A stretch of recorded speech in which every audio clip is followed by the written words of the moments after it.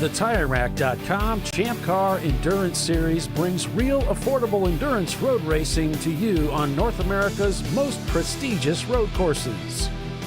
With live flag-to-flag coverage of America's best grassroots motorsports racing, AutoZone presents ChampCar.Live.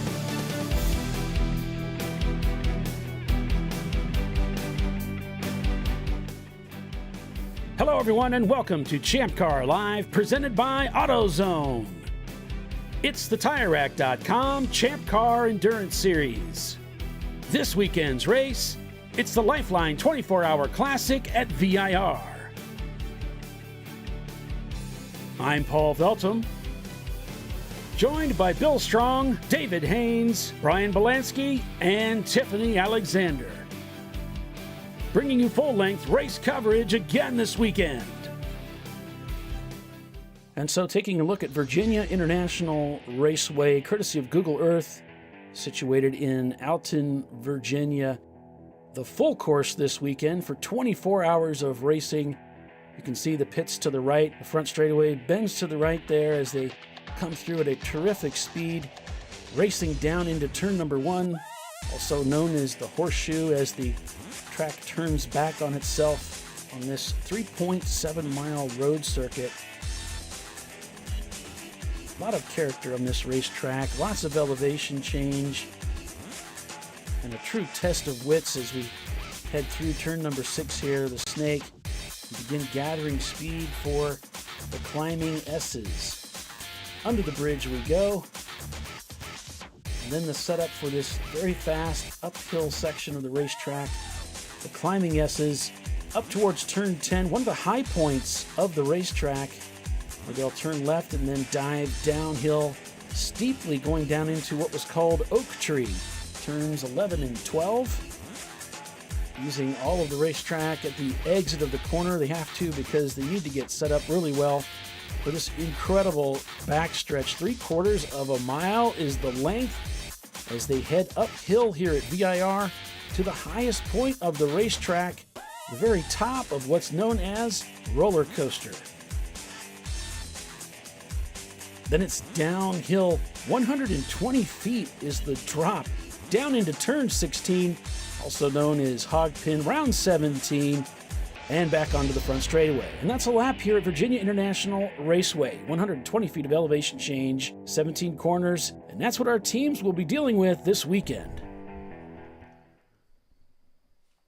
And welcome everyone to the morning show, I guess you might call it, on ChampCar.Live, presented by AutoZone. And we are live at Virginia International Raceway, the Lifeline 24-Hour Classic at VIR for the TireRack.com Champ Car Endurance Series race at Virginia International. I'm Paul Veltum with Bill Strong and David Haynes calling the race for you here this morning, as most of you viewers are over on the Night Cruise feed. They'll be ending that shortly, and we just did. We are back live with you, Paul. Excellent. And Tiffany just woke up, and she's joining us. All right. If you want to cut your share, then I'll go ahead and get you over on here on my side. Stop share. There we go. So the big news as of... I'm sorry? We're a full course yellow. Full course caution again at VIR. Yeah, we've had a lot of yellows overnight. Yeah, sure did. So the big news as of late, I would have to say, has got to be that 146. Pinky's out. Is it 246 or 146? 146. 146. Bill went and spoke to them, and apparently the car was just consuming too much oil. They were worried about its mechanical longevity and have opted to park it rather than blow it up out on track. I think that's what you said, Bill. Yep, I mean, that's that exactly. Smart. Yeah, it's a shame. I remembered it because the logic follows. You know, it makes sense, doesn't it? Don't have many cameras left, Paul. No, I've been watching. I know what I got. So I know what I got. You know what I got? Leave me alone. All right, I'm going to step Leave away. me alone. I know what I've got. I need That's to right. get some sleep, so take a little nap. All right. Nighty night, sleepy strong. I will be back. All right, man. I'll be back. I'll be on the other side of the track. It's I gonna don't know go what I'm hide. doing. So, Tiffany, you're probably getting ready to drive here in a few hours, I take it. Yeah, I was gonna try to like rest a little bit and then get in the car because we've been up all night. Maybe. You probably should. Just an idea. Under caution here at Virginia International Raceway. We're not sure of the cause just yet, but good morning, everybody. As I rejoin the feed here, you can see several teams working through the evening, working to get their cars back on the racetrack. Yes, the 146 Pinky's out. The car that was so strong all race long has bowed out due to engine trouble with concerns of a major catastrophic event. Rather than face that, they've decided to call it quits. Their sister car, the swap car number 246, does lead this race over Visceral Racing Group in the 918, followed by RVA Graphics and Wraps in third place, still very strong, but actually 7 full laps down from the leader according to Race Hero. We are working lap 365. Shockingly, surprisingly, we did not have a red flag over evening for fog, but have been racing through the night. Almost unfortunate. Lots of yellows though. Oh yeah. We were thinking we are gonna get a little nap in, but it got real misty and the air was very wet, but the fog stayed away this time. I love how in typing up that on-screen graphic, you've copy pasted the error from the live timing for the 111. The live timing for the So for between it should be graphics ampersand wraps, not graphic ampersand amp yes, semicolon. Yeah, It's, when I copied it. I didn't even read the whole thing. Yeah, the special character It from truncates showing weirdly on the live timing. Yeah, it comes from our. I actually got that from our sheet. There we go. That's tidier Makes a little bit more sense, doesn't it? than RVA graphics amp wraps. Yeah. So I'm getting an update from 901. 901 Motorsports, they started from pretty much dead last because they had an issue the race. Aaron Shanaman, Brett Shanaman, and Craig Blackwell pretty much drove. The three of them rotated throughout the night. Somewhere around the top of the climbing Nesses around midnight, a deer ran across track. And they had to brake really hard and just kind of near missed it. Kind of give you a little adrenaline rush in the middle of the climbing S's.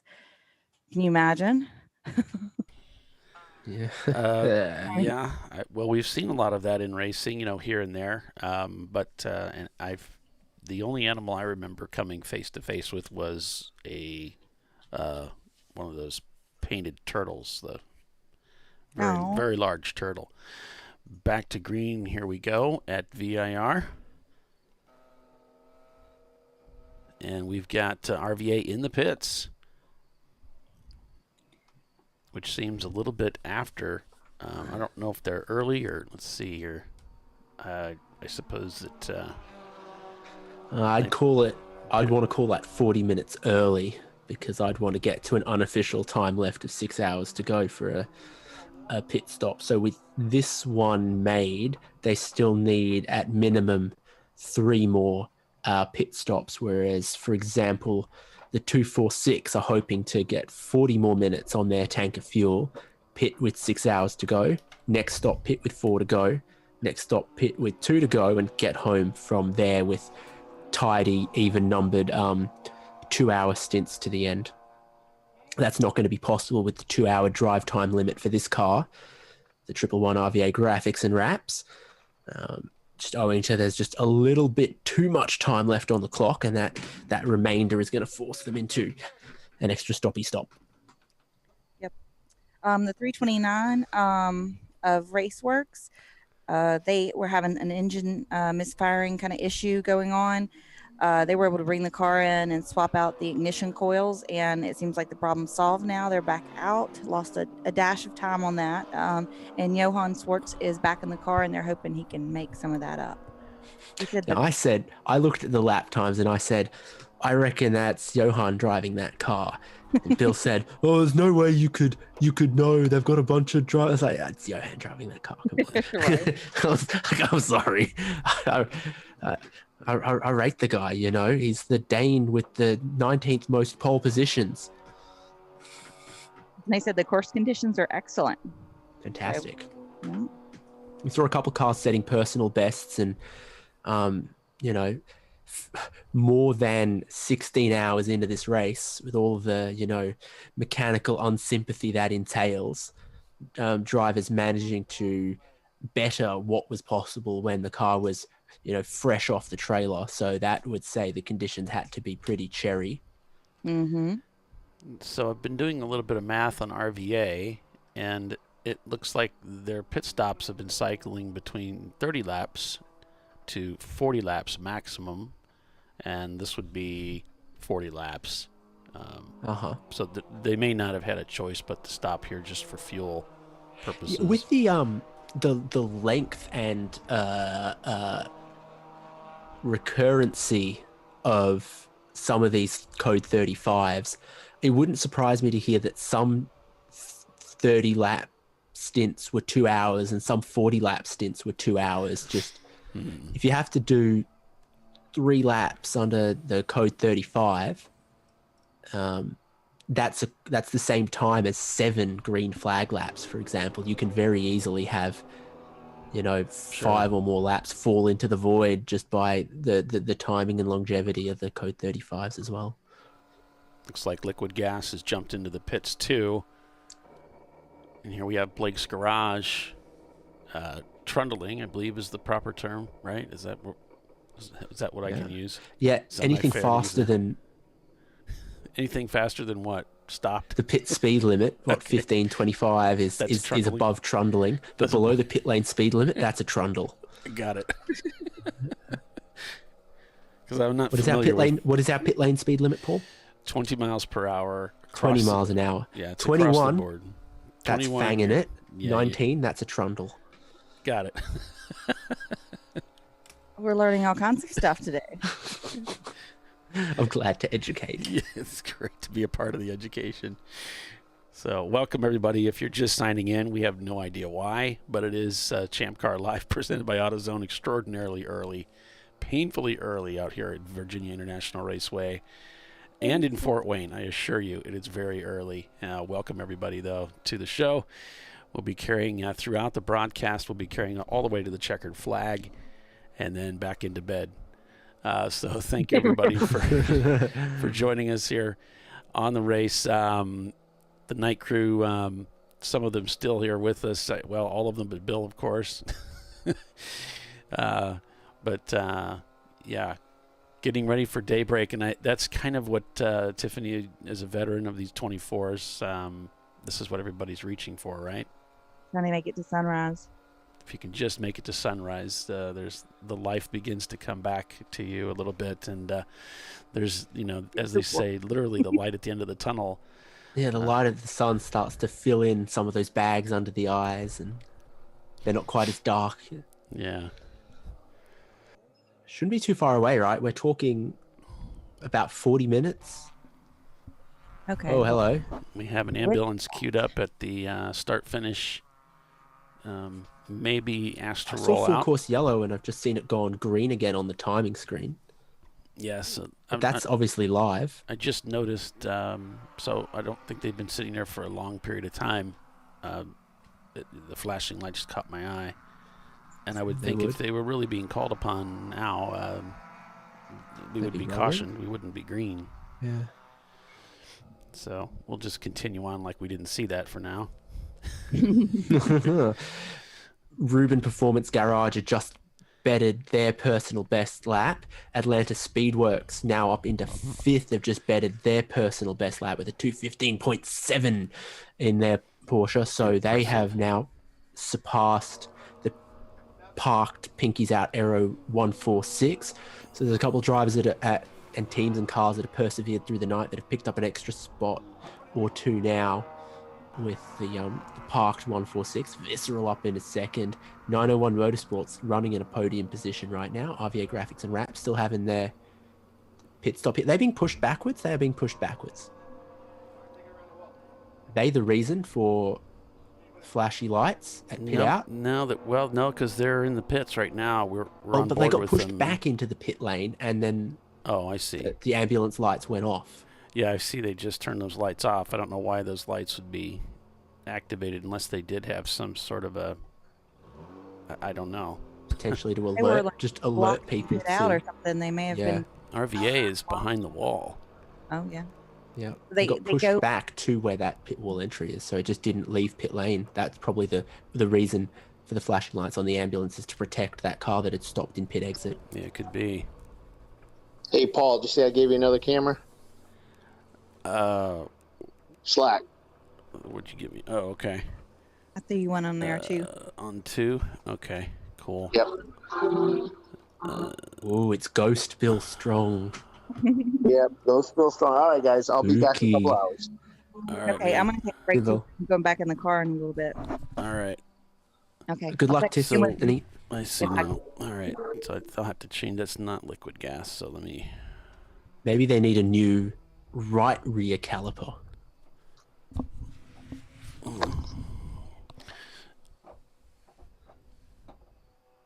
So RVA Graphics and Wraps, what would look like a regularly scheduled pit stop, but then it didn't return to track as it should have. You're watching them now. They got pushed backwards towards the paddock, but then looked like they drove through the paddock under their own power. They've dropped one spot now, 901 Motorsport, into a podium position. And in one more lap, Atlanta Speedworks 981, their Porsche Boxster, one of their Porsche Boxsters, is going to grab that 4th place away. Well, they're going underneath the hood, or I guess bonnet is how the Aussies might say it. Yeah. The minute I stepped off that plane back at home, I started saying, bonnet, boot, footpath, tomato sauce. Yeah. Lift. Is it a lift? Yeah. Oh, yes. Correct. Okay. Correct. Yep. Yeah. Ground floor, first floor, second floor. Water closet? No, that's not an Australian thing. Just toilet. That's like continental Europe, really. Yeah. Well, I was curious as to the transit. What was being shared, and what wasn't being shared. But Yeah. now they're in the right front under the hood though. Yeah, it's not the tires, and it's not the brakes, and it's not where they were looking when they were thinking about the brakes, which was the front left. They're now looking at the front right, which is where parts of the engine are. I know BMWs. And I think I'll default to your original suspicion that they were pitting off sequence, because you wouldn't expect that they were in, just for fuel and a driver, and then all of a sudden they noticed a problem. But they were at 40 laps. That's about as far as they had taken any stint up until that time. But now looking at the right front there under the hood, this is around the, and it's up towards the front of the engine, it looks like, which is, I'm not sure on the E30 how that layout is set up, what's over there. Could be distributor. Okay, I've googled it to try to find some photos. Oh, well, okay, this isn't going to be their car, but someone's got a turbo mounted up there on the internet. 254. That's where should be the spark plugs, the exhaust, and the radiator reservoir. So that kind of looked like they could have been poking around at spark plugs. Am I looking at this right? Am I looking at the right thing? No, I might be not. Hang on. How about this picture? Trying to see if I can gather any. My computer bag is on the right-hand side by the door. Could you just give me an aspirin out of in the front of my bag is an aspirin. Got it. This is what we get when Paulie is back. I can hear what's happening on the onboards. Yeah, I hear the driver's got himself a little bit of a headache, Yeah. begging for some aspirin. You want aspirin or? Aspirin, just one. Thank you. Welcome. Nothing crazy, just one. I think the fuse box is at the front right in a E30 regular placement in line 6. Well, It looks like fuses are there. that might explain the push. Yeah. Not being able to activate something that they need, like a fuel pump or something. Yeah, I'm trying to think what it...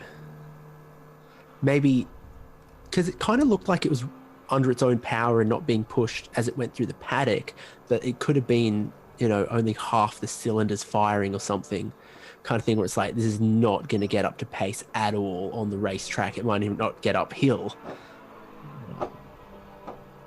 Yeah. On a standard, on a stock layout of the engine compartment, it looks like electrical and fuses in the front right. Oh, that made a noise. We fired up. Sound okay? Yeah. Just leave it an accessory. Oh, they're having discussions about leaving it in accessory, which would be the key position. Yeah. Which if they're still using that, that means they're using much of the ignition switch. They would need that accessory. They need an accessory position to power the car, and they're still working on it. Still not happy with it. So we'll go on board with Blue Falcon. This is not liquid gas, and I'll get that corrected here as soon as I can get a hold of this. If you're just joining us, welcome everybody to ChampCar.Live, presented by AutoZone. It is the TireRack.com Champ Car Endurance Series race at Virginia International, the Lifeline 24-hour classic. I'm Paul Veltum, joined by David Haynes, as we're continuing to call the race here for you. We've got some 6 hours and 30 minutes remaining in the race here. We're going to take a quick break for commercial, and we'll be back in just a moment, so stay with us. Thanks for joining us today. Got a lot of racing ahead, and it's Pinky's out leading the race by 4 laps over Vissel Racing Group. We'll be right back.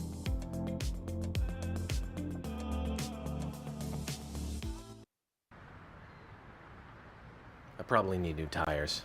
You do. What if they sold tires online? We do. We're TireRack.com. They could offer lots of tires We have so many tires. and help you find the right tire. It's called the Tire Decision Guide. Oh, and they could ship them to a nearby mechanic. We shipped over 7,000 independent recommended installers. This is an amazing idea. Sorry. TireRack.com, the way tire buying should be.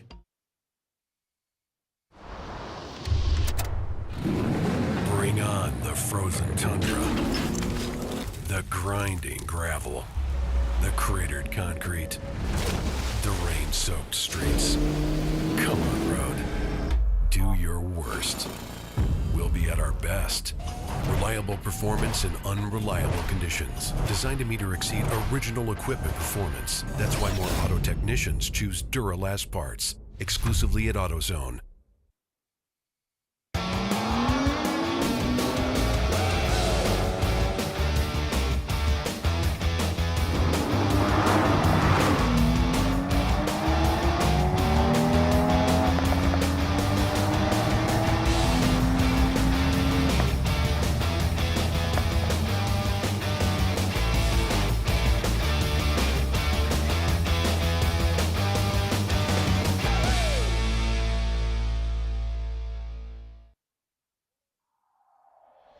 Discovery Parts is a veteran-owned racing and safety equipment company. While we're located inside Atlanta Motorsports Park in Dawsonville, Georgia, Discovery Parts can also be found at the tracks, supporting a number of Champ Car Series events. We take pride in being a reseller of the best of the industry to Champ Car teams and drivers. We know racing, love racing, and look forward to tomorrow to even more racing. Visit us at discoveryparts.com.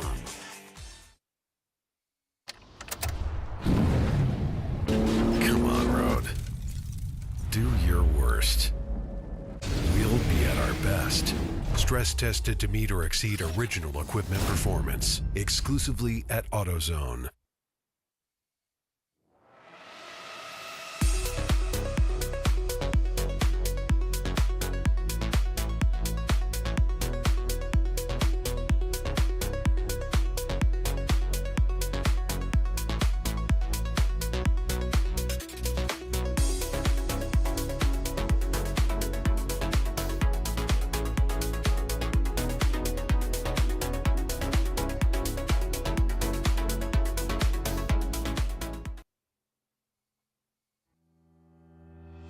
Lifeline USA is a leading manufacturer of onboard fire suppression systems. Lifeline's continuous commitment to research and development ensures that we supply the most innovative and cutting-edge products available. Used by the majority of the world's motorsport championship-winning teams and constructors, Lifeline has a proven history of success. Lifeline offers a complete range of fire suppression systems for all budgets and needs, and we continue to push development and limits on both extinguishment materials and our patented delivery systems to make the race car environment almost as safe as sitting on your sofa at home.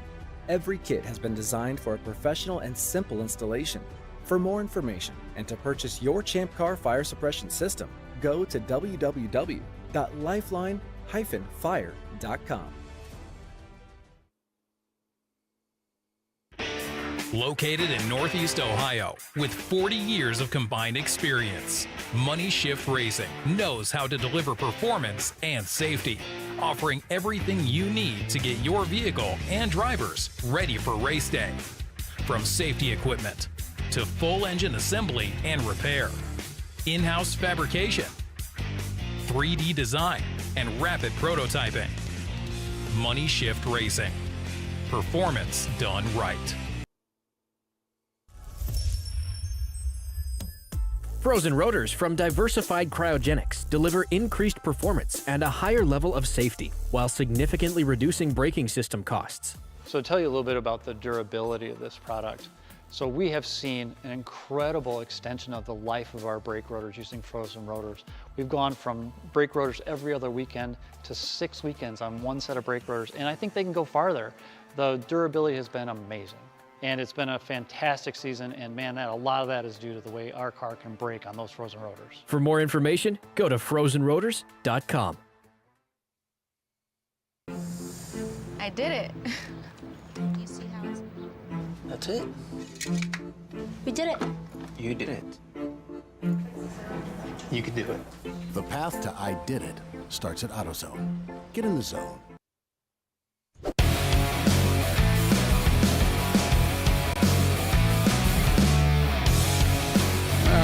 All right, welcome back. Welcome back, everybody, to Champ Car Live, presented by AutoZone. It is the TireRack.com Champ Car Endurance Series morning show race, presented by AutoZone. I'm Paul Veltum with David Haynes, and kicking off another 7 hours of broadcasting to the checkered flag.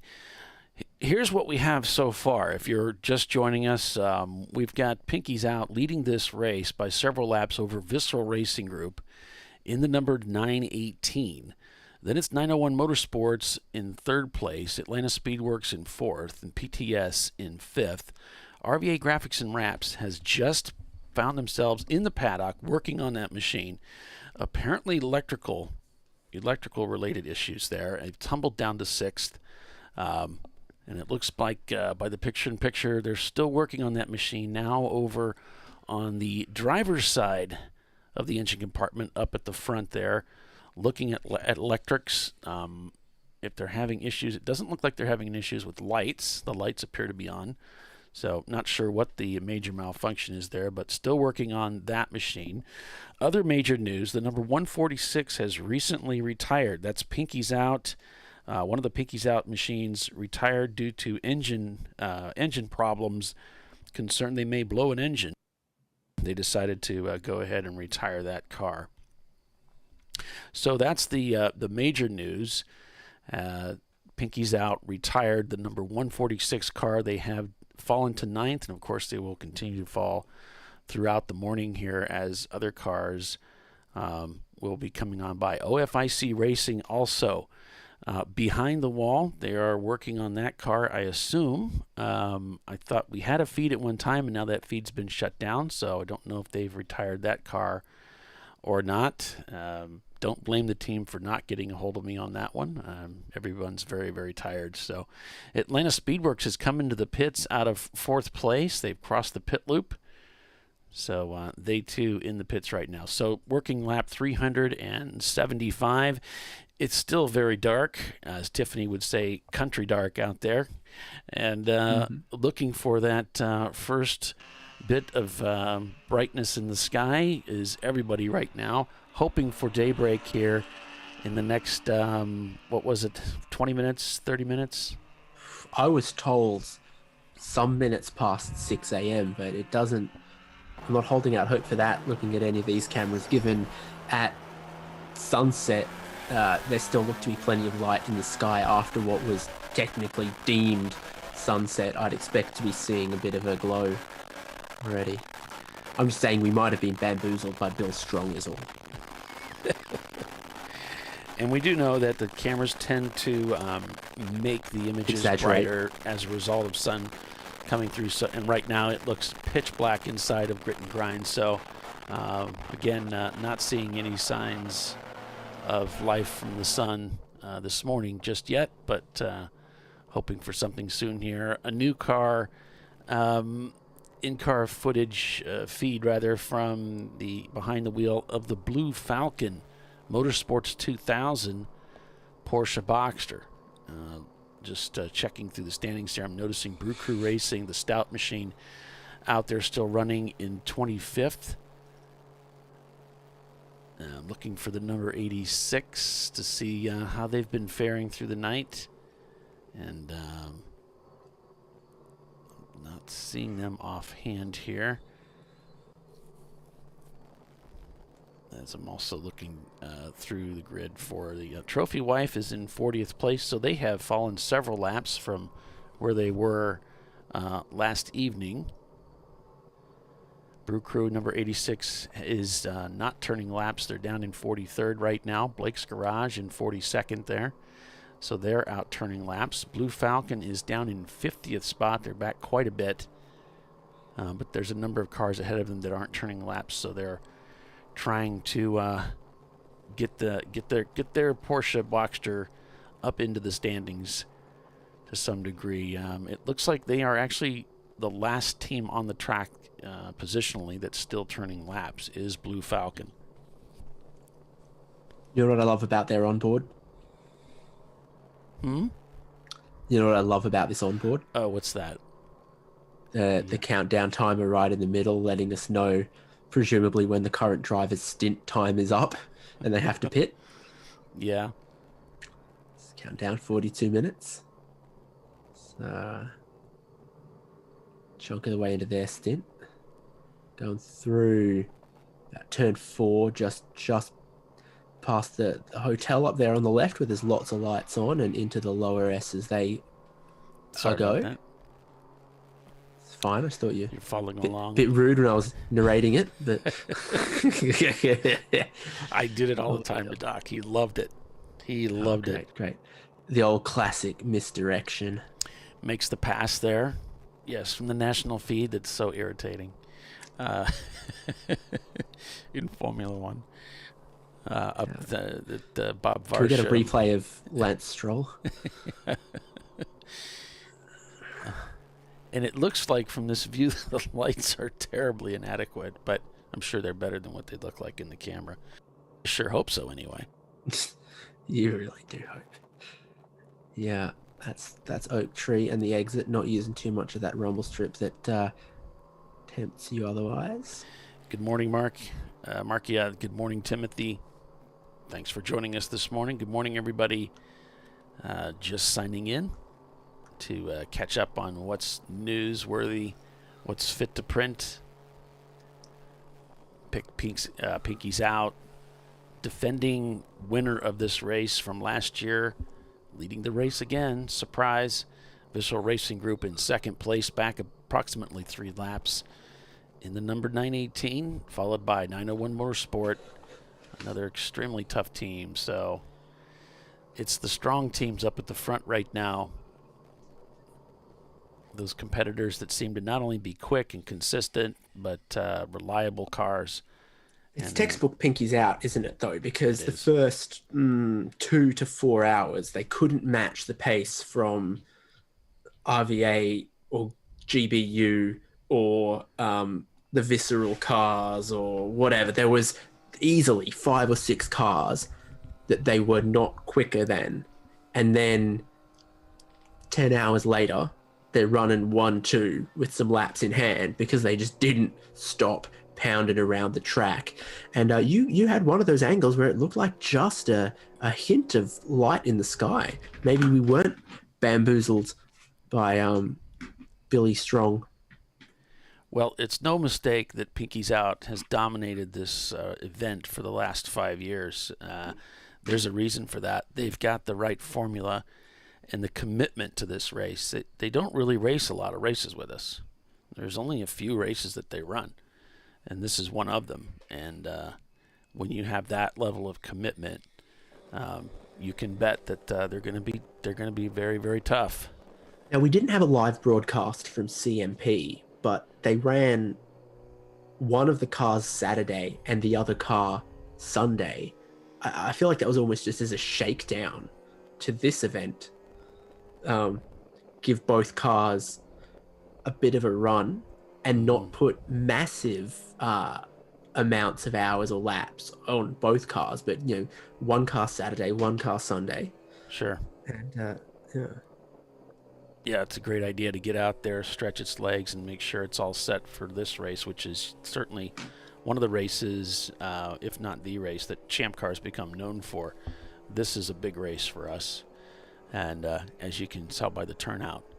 And so yeah, if they can grab this ring again, that's just another feather cap in their cap, so to speak, and it's certainly worth pulling out all the stops. The cap in their feather. Which would be really strange. I'd like to see that, but maybe not. I don't even know what that means. I just felt like saying it. And well, now we're going full course caution. Yes, and we'll look to see if we can come up with any idea as to what might be happening out there. You can see that yellow but not purple in this onboard from Blake's garage, but I wouldn't be surprised to see that flashing Flagtronics display in the dash, the little square, go from yellow to purple shortly. That's yellow, not local yellow, isn't it? Oh, no, it's purple now. It's purple now. There we go. Yeah. That would expect. Can I get a peek at the Flagtronics? I don't have that feed. Oh, right. That's only there you can see. First spending weekends with Uncle Bill. Let's see if we can see a little bit better maybe from this feed. But there's just not much to look at here. There's too many cars on the timing screen in the salmon color to point at one and go, oh, they look like they might have stopped. Right. So it could be quite a few. Anything. Anyone or anything. Right. Rockwell Autosport has pitted their machine to number 12 down there in 14th place. Rockwell Auto Development shown across the pit loop as Pinkies Out completes another lap, beginning another here at VIR. As we are Purple 35, which is an implementation at a few of the racetracks we attend. VIR is doing this. The idea is to, if you think of virtual safety car in Formula One, that's really what we have here, where all the cars, where they are, simply slow down to 35 miles per hour and continue maintaining their gaps, and as opposed to putting the pace car out, which takes time to collect the field, and they will do that, of course, if they feel that they need those gaps. But otherwise, this is a more effective way of getting some control over the field, but then being able to release them back to racing, and that really reduces the amount of time the cars are under caution. Functionally, it works the same as the slow zones for the Nürburgring 24-hour, or what's called full course yellow in Le Mans and WEC, though I understand those are not quite as popular or well known as F1, just based on the cold hard facts of viewership figures. But those are also, rather than to a delta, a either full track or local speed limit, which is what Purple 35 is. There you can see the hotel to the left there as they're coming through the climbing S's, and now I'm seeing what appears to be an emergency vehicle in the distance at the top of the hill. It looks like their driver's left, but difficult to tell from here. No, perhaps we're moving into the climbing S's. This looks like the bridge coming up here. Yeah, I think so. So perhaps I see flashing yellow EV lights up is there, en though. route. I don't. Is it en route? I think ahead of them. top of the S's. I reckon you're right. And then the left-hander, maybe just before the left-hander. Who did we see? Someone else came to a stop up there. Bottom left of the picture, RVA looks like they're hoping they've sorted their gremlins. They might be just going for a lap of the paddock to check it out, though. So good news for RVA. Hopes with fingers crossed for that team. Hoping they can get back out, of course, but we'll see if they decide to make a run for the racetrack, going by the gas pumps there. Yeah. We're near the top of the hill here for the left-hander in Pinky's Out. Our leader of the race. It's hard to tell what's flashing and what's just flickering as it moves past frame, but you've also got the sign, the electronic boards at the flag posts that also here we have it. flash. Yeah, definitely. Here's the Oak scene of tree. the crime. Yeah. So unfortunately, it looks as though someone's gone off the end of the racetrack there. There are 3 cars. I didn't really see a race car. What I saw were emergency vehicles. But, we used to have a camera over there, but that camera's offline. Not uncommon that the folk will park up their trucks from the EVs in a way that when they get out of them to try to help someone, the big truck that they've just parked blocks them from being in the firing line.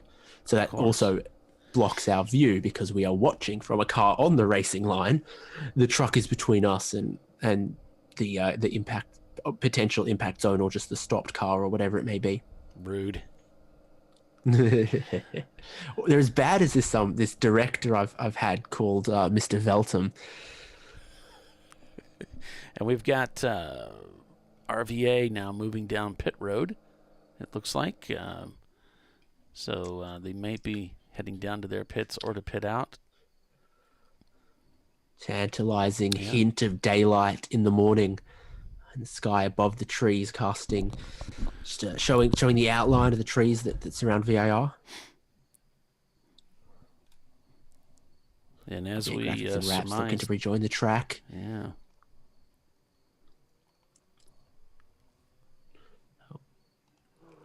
Cross your eyes, I'm seeing double. Does it sound right? It don't sound right to me. It's hard to know at these speeds. Yeah, he's not really doing anything. He's just zippering into the rest of the field and under caution here at VIR. Good morning, everyone.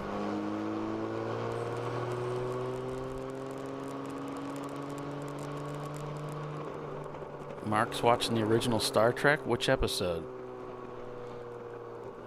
I'm curious if you picked up the Roddenberry Vault. I got that a few weeks ago and enjoyed that.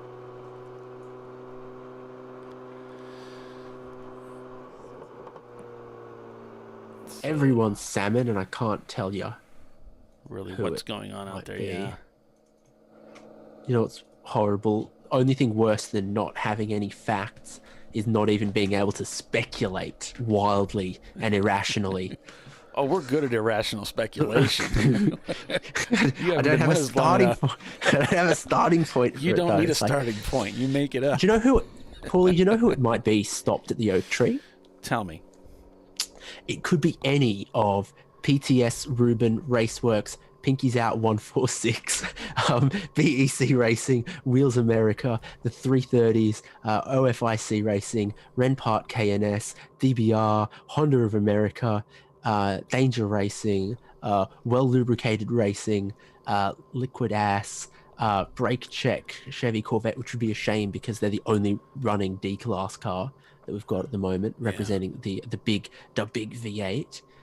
Or, nope, I'm out of wild speculation now. Could be one of any. And I'm looking through. We had a feed on Danger at one time, and that went down. It could have been Bill Strong on a golf cart trying to make his way back to his hotel room. It simply got lost and ended up on the racetrack. So we have an elderly man out on the track. Yeah.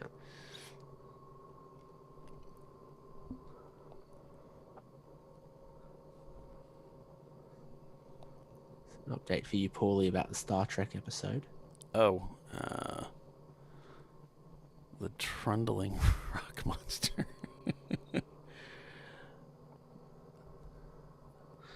So the episode where Spock communicates with a tunneling rock monster. I don't know what that means, but you might. Yes, that's the Horta that he's referring to from Devil in the Dark. Good episode.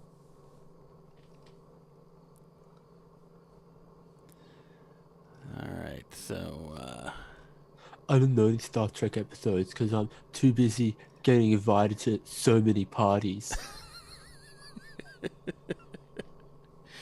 So you have a life then. Yeah, I'm it not might be seeing, it could be slightly like a generational thing as well. Yeah, this goes back a long ways.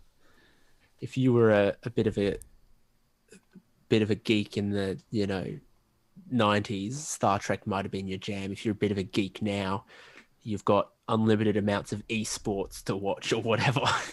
Yeah, you've got plenty of options out there. Yeah. Back then we had 3 channels. A lot's changed. So we could watch some racing from earlier, from Clapped Out, if you want to watch something in the daylight. Oh yeah! Wow, that's what it's going to look like in a couple hours, huh? Yeah. Yeah. If this is the last transmission of their camera, this might have been right as it clapped out. No, it's been scrolling for some time, but yeah, it may be. It may be. Yeah, I mean, it's clearly, it might be just looping the last 30 seconds of video that it received. Honda America and their 213, they're not turning laps. As I mentioned, Danger Racing.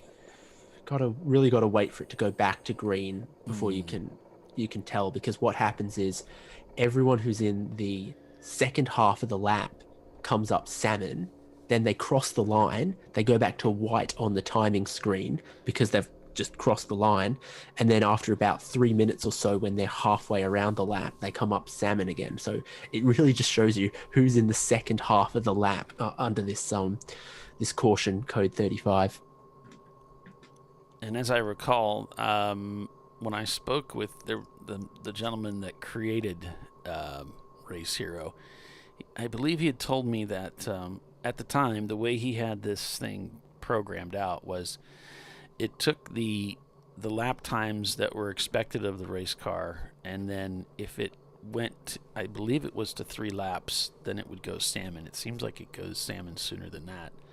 It feels like it's more like 40%. If it was expecting a 1 minute lap time and a minute 30 has passed, it flags it up as an outlier. I would say, it seems sooner now than it was maybe when it was originally set up.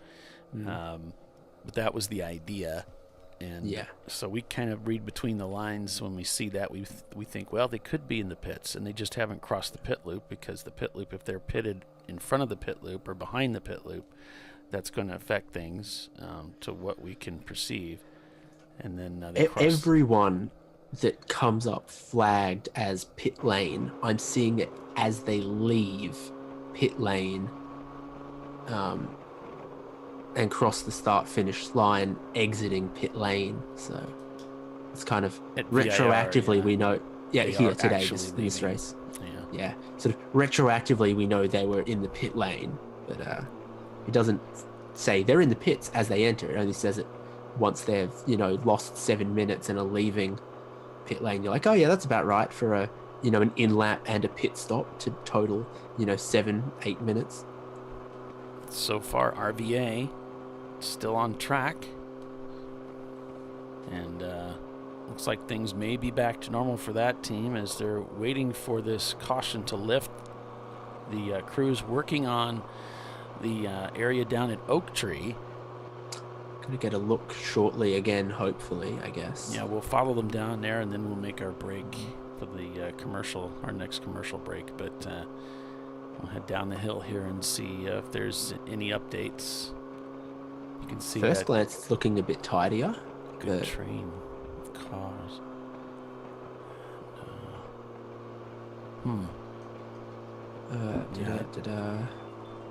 I don't see my alarm clock going off to get up. Got up a Don't little see bit nothing early. where there was cars before. Excellent. So if there was damage to that area of the barrier, that team seems to have been repaired. Yep. See potentially a couple of flashing lights just up here, but yeah, now's a good time. All right, go ahead and make a quick break, and we'll be back in a few. So stay with us. You're watching ChampCar.Live. Under caution right now. Pinky's out as your leader. We'll be right back.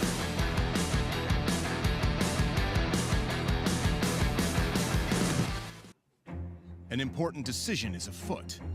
This man is about to buy tires on TireRack.com. Tire Rack is the leading online retailer of tires in North America and a repository of advice and expert reviews. And it's done!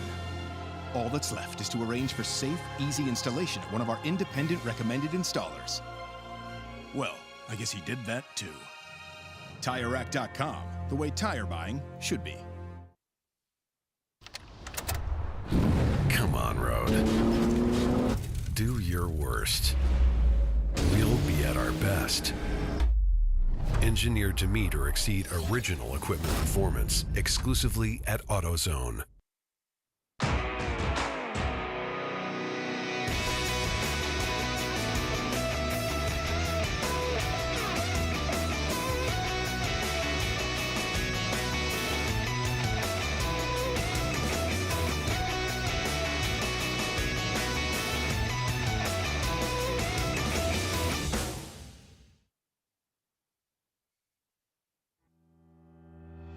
Lifeline USA is a leading manufacturer of onboard fire suppression systems. Lifeline's continuous commitment to research and development ensures that we supply the most innovative and cutting-edge products available. Used by the majority of the world's motorsport championship-winning teams and constructors, Lifeline has a proven history of success. Lifeline offers a complete range of fire suppression systems for all budgets and needs, and we continue to push development and limits on both extinguishment materials and our patented delivery systems to make the race car environment almost as safe as sitting on your sofa at home.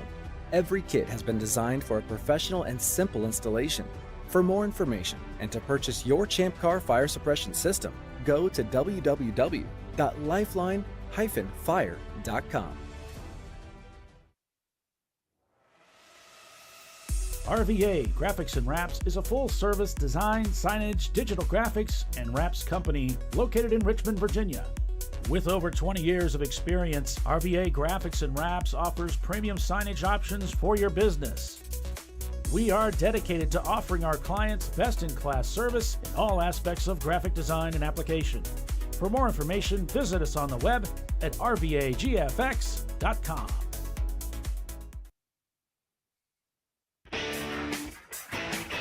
Located in Northeast Ohio with 40 years of combined experience, Money Shift Racing knows how to deliver performance and safety, offering everything you need to get your vehicle and drivers ready for race day. From safety equipment to full engine assembly and repair, in-house fabrication, 3D design and rapid prototyping. Money Shift Racing. Performance done right.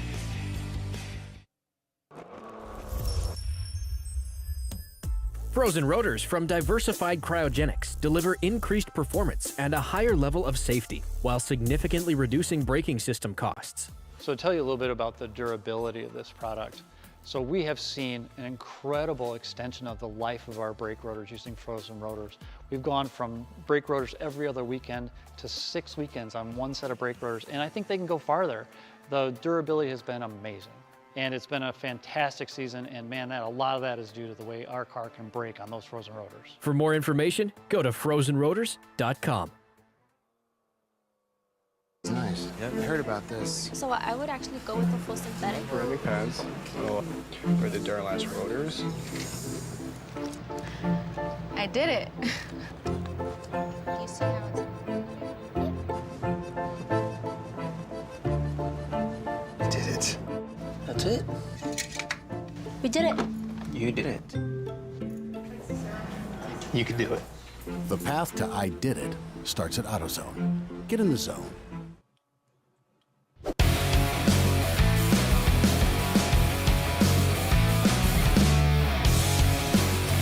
All right. Enough of that. We're back. We're Enough back of at the what? important stuff. All that commercial stuff. Okay. All right. We're back live You must here. be a real Grinch at Christmas. I would be a good Grinch. Welcome back to ChampCar.Live, presented by AutoZone. It is the TireRack.com Champ Car Endurance Series race, the Lifeline 24-hour classic at VIR. I am your effervescent host, Paul Veltum, with David Haynes calling the race for you. As the sun is beginning to come up off in the distance, the sky beginning to lighten, which is a breath of fresh air, some hope off in the distance that maybe this won't be forever in the dark for the drivers, the teams. Looking forward to seeing that sunlight come up as we go back on board with RVA Graphics and Wraps, the team that was behind the wall for a time, working underneath the hood on that machine. Seemed to be electrical issues that they were having trouble with, but looks like they've got that taken care of. They're back out on the racetrack. We did see Pinky's Out was also in the pits, and they have emerged from the pits, brought that machine back out, and we saw an emergency vehicle going behind the wall, so we're going to take the assumption that everything is done. We're back to green. Ready to speculate wildly? Yep. I think it's a little early for a pit stop from Rubin Performance Garage, and they're still salmon. Makes sense if that's it's fair to point the finger that direction with a question mark. You know, why are they in that And situation? last time they stopped, they pitted, they went out, they pitted again for 30 minutes, and then went out. I don't know, maybe they had a developing issue they thought they'd fixed, and then because I have absolutely nothing to go off except that one car on the timing screen has remained salmon, and I am speculating wildly, Paulie. Might as well. It is just after pancake hour, so this might be where some teams are headed. Get some breakfast, come back, finish the race. Yeah. At the local What Waffle do you have House, on which is, pancakes? huh? What do you have on pancakes? Blueberries are Blueberries at the top of the list. Yeah. Fair. Okay. I like lemon on pancakes. Really? Yeah. Interesting. So, when you say lemon, is it chunks of Like lemon? squeezed, no, like squeezed lemon, like lemon juice, like fresh squeezed lemon. The juice off the lemon, so no syrup. Nah. Just the pancakes. Yeah, and a bit of extra sugar, just a tiny sprinkle of extra sugar. Oh, okay.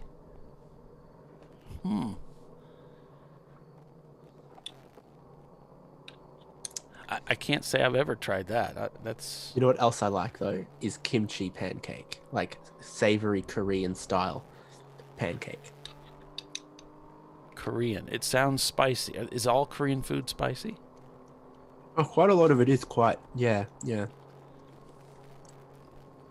Is this spicy, or is it just a typical sugary treat? No. It's savory, and it's a little spicy, but typically less spicy than like regular kimchi. Gotcha. It's interesting. Looked pretty bright on that view that was looking towards turn 1. Now, obviously, that's towards the east. That's kind of where the brightness comes from, as the teams and drivers are going down the pit straight towards turn 1, looking towards where sunset will arrive from. Pinky's Out leads over Visceral Racing Group back about 2 laps. Then another 3 laps back is 901 Motorsports in third. 5 laps behind them is Atlanta Speedworks. Another 3 laps, it's PTS in 5th. Then a couple more laps, we have Raceworks in the BMW, number 329. 2 more laps behind them, it is RVA Graphics and Wraps. They've just crossed the start-finish line. They're in 7th place. Ruben Performance shown in 8th, but not turning laps. They are the lead B-Class car. Then we have an EC car, the BEC Racing team, behind them. Pinky's Out, Arrow, the retired BMW, scored currently in 9th place. Then in 10th, we have RRT Racing. They're still circulating in their number 365. So A-Class being championed by PTS, leading the way. C-Class, it is Pinky's Out. B-Class, Ruben Performance. And D-Class, I believe there is a Corvette well down in the standings here. Brake check. It's they were still running last I looked, though. Now they're not turning laps at the moment, but perhaps they'll be back out. They were quite recently. So 382. It says they're turning laps. They're not salmon. Brake check. They are on my screen. I have not on mine. Let me refresh here. Now they are. What's your lap count? The minute 2:57. The minute I clicked it. Okay. They went salmon, but they were on less than 2:57 not long ago. They have been running.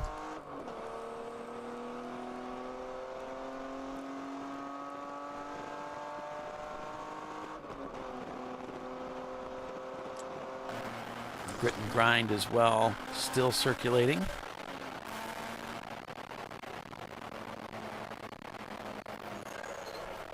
I've been accused of being un-American, which after 18 hours of this race is a very astute observation of our viewers to notice. Yeah, it's not just your ears. It's not just being exhausted. Yeah, look at that. As we face down towards turn number 1, you can see how there is a bit of cloud about in the morning, but right at the horizon, beautiful orangey hues, light everywhere in the sky. My best breakfast of the year that I look forward to is the Sunday morning of the Bathurst 12-hour, which starts at 5:45 a.m. and beside the track, watching the start of the race with the grill set up, hash browns, sausages, eggs, all going, and just grilling up breakfast while I watch the GT3 cars start the race at sunrise. That is just the peak of breakfast. That sounds like a lot of fun. And I spent many years traveling with my parents to the racetracks, and we would be camping. And you'd get up early in the morning and hear the race cars warming up and getting ready for the Formula V race, because that was always the Formula Vs and Formula Fords were the first ones out. Yep. And walking through the paddock area early in the morning with the dew on the grass, and some of the Formula cars still covered, just looked like lawn chairs covered up by a tarp because the cars were so low profile. You didn't quite know if it was a race car underneath or or just some lawn. I've seen VIR. Formula Vs, people could pretty well just put in the back of their truck or in the back of their SUV and close the hatch on if they tried. I started racing in Formula V. And they... That's nice. One of my friends just bought one, so they're interesting little machines.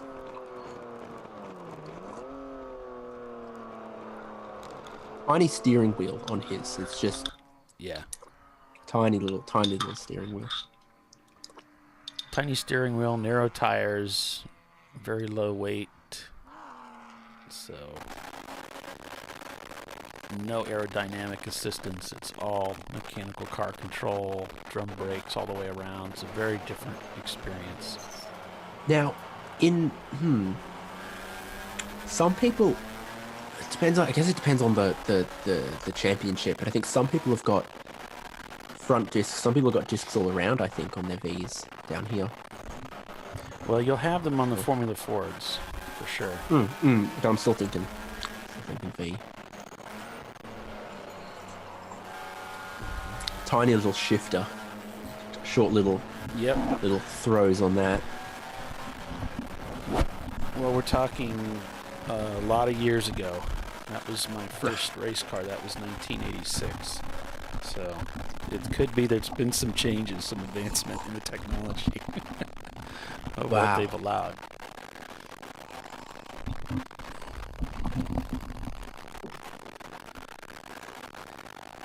Which would be good because drum brakes adds. E-class leader is still salmon. I was going to say drum brakes adds something to the challenge, but yeah, 901 Motorsport salmon at the moment. Our third place runner. They're due a pit stop though. I'm not worried about them. It's about time that they made their next stop regardless. For Rubin Performance Garage, it's only been a couple laps since they had a 30-minute pit stop, which probably meant they went behind the wall on that one. Pinky's out, just emerged from the pits back at lap 380 as we're working 386, and they're turning some 219s there, so that car up to speed. Concerns about RVA, well, they're in 7th place. They are turning consistently 220s. The lap times, they started out with a 240, 228, and then they clicked off a 222 rather, and then a 220 and a 220. So that car seems to be up to speed now. Their fastest lap time in that car, though, a 2:15. So again, in 7th place there is RVA, the team that was leading the race earlier, and some issues put them back in the paddock. But it looks as though they've got some things, got it repaired, and it's up to full song. Thanks for joining us, everybody. If you are just joining us, it's ChampCar.Live.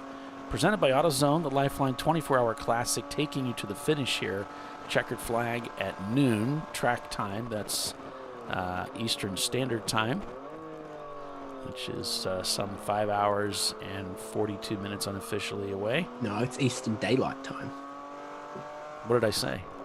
Standard Time. Oh, did I? No, yes, it's Eastern. If you just say Eastern Time, that encompasses whether it's summertime or not. Yeah, it's Eastern.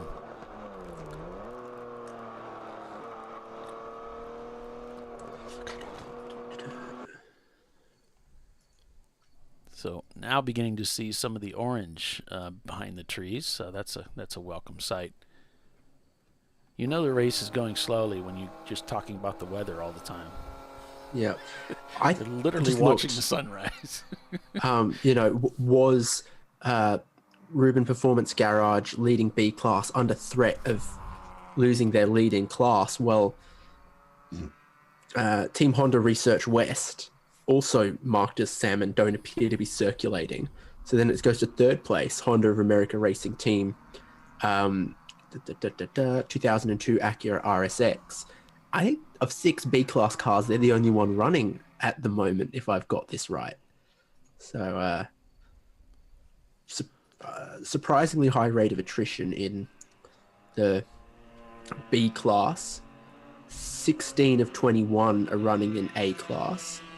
Things are not quite so shiny in C-class, where I think it's 1, 2, 3, 5, 22 of 32 running, and D class. Looks like what do you have brake checkers circulating again? I'm noticing 901 is leaving the pits there. Take a look at What brake about check. 420? Their last lap time is Yeah, I have them. suspicious. Yes. Turning I think laps. it's, Yeah. is that an hour 20 for a lap? Yeah, something looks odd there. That looks like, I'm pretty sure that's an hour 20, not 1 minute 20. There's no 3 decimal places on the second, and it looks like a colon instead of a dot. I think they've. But that wouldn't. But you had seen them circulating not long ago. Well, I've seen them circulating about an hour ago, to be honest with you. Oh, okay. Well, then that might be why. I don't know. I think it would checks make out. sense that they just. I'm a little confused, but I think they're running. So 901 back on track now after their pit stop, apparently, and maintaining third position. We'll see when they come around and trip that timing and scoring loop. On the front straightaway, we're on board with Pinky's Out Arrow. They are the leader of the race, up approximately 2 laps over Visceral Racing Group, followed by 901. Then it's Atlanta Speedworks, PTS, and their BMW round out the top 5. What's the best static cam you've got of the sunrise? I'd like to. Well, I think this one's interesting because we can see some of the color. You know, Can't see the cars quite as easily, but we can see the sky well. It's kind of. I wanted to see, is there a big yellow Corvette out there, and how quick's it going? It's quite glary. I can't make out a thing. Not sure. Yeah, to be honest. With the headlights, maybe this one you could see some car color. You're looking for a yellow Corvette for brake check? Yeah. We can hang here for a little bit.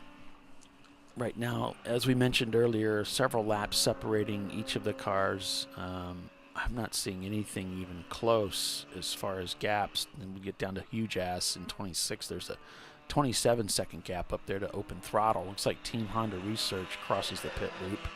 You want me to read you verbatim from the team chat at Team Huge Ass? Oh, sure. What's going on there? Do you know John D. Allen? I do not. Oh, okay. Well, he's a buddy of ours, not really a team insider. He's been turning about laps in one of the open throttle cars. So he wrote to us.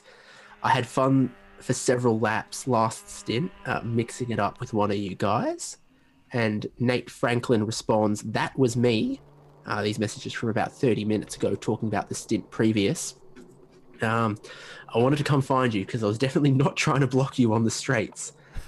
Our alignment is not great currently.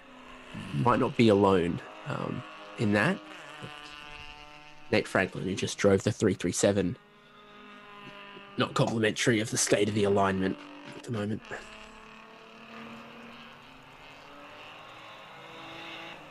I'm hearing a lot of BMWs. I'm looking for a Corvette.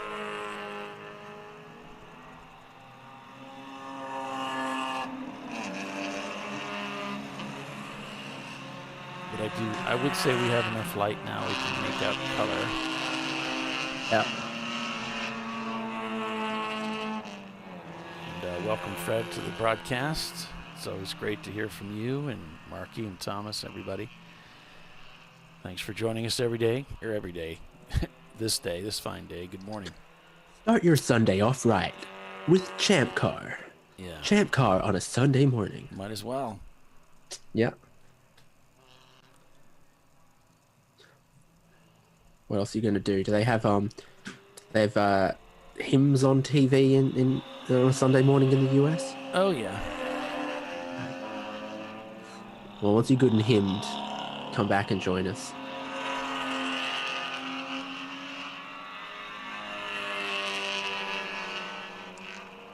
Right Not now, seen a yellow Corvette yet. I don't either. Maybe they did that lap and pulled back in. Things looking much better from the Blue Falcon camera. Yep. Is this the one that Randy drove? Oh, I don't know. It was a Boxster of some kind. I think they did say without a roof and an overbuilt roll cage. And now that we've got some ambient light, this looks like a Boxster without a roof and a pretty serious cage on it. Yeah, I would hope it would be. Oh, cut the red wire before that timer gets to 0, Paulie. You sure? Because I got a red wire and a blue wire. You sure it's the red one? Definitely, Always, definitely it's the always red the wire. Red wire. Okay. You're not colorblind. Wait, a red and a green one. You're not colorblind between those two. No, I'm good. Oh, good.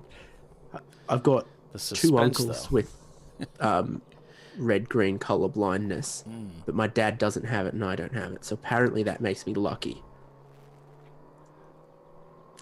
Yeah, for whatever. I do want to see what happens when it gets to 0. Because I don't want to cut the wire yet. Because probably he pits, but the suspense is delicious. When did the 254 last pit? Hang on. I hope some little party poppers go off and it says surprise, happy birthday. Yeah. Go on, here we go. It's all 8-bit. It's little. It starts counting up. What? Sucker. It was counting down now. What?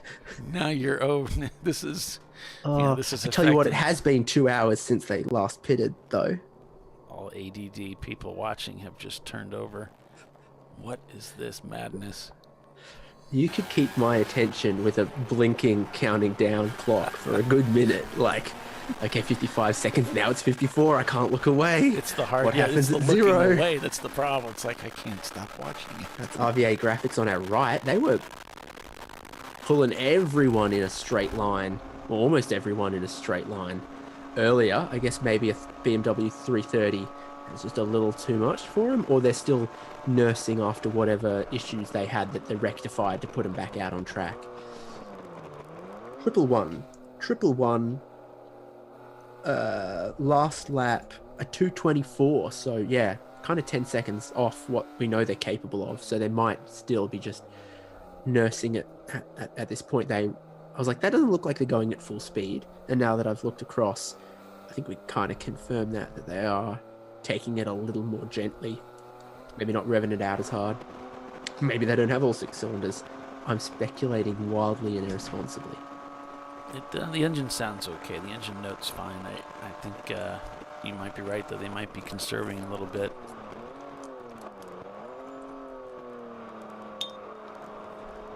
Could be driver as well. It doesn't sound like he's rev matching. He's just letting the engine revs fall before he releases the clutch. Heading into NASCAR here. Wave to our camera off on the right. Please. He's having a go. No problem there.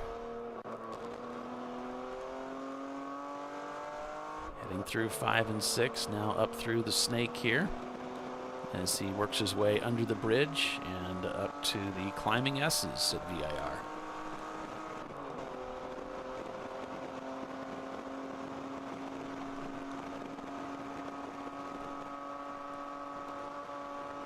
That video in the ad of them applying the advertising wrap to the transit bus is so satisfying. I'd love to do that. Massive sheet of printed wrap on a big flat-sided toaster-shaped bus.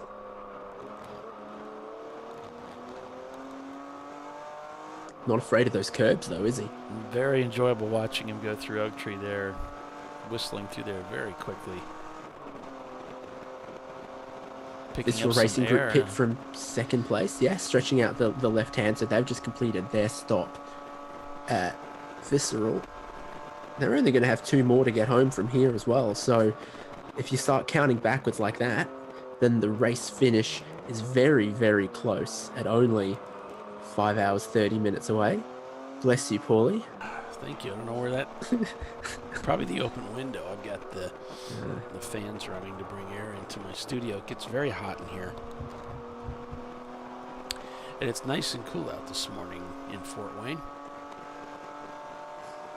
I'm going to make it 3 wide here. As we split the Miata splits us, heading backwards. Is that an NLS 300 that went to the right? Or was no, it was not. It was not. It was the other NLS car. I remember that's got them Nissan 240 taillights.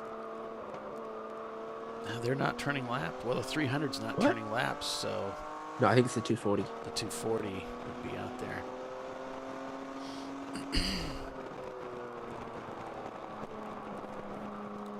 That would be good for that team. I was fearful that they were not turning laps at all. No, they're shown in 53rd, and they are turning laps. Yep. Brake check Quick also turning laps. Brew Crew's left the pits. Trophy Wife has left the pits. Brew Crew number 86 down in 42nd. That car ran really well early in the race. They were up in that top 10 for just the longest time. So were OFIC for a bit, weren't they? They were. They spent a while on our radar in the top 10. Yeah. That, of course, the Rodney Earwood team. Got a visceral car in front of us. You can tell because you can see almost every single piece of the roll cage without needing to look through the glass to spot it. This is true. Working lap 392, Pinky's Out Swap leads this race over Visceral Racing Group, followed by 901 Motorsport. We're going to take a quick break, and we'll be right back. We're at VIR. Stay with us, everyone. More to come.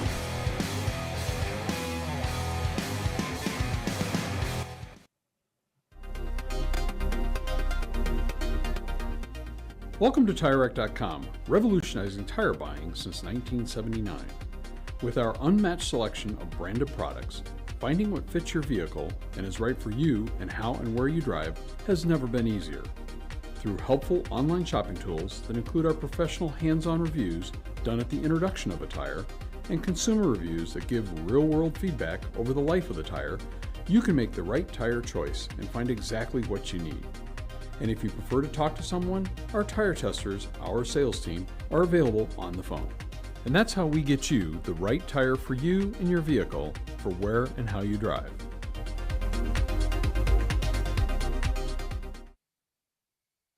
At AutoZone, you get what you need when you need it. Got a today job? Pick it up free same day at your local AutoZone. More of a tomorrow project? Order as late as 10 p.m. with free next day delivery. Getting the job done just got easier.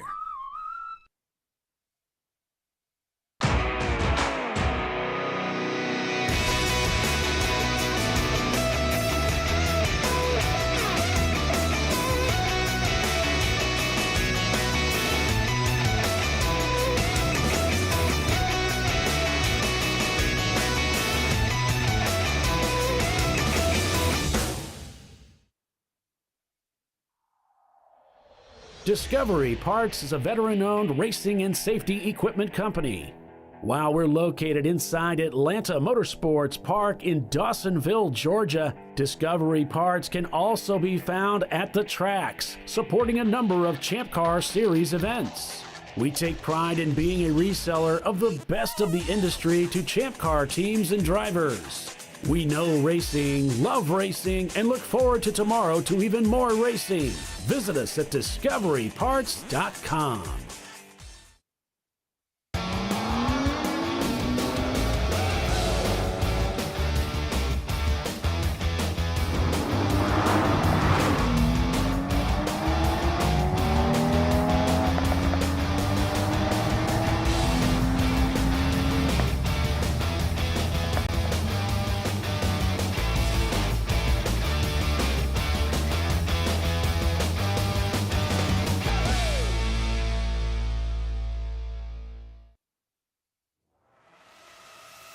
RVA Graphics and Wraps is a full-service design, signage, digital graphics, and wraps company located in Richmond, Virginia. With over 20 years of experience, RVA Graphics and Wraps offers premium signage options for your business. We are dedicated to offering our clients best-in-class service in all aspects of graphic design and application. For more information, visit us on the web at rvagfx.com.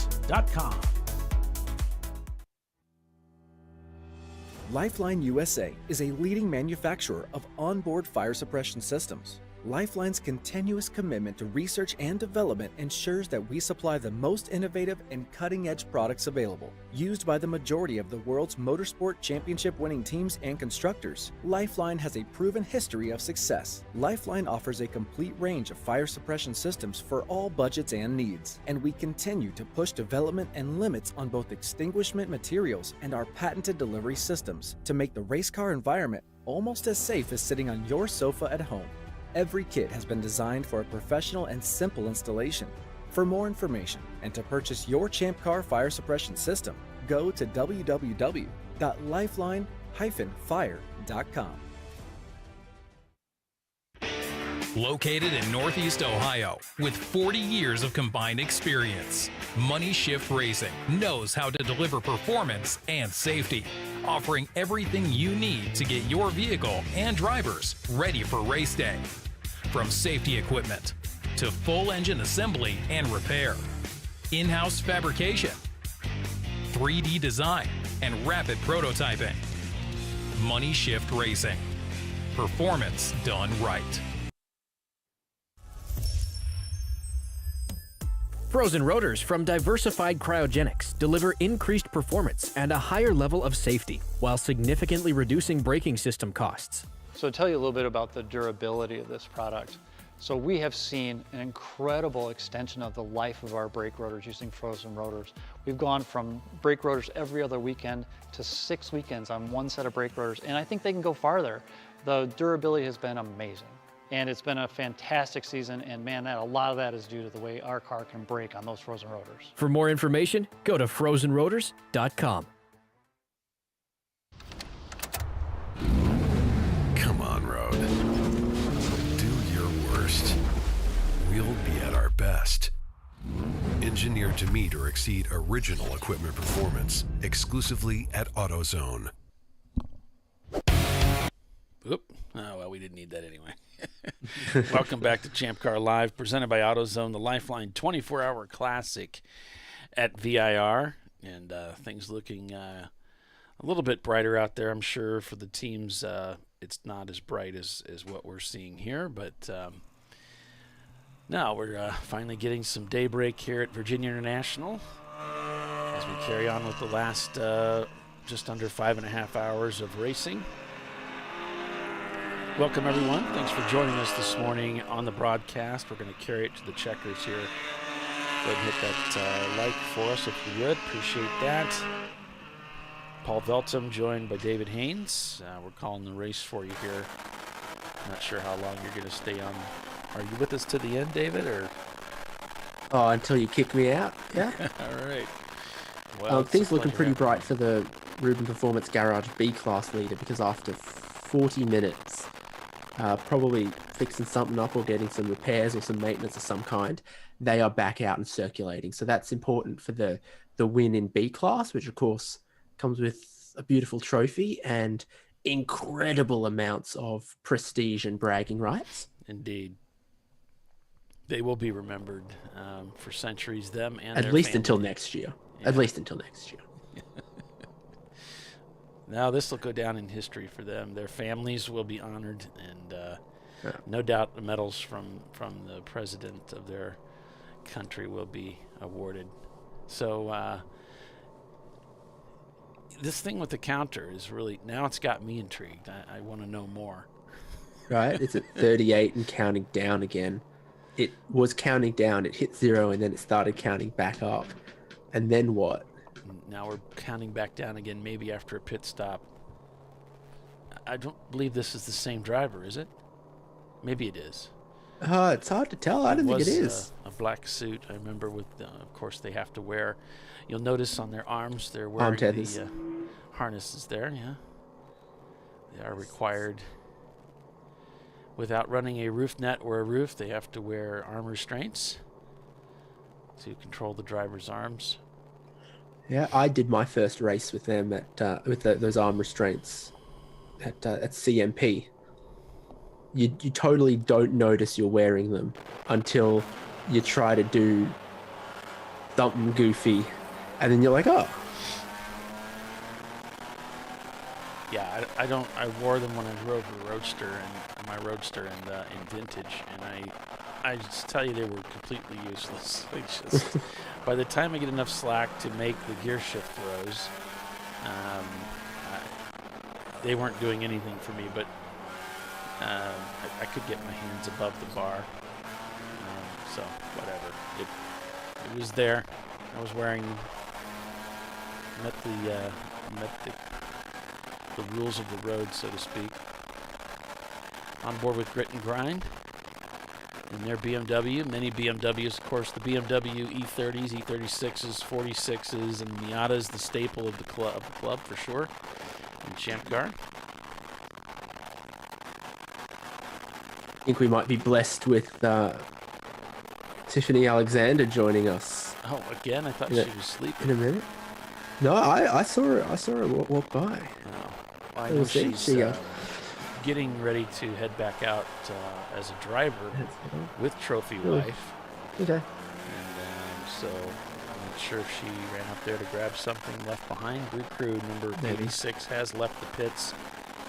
Blake's Garage in 41st. Trophy Wife in 40th place. They're out there turning laps. Just turned to 224. Actually, 222, 224s back to back as they just left the pits.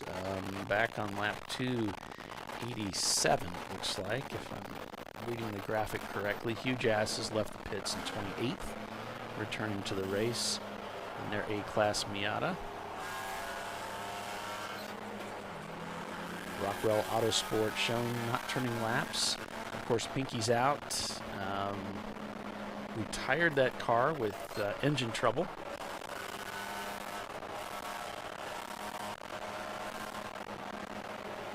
Yeah, I don't know. What does that hand signal mean? Oh, I'm hitting in. It looks like he is coming in, yeah.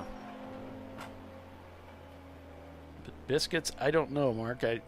I'm not at the track, and neither is David, so they would have to be delivered, which is possible. I was doing a show once when Andrea Chiswick offered to have lunch delivered to me at my house. That was pretty cool.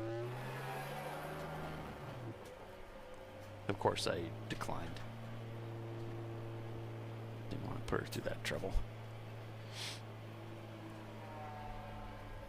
So Grit and Grind looks like they're getting ready to do a driver change and head on out as we go back on board with the leader of the race. Pinky's out, shown up 5 laps over Visceral as they just pitted recently. That is Visceral in the Porsche 944. Fastest lap of the race for Danger Racing 323. You know, I think we had some fans of theirs watching the broadcast much earlier in the day, but they're still rocking along in their EC class entry and lowering the bar or raising the bar, however you view a quicker lap to be. Right. If I say this, perspective, isn't it? If it's high jump, they've raised the bar. If it's limbo, they've lowered it. Right. Depends if you think of racing as more like limbo or high jump.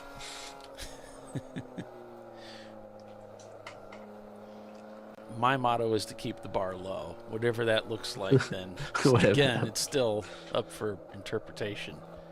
Yeah. And Pinky's out again, leading. They just turned a 217 on that last lap. Certainly one of the fastest cars out there. RVA turned a very similar lap time. So did Ruben Performance Garage in their 06 Miata. Those cars very quick. Looking across the timing and scoring that I'm getting back from Race Hero, I'm not showing anyone particularly close to one another. Best distances are over a minute apart. Many of them separated by several laps as the race has worn on, which is, get kind of a good sign that they're all out there turning laps, and that's great for those. Top 18 are all out there turning laps. Not sure how many cars we have circulating, but it looks like it's well over 30 now, at least over 30, and that's good. We want to see at least half the field make it to the end. Grit and Grind in the pits. Looks like they're working over on. Oh, he's just adjusting the mirror. It's a very small mirror. Whew. Not sure how much helpful you get out of that. It would have to be very precisely aimed.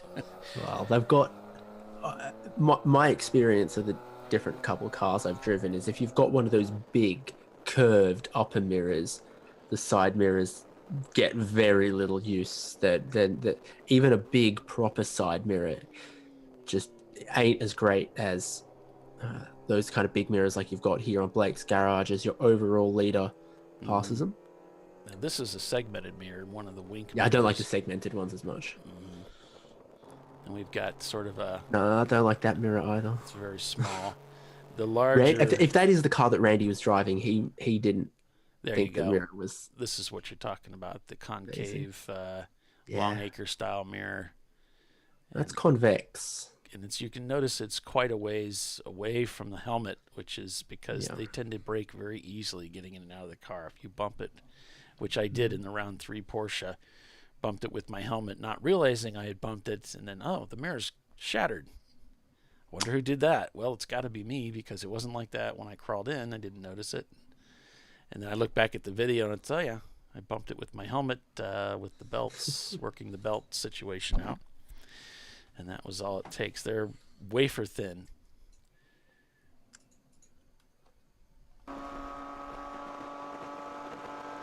That one looks okay. Yeah. Yeah, they plenty of downshifts. Plenty of downshifts into turn number 1. Oh, yeah. Trying to get around the Porsche here, around the outside through turns 1 and 2. You've got a camera in that one because that's the Blue Falcon. Yeah. Here we have it. Yeah. Super profesh. Enjoying the camera, the countdown, I guess. Not sure what the 30 minutes. 30 minutes for it would be. Maybe he's got something in the oven. 30 minutes to breakfast? Could be. Yeah. Yeah. Yeah. Car whistling by the outside there on the left. Clearly a visceral. The inside, I guess that would be inside for the next corner. Heading up through the S's. Lodging to the left there. Oh, another car sneaks by as they're at the top of the hill there. Oh, and letting another one through. Maybe 901 as they head down the hill. 120 feet of elevation change according to one of the... I think it was the wiki that I read. And that's presumably from roller coaster heading down to Hogpen. And boy, he's just getting slaughtered out there with cars passing him.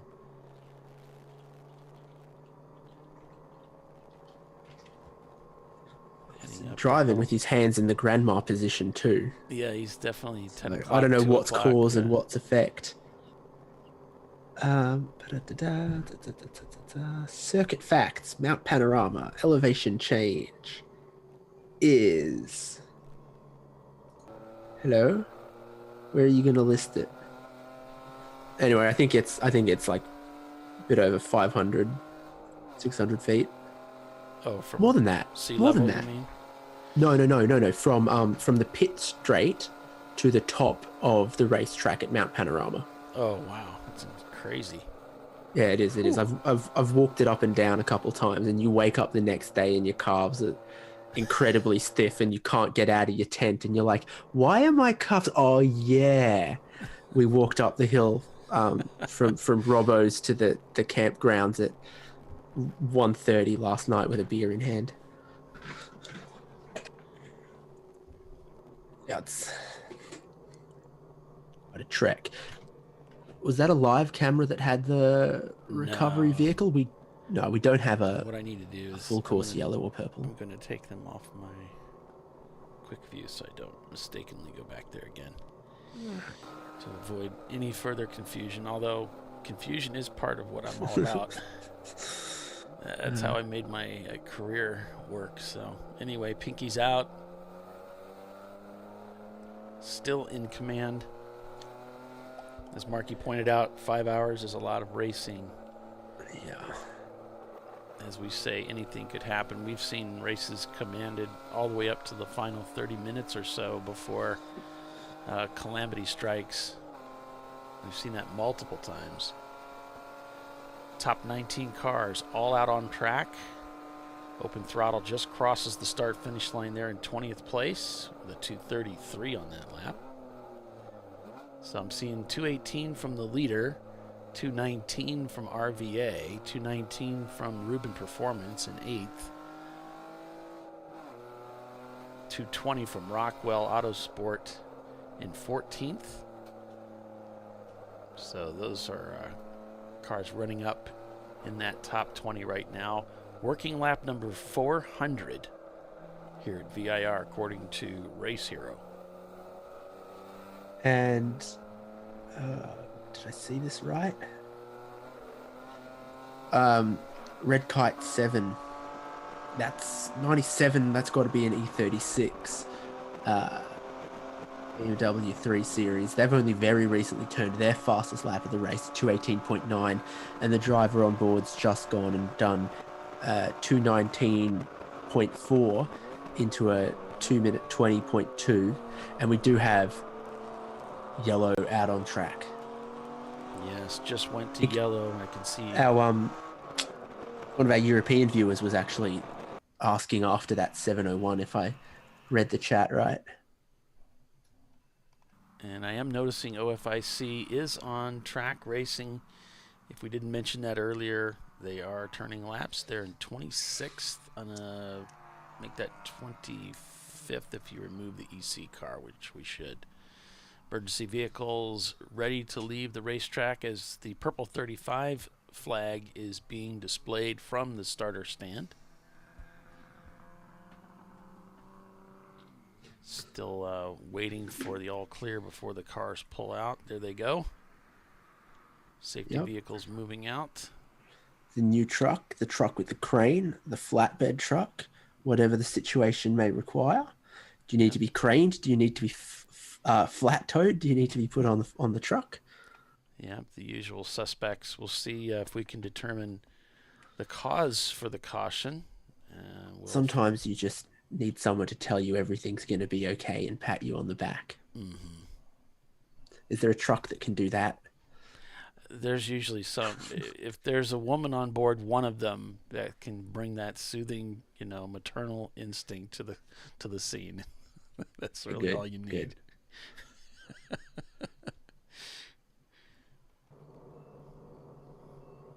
And we'll ride on board with some of the cars here, see if we can observe what might be the major malfunction here.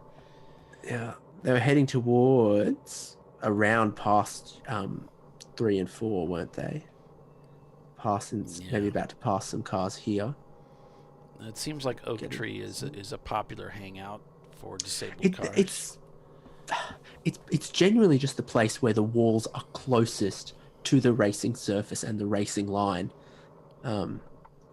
That obviously one tire barrier has gotten a bit closer to the racetrack at the top of Roller Coaster, but that one's still difficult to get to because it's the opposite side of the circuit from where the racing line is. The sort of double apex right-hander of Oak Tree leads you to track out right towards where the dirt is, and then the wall is right there as well. He's staying very well to the right, and here come the trucks. We're looking for someone at the left. It looks like the car got away from it, ended up way over against the tires there on driver's left, heading down to Oak Tree. Possible. A black car. The car always gets very light underneath you at that fast left-hander because you get to, first of all, it's fast. You get towards the exit and the track starts to drop away. You can dip tires around the outside. There it's listed as turn 10 South Bend and the driver's off to the left. But that is a place that it's feasible and likely to end up if you get a snap of oversteer at the apex of the corner, which is made more likely by the way the elevation is at that part of the track. Exactly. That is a technical area there, and it's if you come a little too quick over that brow and then dive into 10, as you said, if you dip that right rear tire off, you may be going for a ride. And that looks like, based on the trajectory where he ended up between 10 and 11 there, that's a logical assumption as to what took place there.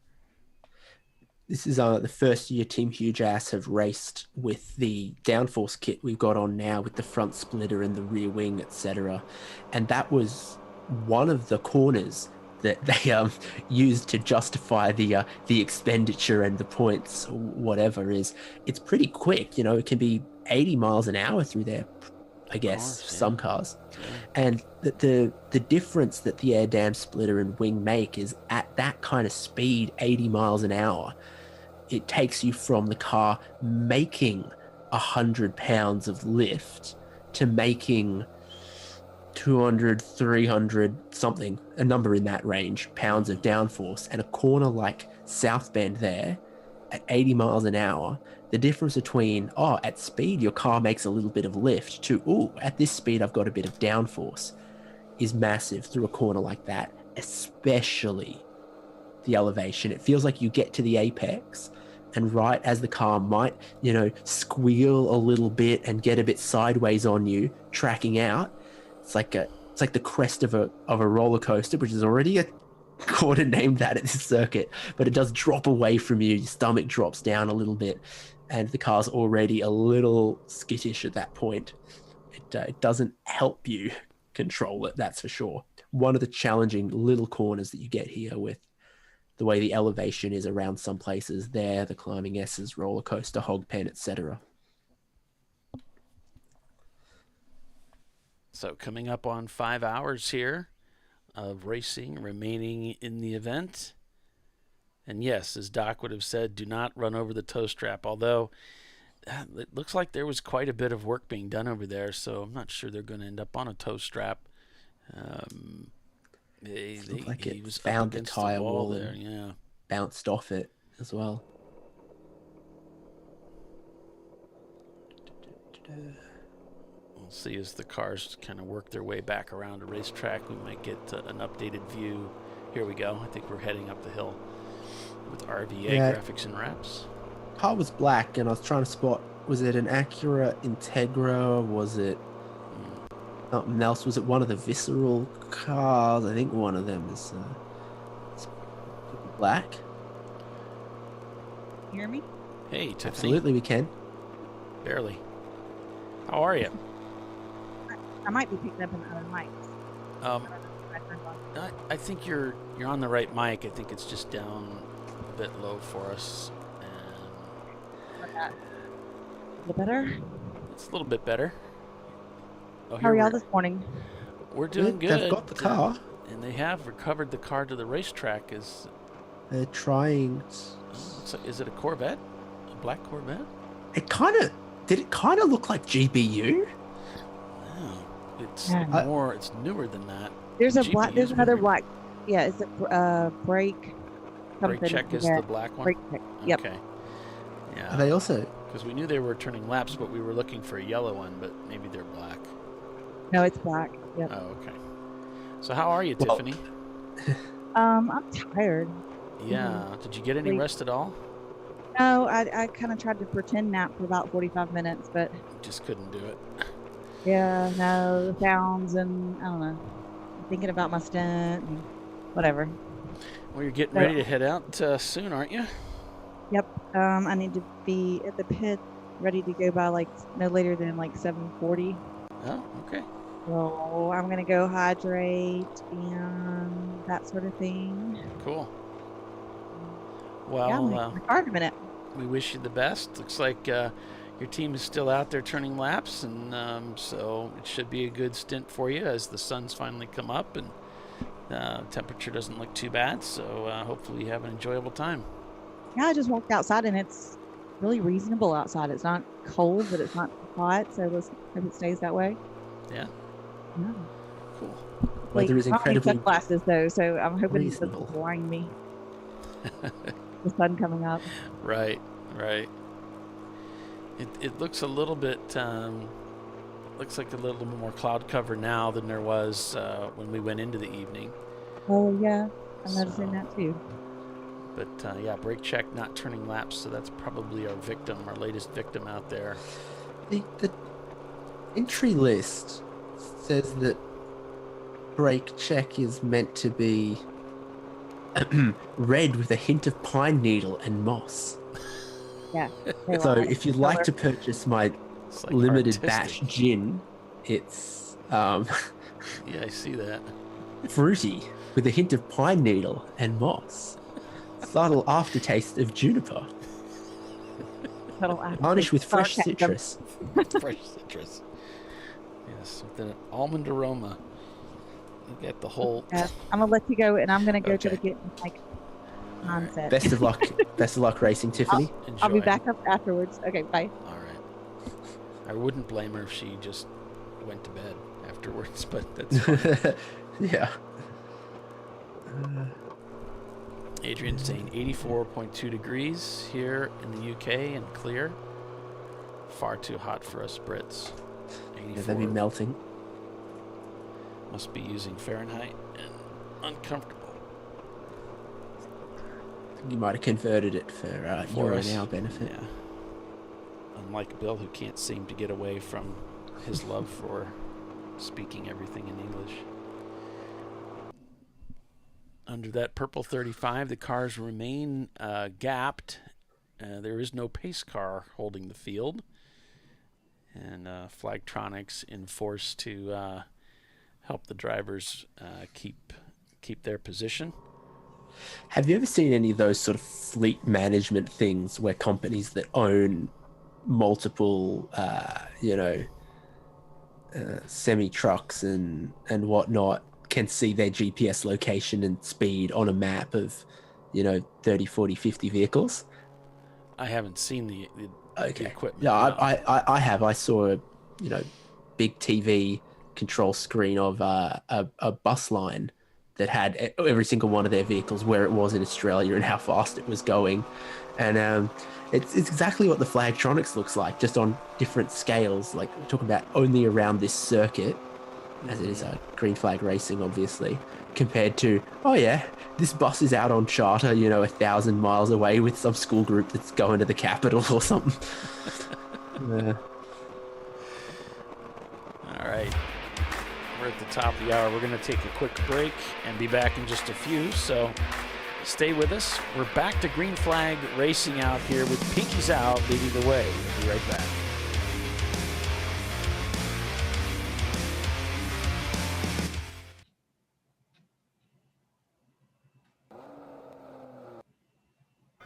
About it? We're TireRack.com. They should let you ship directly to a mechanic. Actually, we call them independent recommended installers. They should have like 1,000 mechanics. Try over 7,000 installers. Then you just make an appointment. At a time that's convenient for you. This could change tire buying forever. TireRack.com, the way tire buying should be. Come on, Road. Do your worst. We'll be at our best.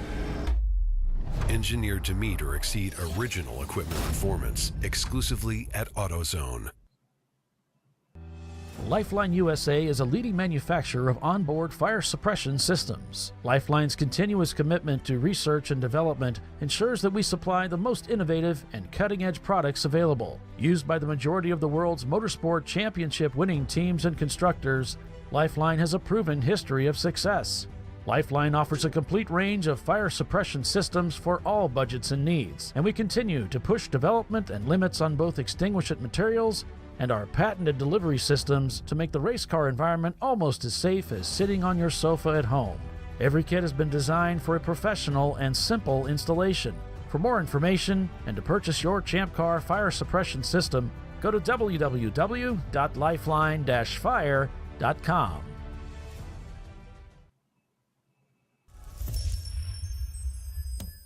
Frozen rotors from Diversified Cryogenics deliver increased performance and a higher level of safety, while significantly reducing braking system costs. So to tell you a little bit about the durability of this product.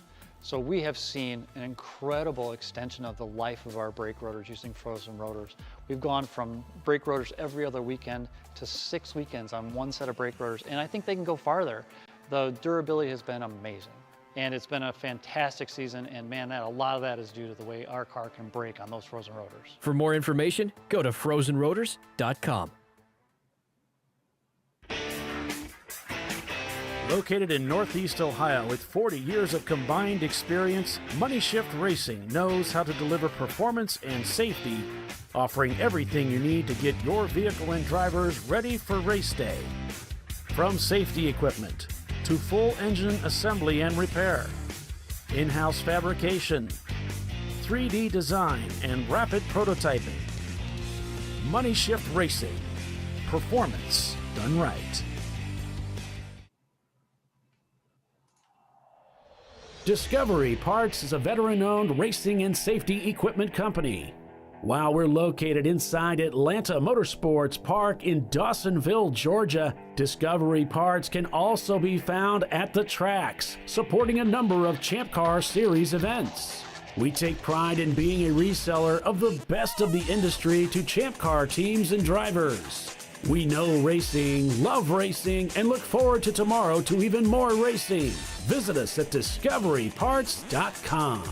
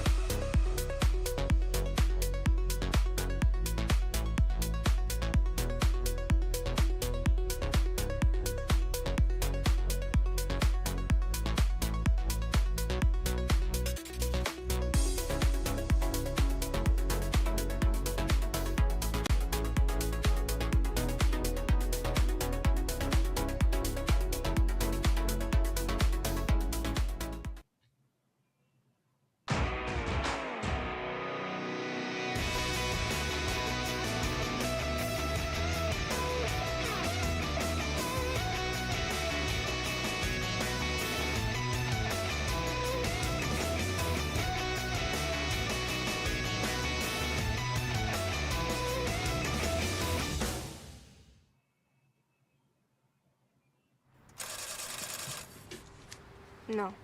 Seriously?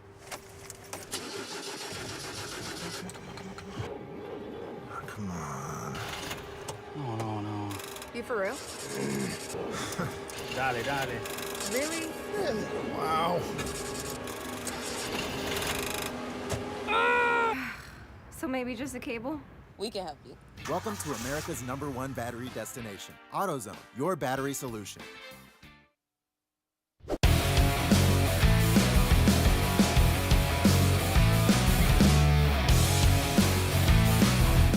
.405 laps being worked at the moment.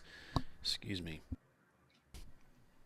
Blue Falcon Motorsports in the pits right now with Pinkies out leading over Vissel Racing Group, followed by 901 Motorsport, Atlanta Speedworks in 4th, and PTS in 5th place. Welcome back, everyone, to ChampCar.Live, presented by AutoZone. It's the Lifeline 24-hour classic at VIR. As we head back to the pointy end of the field, RVA Graphics and Wraps trying to recover from a lengthy pit stop, or stop I should say, in the paddock area. Scored in 7th right now according to Race Hero. The leader of the race, Pinky's out, still shown up about 5 laps over the field. Just turned a 2:22 on their last lap as we just emerged from a caution. Their fastest lap in that car, 2:14.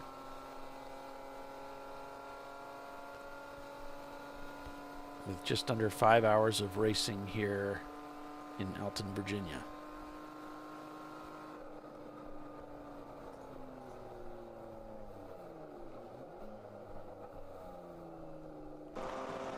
Thanks for joining us on the feed, everyone. As we're just through daybreak here, about 1 hour ago. Taking you to the checkered flag at noon.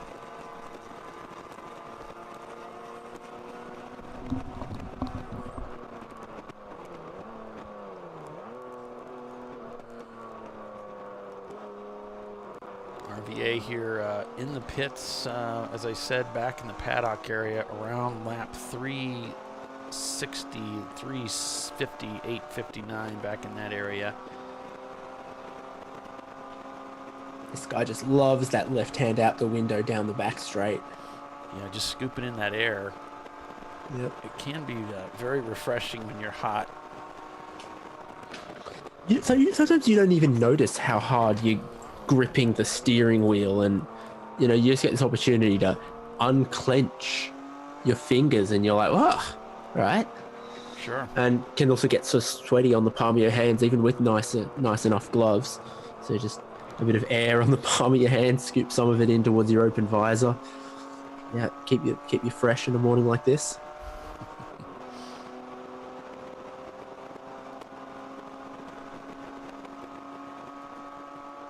Blake's garage navigating as well.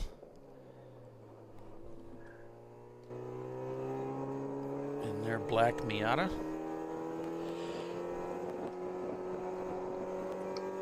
Brew Crew, the number 75 machine, stout car, currently scored in, that'd be, let's see, 22nd.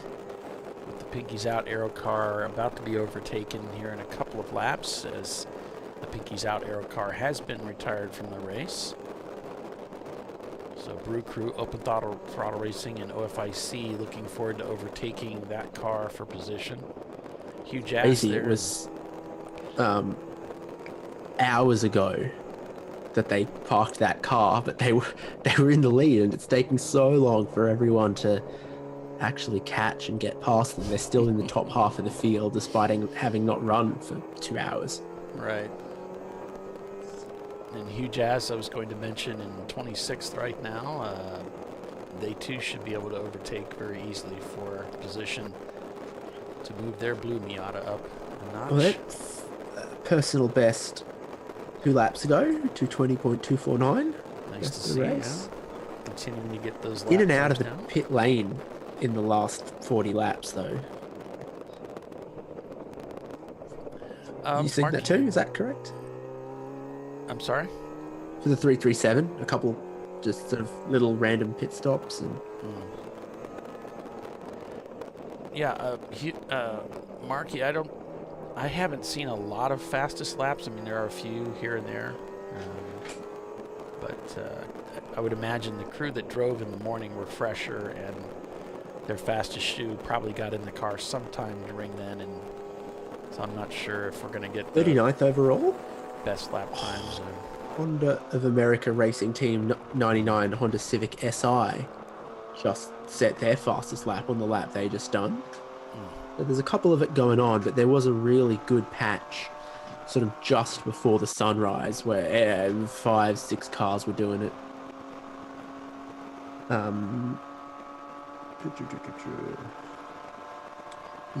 Whereas your leader's best lap was set on lap 80, they're now on 406. Visceral's best was recently enough, lap 323, they're now on 401. So 80 laps, 160 minutes, 3 hours ago. 3 hours ago they did their best in the second place Visceral car.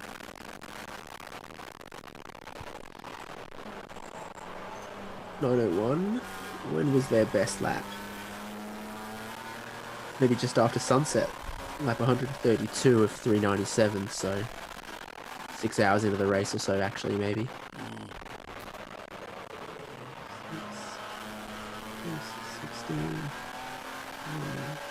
Yeah, 5 hours into the race.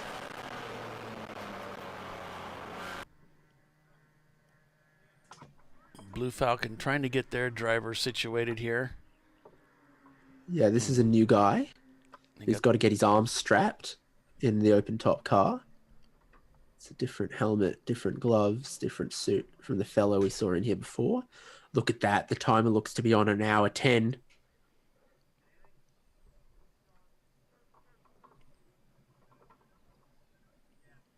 So that might be the regiment there. They're going to bring him in 1:10 and put another driver in. So red here we arm are. straps. There we have it.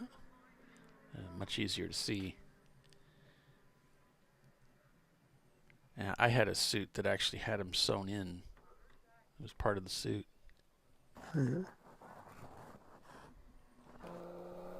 Well, I never intended to drive an open top car, but at CMP, that top made the decision for us. Right. See, Saturday when I drove it, it was a closed top car, but by the time it was my stint on Sunday, it had become a proper convertible. It wasn't your choice, it's just the way it worked out. Shame that, but...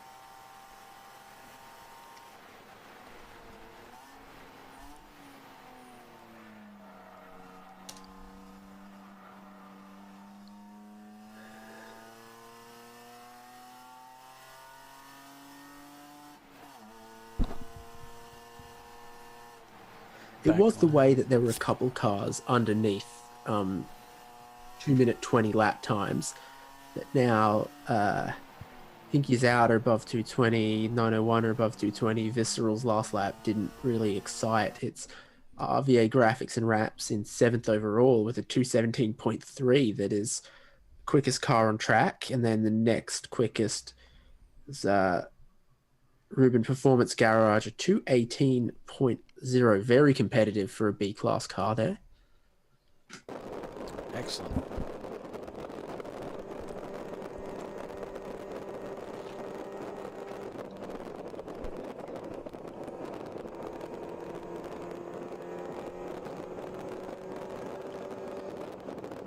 Blake's Garage sounds like a bar I'd go to that's got motorcycle parts hanging up on the wall, and they got 3 taps of beer, and if it's not what you like, go somewhere else.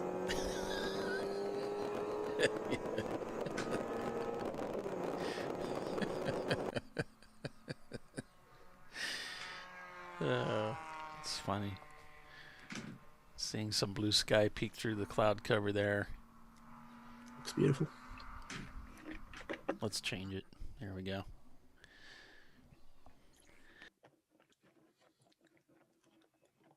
Whatever telephoto lens that was, it better have been cheap.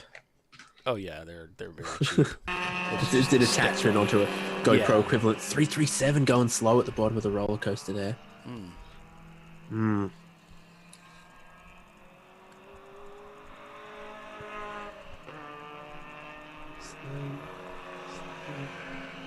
some cars not wasting any time to get down there too then. Yeah.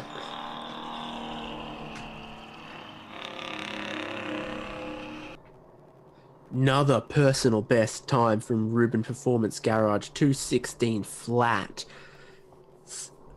Really lowers and raises the bar. Yes, it does. Lead B class It really adjusts the bar, doesn't it? It does. A 216 is a very respectable lap time. It's very good. Oh, absolutely it is. They're now 8th Especially overall. Miata. They were... Especially for Miatas, you know. Miatas, you know. It's a 2006. But we got an A-class car in 5th overall in that 3 Series compact BMW from PTS. I'm looking to see if we spy that slower car down here, trapped at the bottom of the hill, but I don't see anything yet. No, through Hogpen here. Apparently they've made it back through, maybe even to the pits, so no issues there. Didn't look crazy slow. It just didn't look like it was setting anything on fire. Any times on fire. They're not marked salmon just yet. Maybe we'll catch them on this camera with Blue Falcon. 254. What kind of laps is 254 pulling? Hello, 254. Where you at? Here you go, 239 last time, doesn't seem. That would be part of the outlap. This is the driver's first flying lap in the car since that pit stop that we saw, I do believe. They look quite confident, not just the lines and the hand positioning, but, you know, you can't have a bright race suit and carbon look helmet like that and, potter about. You can't dawdle Right. the carbon helmet. Loafing around was the term that Doc was Yeah. using. And the red arm restraints too. I mean, black arm restraints you can loaf, but not in red ones. No. There is an etiquette. Oh boy, he's not loafing around at all. You cut away from that ride as he was sideways, Paulie. Yeah, I see. He's gotten Off the off the circuit. racetrack. My word. Oh, boy. Oh dear, he was not loafing at all. He's trying to, he just... I cut away because Pinky's was in trouble, too. And he's crossed it up again. Yikes, Oh, boy. Yikes. He might have some a bit of water on the tires, some mud. He does need to be careful, young Well, man.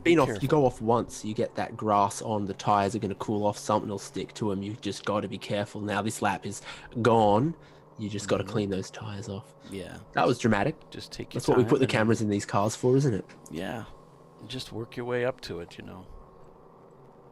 No hurry. I mean, if they're only out there for an hour and 10, they're not, and they're down near last place, so they don't have any reason to be charging up to the field. Looks like they have actually cut some of the roll bar out. There's a large patch on the there right, where it yeah. looks like they've done away with some of the roll cage. Maybe to allow a passenger seat to be fitted, Yeah. depending on where exactly that went. Hard to tell the angle when there's some distortion right there. No, he's decided to pit in. Oh. After that. Interesting. Does he genuinely think there might be a problem at the rear of the car, not just mid-engine Porsche doing mid-engine Porsche thing? And he had a bit of a moment at a place that we already identified was a challenging corner on the circuit at South Bend with the speed and the elevation. Oh. Black flag for It was off black intent. flag.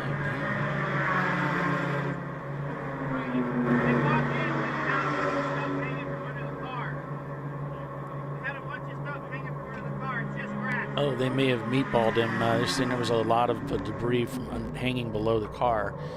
So Okay. this could be as a result of the off. And so now they need to clear that.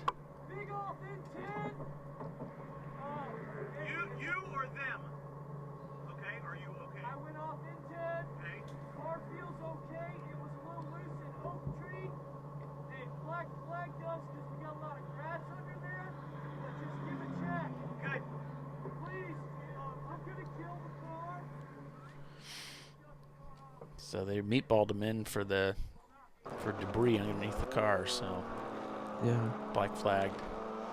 All right.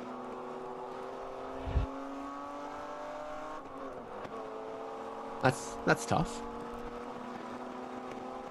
Yeah, I'm curious where he picked up that black flag. It must have been on the Flagtronics because I know the Yeah, stand it got is- called in quick too. Yeah, he did. I mean, if one flagger says, "How about a car come off?" and they're trailing stuff underneath, and the next flagger calls in and says, "Yeah, this guy's trailing something on the surface," then race control can act pretty swiftly if there's two bits of information. The flagger at the top of turn 10 there would have seen them, and down at the oak tree would have seen them as well. Right. When every corner keeps calling it in over and over, Yeah, and by the yeah. time you get to roller coaster, you're probably going to get black flagged. Having sat and listened to corner workers radio to race control for 20 minutes or so at Sebring, you get an idea of the picture that gets painted for race control and why they take some of the actions they do. If you go off once, you recover it and you keep within yourself for the next lap and the next couple laps, and you don't make a habit of it and you don't go off the same corner the next lap, you're very, very rarely going to get black flagged for anything like that. You make one honest mistake, you're not going to get in trouble for that. But if it happens one corner and then the next corner, or it's the same corner for the same car every lap, if race control smells a bit of a habit of you don't look safe or in control of your car, that's when you might get called in for a black flag like that.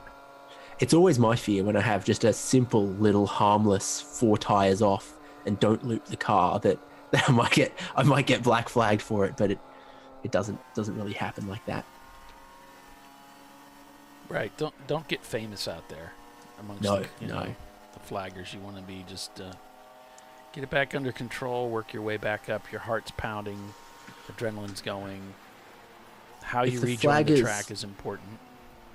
Yeah. If the flaggers get in a habit of saying car off track and continued 337 blue, you're in trouble if it rolls off the tongue too easily for them. Yeah. Speaking of 337 blue though, because I have to self-promote, the gentleman behind the wheel there has just gone quicker with a 2:19.7.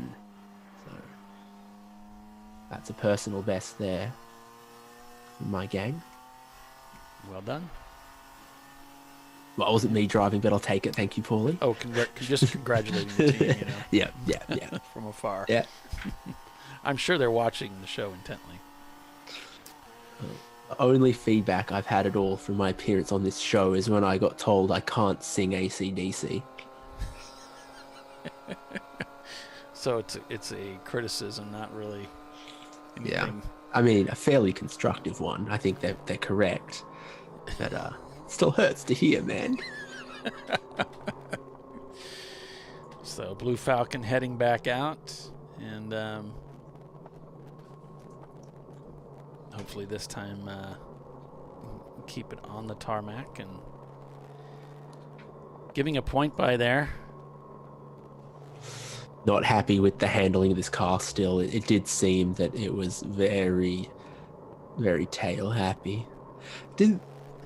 I've yet to drive, a Boxster mid-engine thing like this, but I get the idea that in those fast corners, the right thing to do is actually to just keep 20%, 30% of the throttle in to try to keep the car neutral and not oversteer.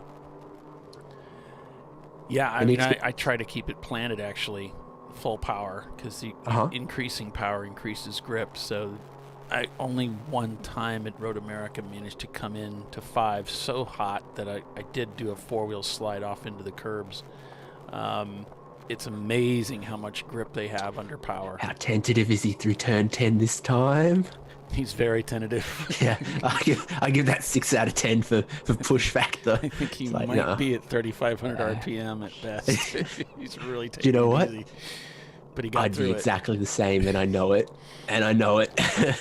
Well, he is, measuring the car, and maybe he's already decided that there is an issue, but it looks like he's in control here.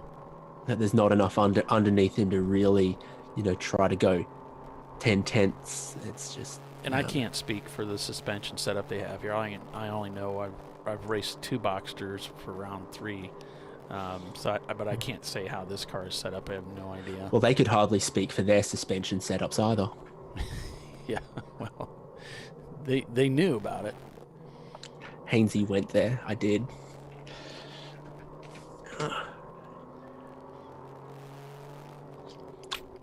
Is that another personal best from Ruben Performance Garage that I think I see on the timing screen? 8th place overall. There's a couple of people finding a bit of confidence in this new day. Yeah. Blue Falcon staying out. Maybe some confidence in the Boxster. Yeah. Well, at first when we saw them peeling in after that, we thought maybe they had lost confidence in the car, but now we know it was for the black flag. It doesn't seem like the driver lost complete confidence in the car or their own ability. It's that they just had to tidy up the bunch of the stuff off track that they might have picked up in their 1 or 2 little excursions. Uh-oh. Oh no! I really, I just it Anxious seems watching. like it just feels to me like the driver is a bit inexperienced in the car. Lifting a hand to wave as you're going through a corner is really not necessary. Just focus on driving. When that passing maneuver put them on the shallow entry into the corner, I was actually a little bit worried. Yeah. Because then it takes more steering angle, more lock to make the corner than if you have the wide sweeping arc from the late turn in. Looks a little anxious across the elevation change and not through the S's. Right. It's easy to go in there. You're going a little faster than you realize. He's well off again. Uh-oh. But Keeps it under wraps there. It might have been 2 off, or just got to the edge of the curb. Yeah. To be honest. I mean, the flaggers aren't going to call that in as 4 off. No. I don't think it was. No, I'm not sure he intended to be that far out. And it looks like he was almost into the dirt. Uh-oh, look at the flagtronics. Has he been flagged again? Might have been. I think that's what a black flag. I don't know what that. Or is it purple 35? There, but for the grace of God, go I don't know what a black flag looks like on flagtronics. I think it says BF, but now we're showing some green. But yeah. Let's see if there's another. I'm looking at some of the other feeds here to see if I can get a better look at the flagtronics. I don't see very good anything here. It's angled towards the driver, not towards the camera, which is, good. Yeah. But I think... Looking at danger, he's solid green. Yeah. No, he didn't stop, so... Was that car that was coming into pit entry a bit slow? Was there maybe a white flag displayed in some sectors for a slow car limping to pit lane? Yeah, they do have that tendency to follow those slower cars with a white flag. Yeah. So maybe there's a signal for that.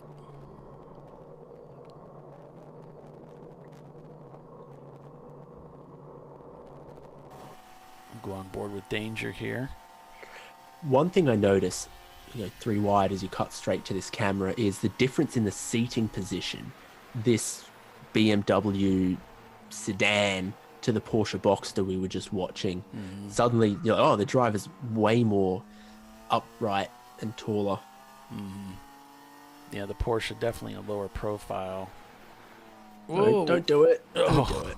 Almost got his beak clipped there by the RVA car. Welcome to Paulie and David driver coaching, where we're telling Danger Racing. Just go on by, man. We're telling everyone what not to do, which is so easy from the comfortable place we're sitting. Yeah, well, I hope if you're they would just comfortable. tune in. Good. I mean, we've got all the answers. If they just listen to us, we're just a wealth of information for them. Yeah. Now that's understeering in the Danger Racing car compared to the twitchy oversteery. Turned in, and you could hear that bit of the tire squeal.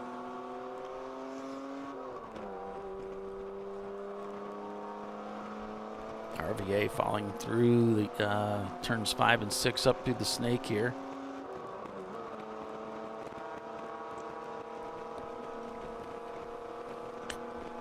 All right, so we'll go ahead and take another break for commercial and be back in just a few. You're watching ChampCar.Live presented by AutoZone. Pinky's Out leads the way with 901 Motorsports. Perhaps in the pits again. Stay with us.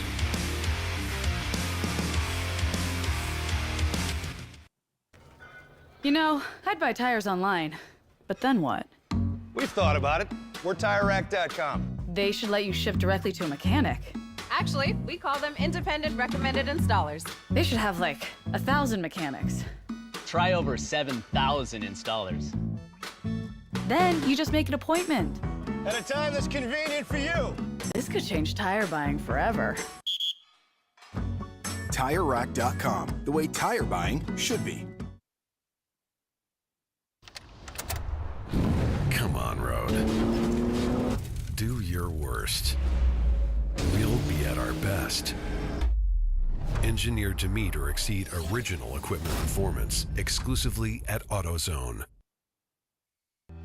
Lifeline USA is a leading manufacturer of onboard fire suppression systems. Lifeline's continuous commitment to research and development ensures that we supply the most innovative and cutting-edge products available. Used by the majority of the world's motorsport championship-winning teams and constructors, Lifeline has a proven history of success.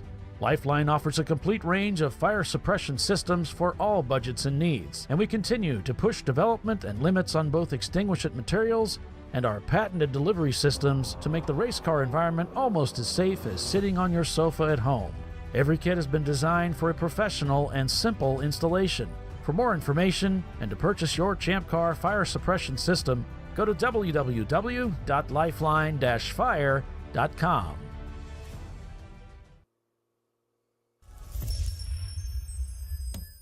Frozen rotors from Diversified Cryogenics deliver increased performance and a higher level of safety, while significantly reducing braking system costs. So to tell you a little bit about the durability of this product. So we have seen an incredible extension of the life of our brake rotors using frozen rotors. We've gone from brake rotors every other weekend to 6 weekends on one set of brake rotors, and I think they can go farther. The durability has been amazing. And it's been a fantastic season, and man, a lot of that is due to the way our car can brake on those frozen rotors. For more information, go to frozenrotors.com. Located in Northeast Ohio with 40 years of combined experience, Money Shift Racing knows how to deliver performance and safety, offering everything you need to get your vehicle and drivers ready for race day. From safety equipment to full engine assembly and repair, in-house fabrication, 3D design, and rapid prototyping. Money Shift Racing. Performance done right. Discovery Parts is a veteran-owned racing and safety equipment company. While we're located inside Atlanta Motorsports Park in Dawsonville, Georgia, Discovery Parts can also be found at the tracks, supporting a number of Champ Car Series events. We take pride in being a reseller of the best of the industry to Champ Car teams and drivers. We know racing, love racing, and look forward to tomorrow to even more racing. Visit us at discoveryparts.com.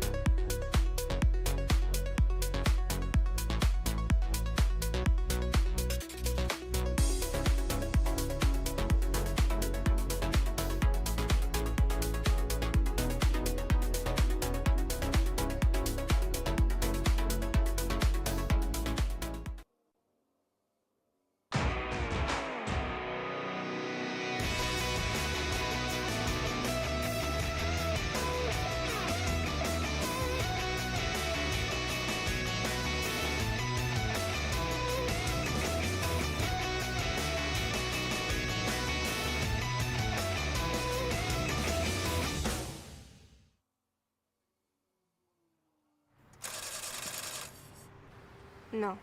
Seriously?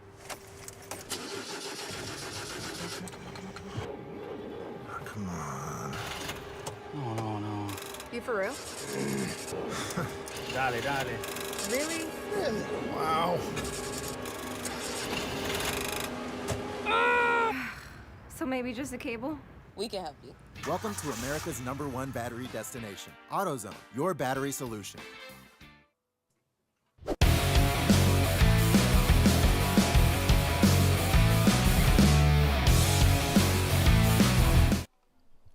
Back live here at Virginia International Raceway. We see RVA Graphics and Wraps. They're taking it behind the wall.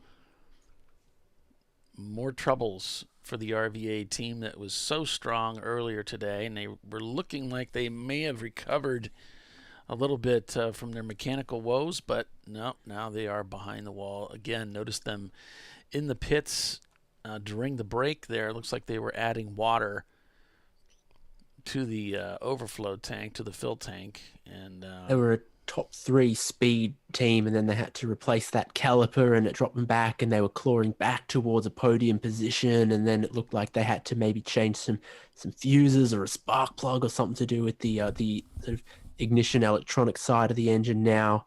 Ooh, this dramas. This looks like retirement. It doesn't look happy. No, the way he's pulled in so deep, and he's not near the he's not under the tent. No. I think they're probably calling it a day. It's pushed this thing back into the trailer position. Although he is looking at the hood here. Pins are coming out, so they might still take a look at it. Maybe just to let it cool off. Unfortunate for the RVA team. But that does take a little bit of pressure off some of these top teams here, because RVA is such a tough team. 901 Motorsport in the pits, this is about right for them just over 30 laps for a pit stop.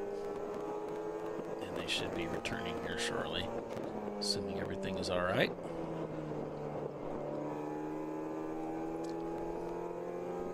So, around here with Blake's Garage. It's big because that 111 RVA Graphics and Wraps car was the winner at Nelson Ledgers, therefore in the best position for the summer of 24's sort of competition mini championship thing. Right. Blake's Garage, I guess we've been keeping an eye on and we're looking at now because they were second in that with 2 points. And then Atlanta Speedworks 996. So with all that, I guess who's it looking best for? Let's see, I had a let me roll down here because we had standings at 1 point. Here we go. So at 4:34 we had RVA Graphics and Wraps first, Blake's Garage second, and Visceral in third. So Visceral would probably be the team to beat, being that they're currently in second place overall. I'm assuming they've got enough points over Blake's Garage. Well, doesn't the Visceral Racing Group 918 need to finish 13 positions ahead of Blake's Garage in this race to make it happen? Yeah, I wasn't familiar with the point spread. Yeah. Do you want me to relink you that? Or have you got it under control? Well, no, I think I'm all right. Okay. But, so it's 13, but where's Blake's at? I don't see them in the top running here. So I think Visceral's got a pretty good handle on it. Yeah, they're 41st overall, and it's overall, not in class or anything that matters, right? Right, it's going to be overall. Yeah. Visceral. Okay, so. It seemed that Visceral has it for the time being. Blake's still in the hunt here.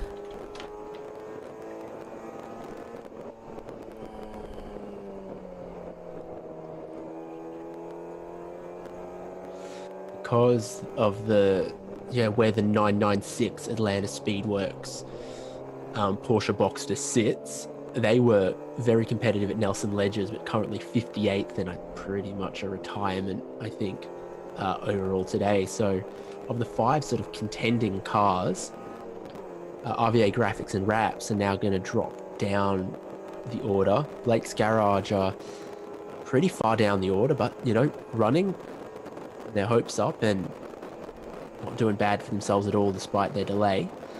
Atlanta Speedworks 996 out of it. Now Blake's is actually right on the tail of Visceral and has been hanging with them. Visceral's got the measure of them on the straights, but then catch them in the braking.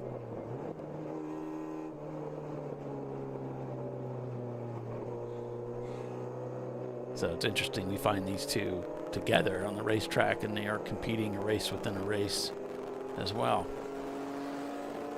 Here comes apparently one Overall of the leader?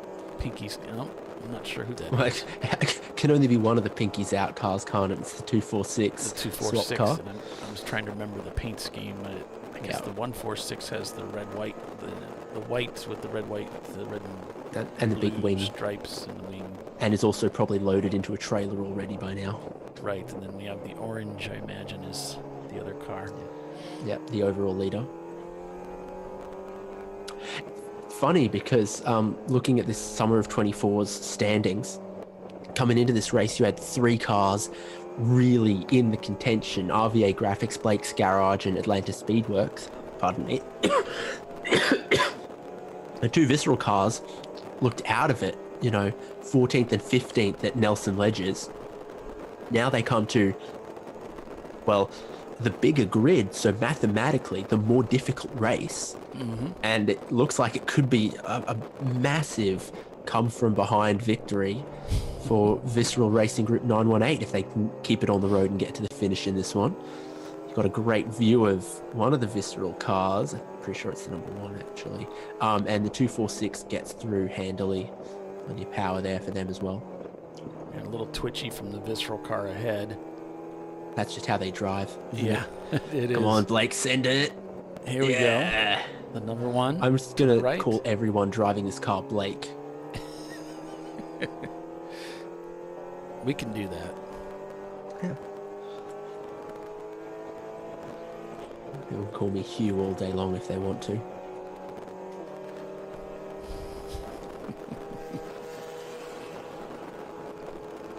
Passes one of the Miatas as they head up through the climbing S's here. Just breathing the throttle there. Is there something on the track? Or am I... I don't know. What am I crazy? Could be a bit of both. Some patching? I don't know. Yeah. Here we go down to 12. Down to Oak Tree.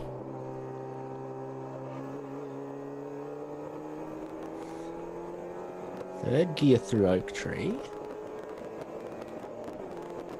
Pulling 4th. So this is a relatively tall geared Miata.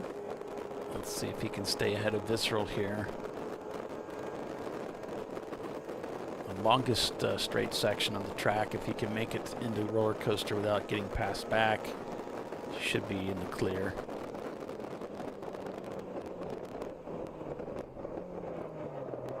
Oh no! Yeah, a little crossed up. Yeah, that's definitely not what he wants to do, is make a mistake up there. I think he had a hand movement through the upper S's as well, so it does look a bit taily in this car.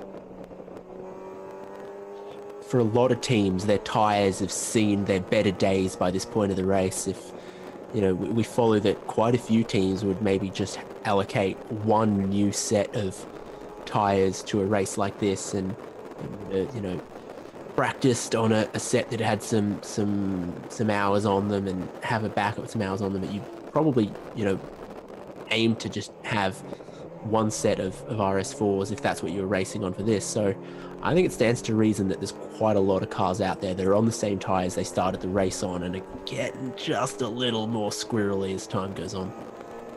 Yeah, the cars have to be getting pretty tired. That's one of the big challenges of the 24s. Looks like we're going to caution again. We certainly are seeing a litany of cautions, aren't we? Yeah. So another caution being displayed on the dash of the Blake's Garage Miata. 901 a Salmon, open throttle 644 a Salmon. This is bad news for 901. They should have emerged from the pits by now. So another top contender in struggle right now.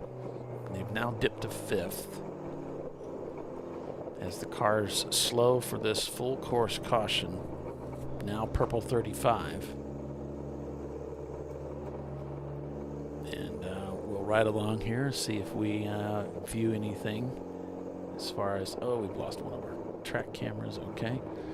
There was something. It was on the track. In the climbing S's, there's someone's bumper on the circuit, and I'm assuming that's what this is for. All right. Sense. Not only am I probably crazy, but I did see something. So we have emergency vehicle heading out, but it is just one emergency vehicle, and that's really all you would need to pick up debris. They don't need to retrieve a driver or a car. They've just got to pick up a plastic bumper that's fallen off someone. Does Blue Falcon have all their bumpers?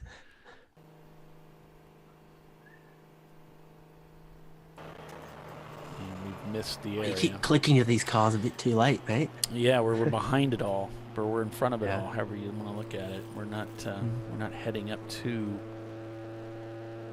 that spot. Lowering the raised bar. It'll get cleared, hopefully, very quickly. It's just a matter of the truck was almost there. They pick it up off the racing line. It looked like just one solid piece of bumper had fallen off someone's car, just a plastic bumper that you could, pick up, right, and remove from the track and get it all clear and racing quite quickly. Once the recovery truck is out of the way, they should be able to go green. Yeah, I believe we're in position here with Blue Falcon to come around 6 here and then head up the hill. So maybe we'll. I think get a it'll view. almost be gone by the time we get there. I mean, I would hope the so. truck was about here-ish when we saw it, and they were doing faster than 35. Yes. As they're doing, they're trying to clear the track as quickly as they can, and speed limit keeps all the racing cars circulating, but out of the way and safe for if the workers have to stand on the track to tidy up. Yeah, it's a big, it's not a little something that's fallen off. It doesn't look like a heavy something, but it was just a big hole, front or rear, probably I'm surprised front they waited bumper. so long. You know, I mean, we saw that several laps ago. I'm surprised they took them this long to yellow it. About a lap. It took about 2 minutes. They're thinking it. Here we go. An animal. The scene of the crime. It's gone. It's already gone. Is it? Oh, is it? Or still there? No. There it is. It looks black. You can Looks see like a where- front bumper. Yeah, and it looks like a car got all crossed up right there too and sailed off the track. I'm not sure what they're doing parked back there. Maybe there could be more than meets the eye, just like Power Rangers. There could have been oil that caused someone to spin, and then going backwards at speed ripped a panel off when air got caught somewhere it doesn't normally. Or There could be there's all kinds of brackets, things. Yeah. They just need there's to a number double of check. braces and supports that hold bumper covers onto cars as well. They give the bumper cover some structure support, and it could be that they're picking up other debris from before as it was being torn off that had fallen to the track.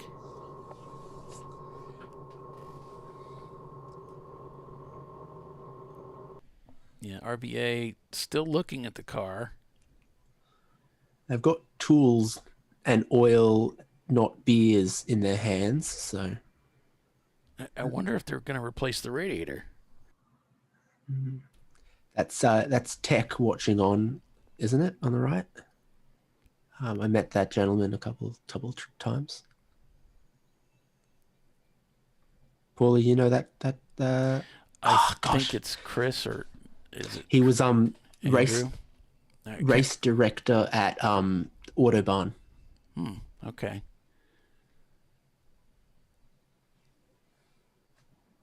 Yeah, I've met him a number of times, and I think I'm misgiving his name. I thought it's not Chris. I don't believe it's Chris, but I don't know. Don't know the gentleman well Pull enough. up the subs from Autobahn.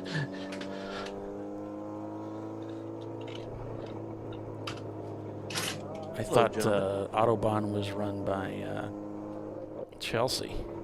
Maybe he was helping out. Chelsea was definitely there, but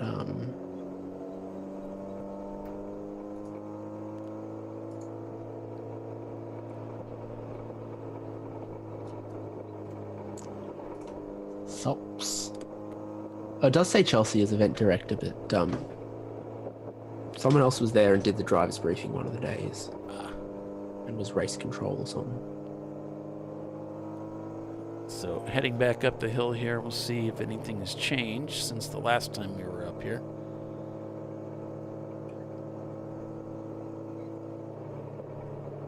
Okay. Well, I don't see an emergency vehicle or a bumper cover. So that's good news. I see an emergency vehicle just out of right of frame rushing back to its spot at the conventional large pit lane, so I think once it gets around we might be good to go. We'll find somewhere else to pull out the way. Then you're going to need something else to talk about. We'll come up with something. With Brian Volansky. Oh, Hello, Brian. everybody. Hey, Brian, how are you? Well, I'm all refreshed. He's got a super duper Diet Pepper hangover. I have a bee in my bonnet or something. I don't know. Yeah, I said that, didn't I? Yeah. Yes. I don't know what I meant by it, but it sounded like it made sense. Back to green. So, just to get you up to speed there, Ryan, we've got 901 Motorsports has gone salmon, and they have not rejoined the race. They're tumbling down the standing order. We've got RVA in the pits. They in the paddock area rather. They're working on that car. It looks like they're planning on being in there for a while. Let's see, the Pinkies Out Aero car did retire with engine trouble. The Pinkies Out swap car leads over Vissel Racing Group. Yeah, a lot of changes in the last 3 hours. Yeah.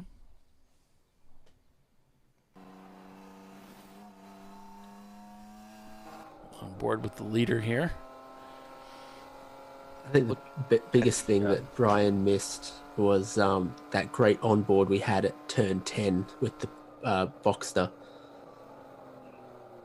Was there a moment? Oh, it was a moment. Driver had a bit of a moment there. Just a standard, bit of a, whoa, this car's a bit loosey moment. And then they went relatively far off track. I think dug up quite a bit of grass and dirt so that at the very next corner exit of Oak Tree, they also had a moment. Less severe, but a big catch was necessary.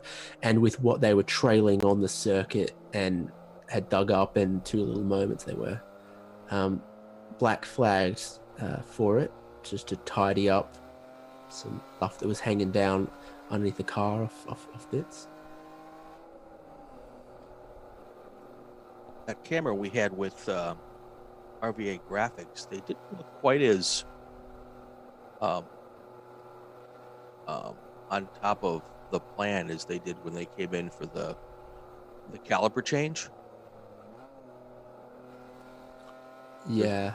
Contemplation in that camera, whereas when they came in for the caliper change, we're like, we know what we're doing and we're going right after it. Right. Urgency. Yes. And there should be some urgency. And direction. They're in seventh right now with Visceral in second, and they need to finish. If Visceral stays in second, they need to finish 16th or better to win the summer of 24s. Yep. And all that entails. Yeah. So they haven't given up. No, they did look like they were. Well, they're looking like they're doing something. Yeah. Okay. They are working on it. That does look radiator, in the radiator area. Yeah, or the front of the engine. We noticed them adding water to the car when they were in the pits. Okay. So it could be that they've got some kind of an issue with the radiator, but of course that car is hot. I don't see them using gloves though. Looks like they're going after it. We'll see what they decide to do. Someone here. had a box or something they were bringing out of the trailer. New radiator or just snacks?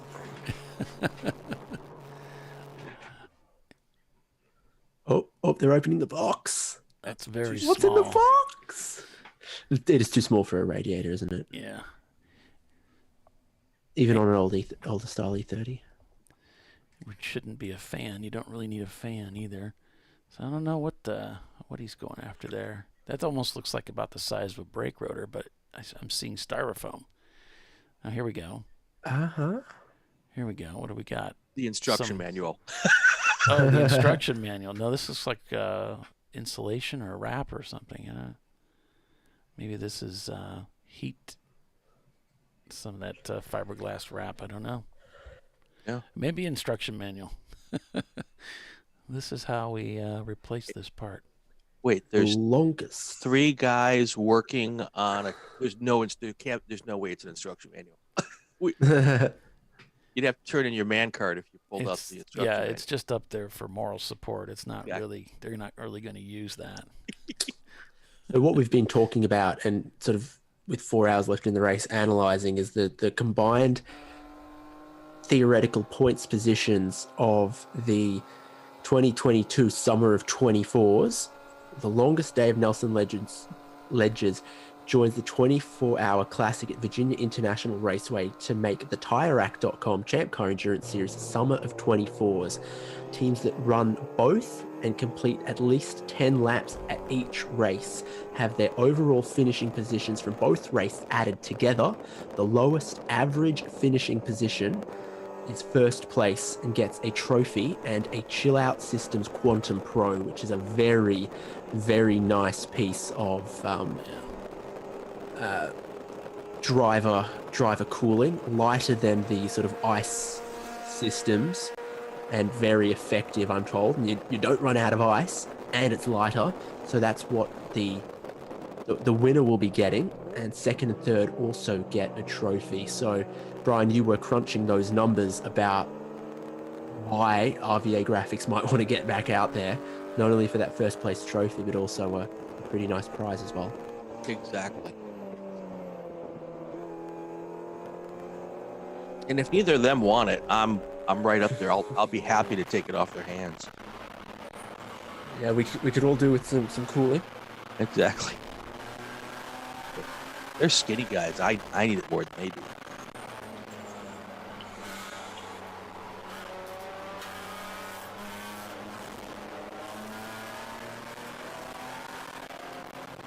Grind have a view of one of those visceral cars, because the 918, as things, not as they stand, but as they run at the moment, is probably looking best placed to pick up that prize cumulatively across 48 hours of racing and competition. Exactly. Yeah, they're the only car that's in the hunt besides RVA at the moment. The Atlanta Speedworks car that's up there in third place is the wrong car. Yeah. Here's your sort of win conditions for everyone, and there's 5 cars that have been entered in Nelson Ledger's earlier and this race. So for RVA Graphics and Wraps, their win condition, what they need is fix that car and get it back out there in the next half hour to an hour. For Blake's Garage, they need RVA Graphics and Wraps to not do that, and they also need some pretty sizable trouble to befall the 918 Visceral Racing Group. So they are hoping on quite a lot of misfortune and for more than one team, which makes it long odds for them. Then the next best place would be Visceral Racing Group 918. Their win condition is the opposite of RVA Graphics and Wraps. For Visceral, it's just keep going for the next 4 hours and do more laps in the next 4 hours than RVA Graphics and Wraps can.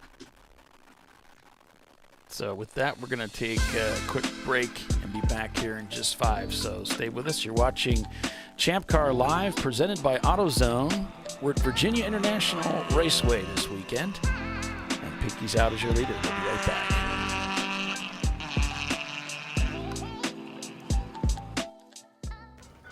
You know, I'd buy tires online, but then what? We've thought about it. I probably need new tires. You do. What if they sold tires online? We do. We're TireRack.com. They could offer lots of tires We have so many tires. and help you find the right tire. It's called the Tire Decision Guide. Oh, and they could ship them to a nearby mechanic. We shipped over 7,000 independent recommended installers. This is an amazing idea. Sorry. TireRack.com, the way tire buying should be.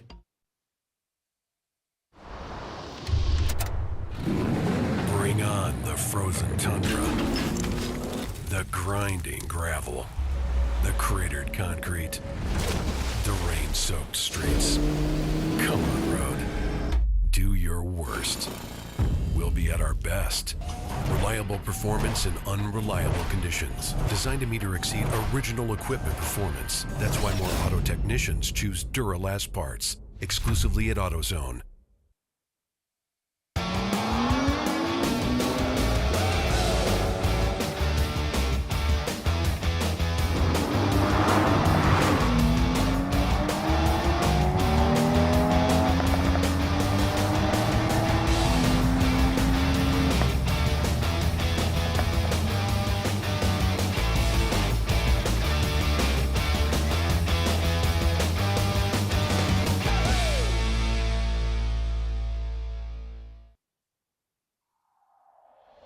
Discovery Parts is a veteran-owned racing and safety equipment company.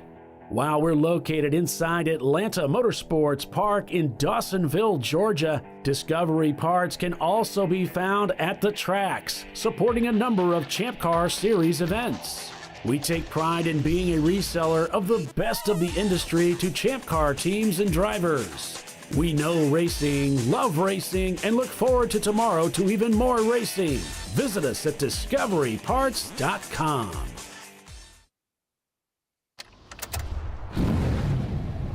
Come on, Road. Do your worst. We'll be at our best. Stress tested to meet or exceed original equipment performance. Exclusively at AutoZone.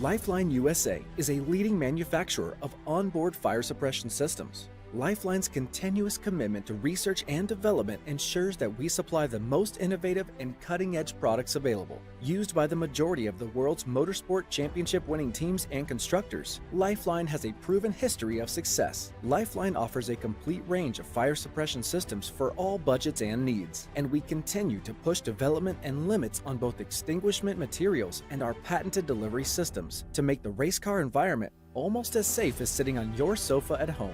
Every kit has been designed for a professional and simple installation.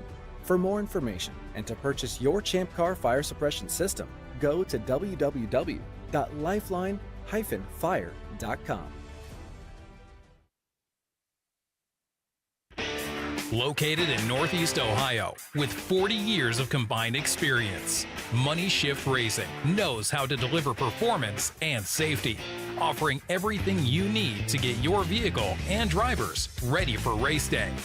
From safety equipment to full engine assembly and repair, in-house fabrication, 3D design, and rapid prototyping. Money Shift Racing. Performance done right. Frozen rotors from Diversified Cryogenics deliver increased performance and a higher level of safety, while significantly reducing braking system costs. So to tell you a little bit about the durability of this product. So we have seen an incredible extension of the life of our brake rotors using frozen rotors. We've gone from brake rotors every other weekend to 6 weekends on one set of brake rotors, and I think they can go farther. The durability has been amazing. And it's been a fantastic season, and man, a lot of that is due to the way our car can brake on those frozen rotors. For more information, go to frozenrotors.com.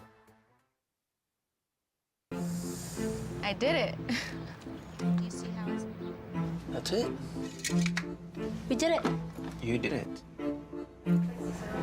You can do it. The path to I did it starts at AutoZone. Get in the zone.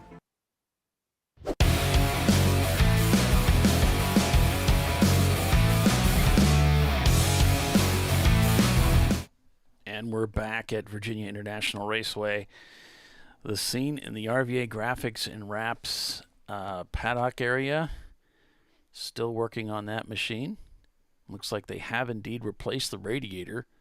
All right. And so intending to go back out. I imagine they're going to check and see if it's going to overheat or maintain and go from there. But those BMW engines are said to be a paperweight once you overheat them, so we'll see. Maybe they can get back out there with it. Hope they haven't warped a head or blown a head gasket or any of the myriad of things that come with an overheating. Yeah, I know on the E36 those expansion tanks are, of course, ancient and they crack. There's just a whole host of problems that come along with an overheat on those cars.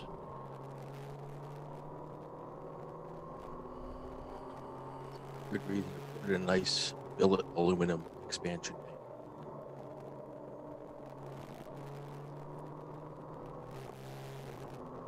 That Blue Falcon car's hustling through there nicely.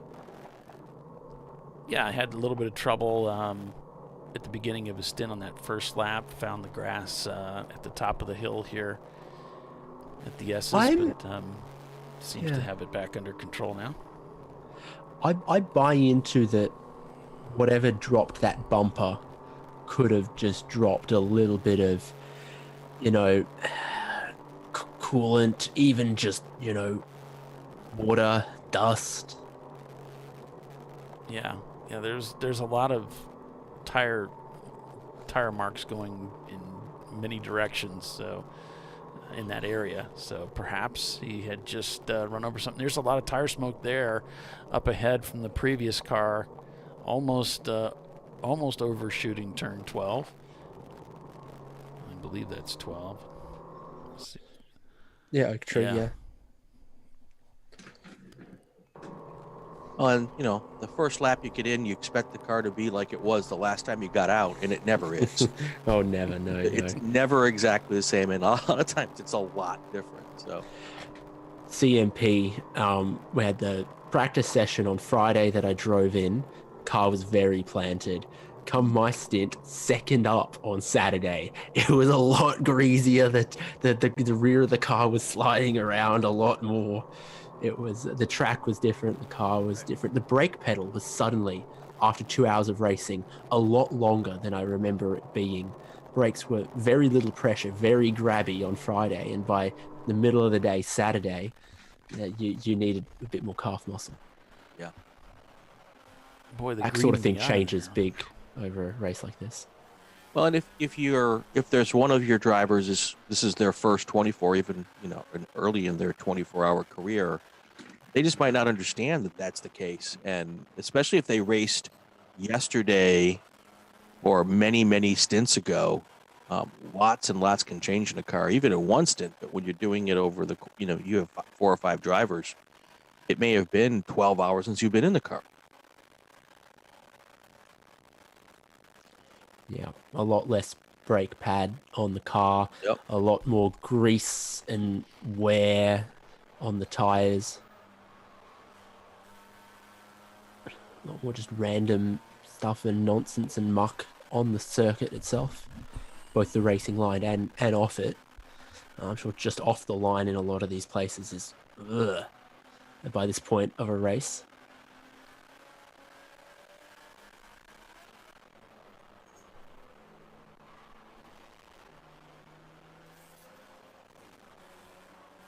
Looking at the scoring tablet here, there's a lot of cars right around RVA right now that are within a couple of laps of each other.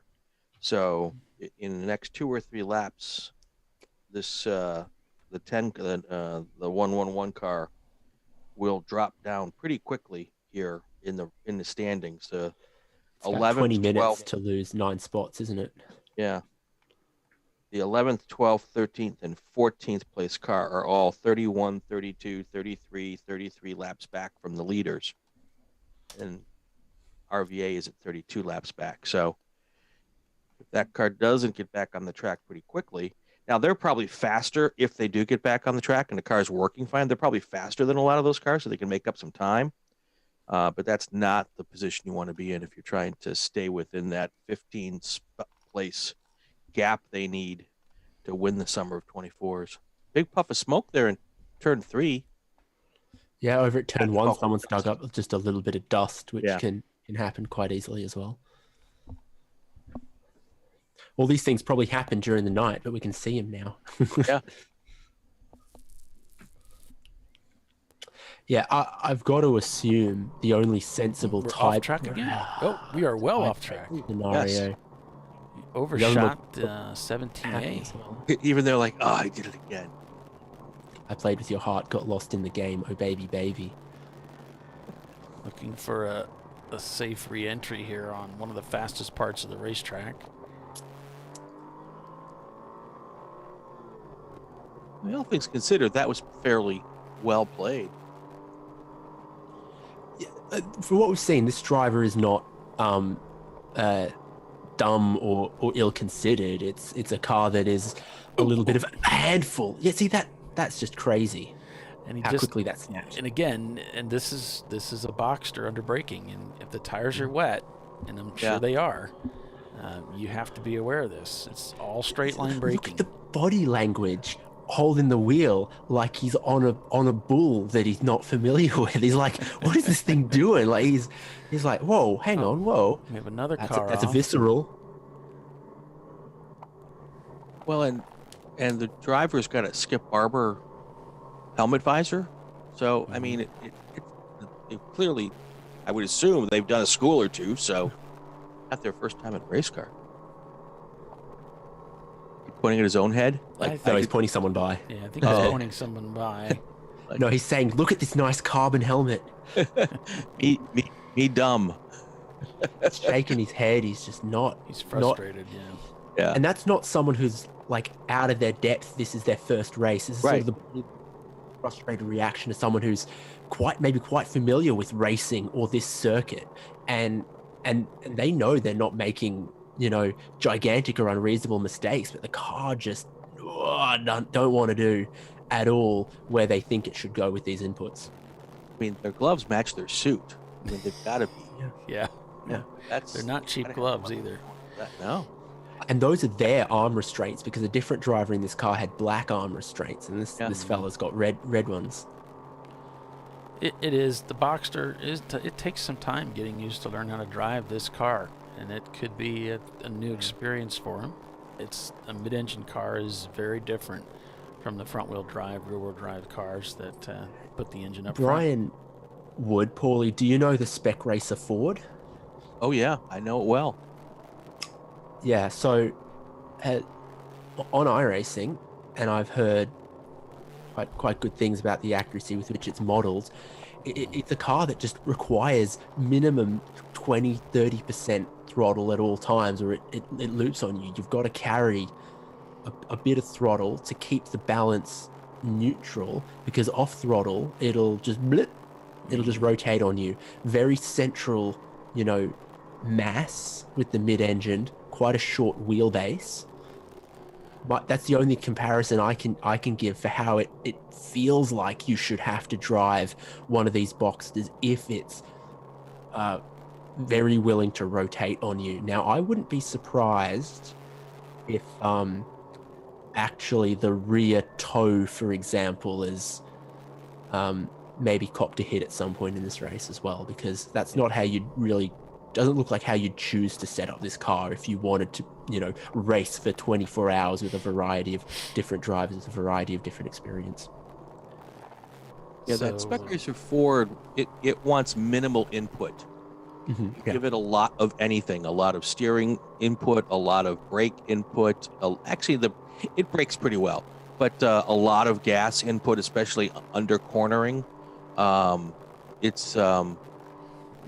It can be a handful. Short wheelbase, right? Yes.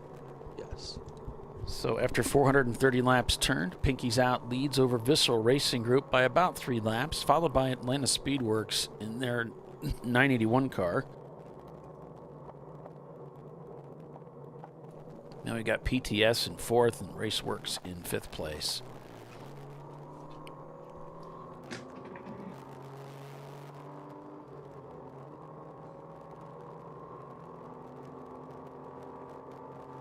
And RVA Graphics now dropped to 12th place. Do they look like they're close to getting wrapped up there, Paul? I did notice that emergency vehicle is heading out onto the racetrack now, so I'm not sure what that's all about yet. And Marky's pointing out that Trophy Wife is moved up into 38th spot, so that's great. Nice. Tiffany's still in the car. Did she do her stint and be done? No, she just got in. So okay, good. She came by to just check on us for 10 minutes, make sure we were behaving before she went on her way to find her team in her car. She should have known better. She knew that, you know, David and Paulie unsupervised, talking about all sorts of nonsense, like, are you raising the bar or lowering the bar? Depends if it's high jump or limbo. Yeah. Hi, Andy. Yeah, I'm in the show, and Tiffany will possibly be back. She said she's coming back after she gets out of the car. I wouldn't That's be not what surprised Mr. if she Cossack just is goes to talking bed. about. That's not what he said. I'm sorry? He says David's now on the Champ Car Endurance Series broadcast. When are we going to have Paulie and Tiffany on the iRacing Series, is what he wrote. CCIS broadcast, yeah. I've been on the show. I don't know about Tiffany. But I was on the show back when COVID was in full swing.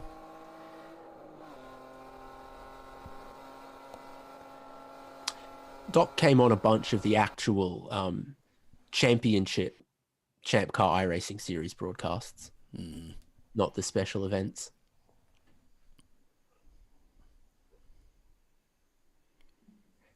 Yeah, it looks a bit steamy out there in this view. Yeah, or maybe that lens needs a clean. Could be a bit of both. Over here it looks fine. I could hypothesize what I think it is with that camera is the sun's risen high enough above the trees that it's shining directly on the front lens, but it's not within shot, and is creating a little, just a bit of haze. Glare? Like a glare or something. Yeah.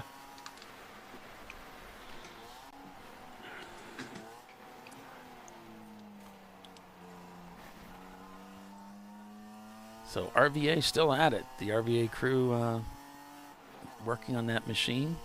Could expect them to fire that up, and if it looks like the temperatures are good, send it back out. If it's not leaking. I mean, at this point, keep it in fifth, lift 500 feet into every corner, win a cool suit. Oh, sorry, brand name. Yeah. Quantum. I'm holding my T. I can't alt tab. The good people at Chill Out Systems and their Quantum Pro. It reminds me of, and I don't know if you'll get the reference, David, but listening to my broadcast hero, Harry Carey, growing up at Cubs games, by the end of the game, he'd be so drunk that he'd forget what the beer sponsor's name was, so he'd just throw out the names of other beer sponsors. Oh, no. Back to yellow. So Cubs are going to win today or no? Probably not. Oh, shame. The yeah, I'm fond of them. It's one of the very few Major League Baseball stadiums that I've seen. So it's all right. Well, no one else likes them. I'm a Cubs fan now. Very nice. We'll take whoever we can get. Yeah, I went to a bar across the street, a couple blocks down the street, while the one of the games was on. So it was me and all the diehard Cubs fans who couldn't afford tickets. And yeah, their supporters will take everything they can get, but they were good people and it was a fun time. Okay, so you like a car off driver's right at the exit at 12. Correct. Okay. And I think it's huge ass. Stop talking about me that way, Paul. Not your. Oh, I'm sorry. I'm sorry. Yeah. It looked like it might have had blue and white, and then I looked, and they're shown not circulating on Race Hero, so I'm going to guess that could be who it is. Now, hopefully they're just out of fuel. I doubt it, but let's look at their... they were just in the pits not long ago. Yeah, I don't know if Alex got out at that stop. It was Alex Albert driving from the pit stop previous on lap 338. No, 338, yeah.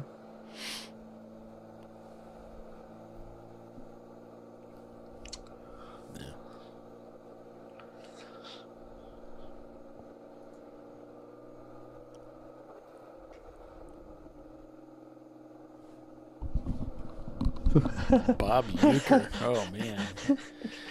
Haven't heard Bob Uecker in years. Right. just a bit outside. Bob Euchre, man, that's going way back. I mean, we had this discussion about what's the correct football, and the one thing I will say, of all the sports that you Americans play that the rest of the world doesn't care about, I have to say baseball is the one that makes the most sense to me, as in I can watch it and I can tell who's playing well and who's not, and who's winning and who's not. So to that end, I went to, in my travels in the US this year for a month, I did get to a home game of the AA minor league Richmond Flying Squirrels, I think it was. Yes, that's exactly what it is. The Flying Squirrels, an Atlanta Braves farm team. Yeah, hail to the Flying Squirrels. There you go.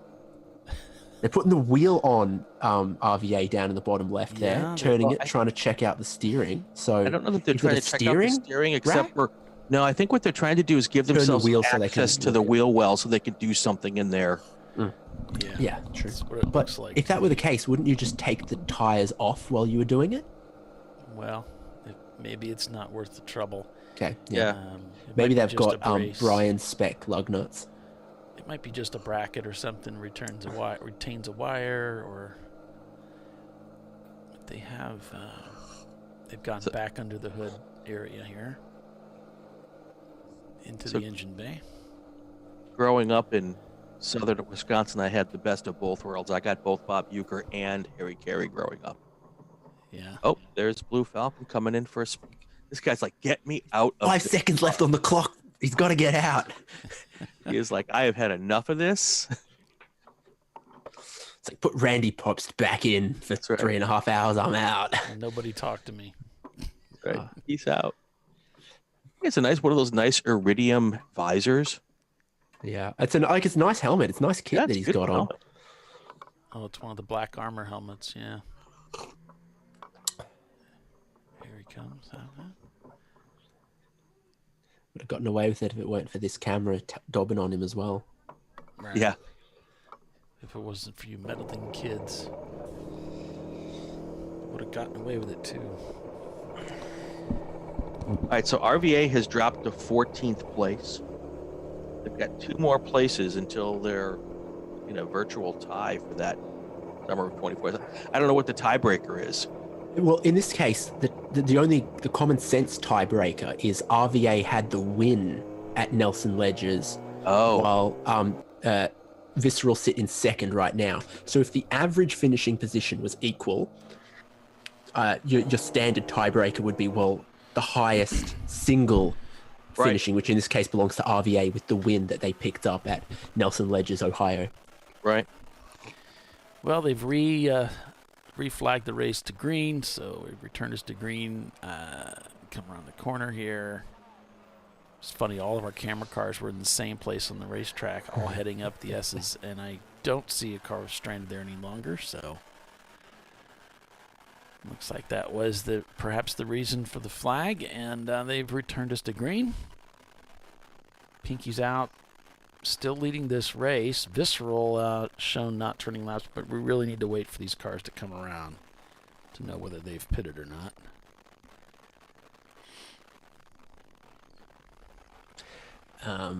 Timothy speculating that maybe with that gear that driver was Randy Popst, but we heard him speak when he got black flagged earlier, and I won't do my impression again, but it wasn't Randy. No, there's no way that was Randy. Yeah.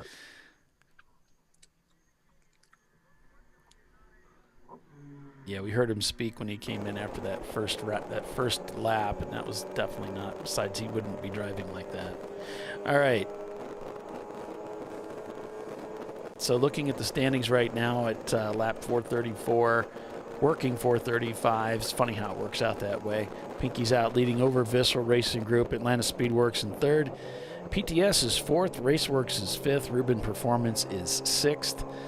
BEC or Beck Racing is 7th. 901 Motorsport has been in for quite some time. Still scored in 8th place, though. Wheels America Racing 9th. Rockwell Autosport 10th. So that is your top 10. Rockwell looks like they just left the pits. cars we have not turning laps right now. We are showing Visceral Racing Group, Raceworks, 901 Motorsport, RVA Graphics and Wraps, the 321 Motorsports team, and MDR Motorsports. That's of the top 20. Looks like Sparrow Speed has returned to the race as well. You just turned 2 laps. We're no longer salmon and have gone salmon again, but they did have 1 lap in there that was maybe a little longer than you would expect, but I don't know if that was because they caused or they were just in yellow.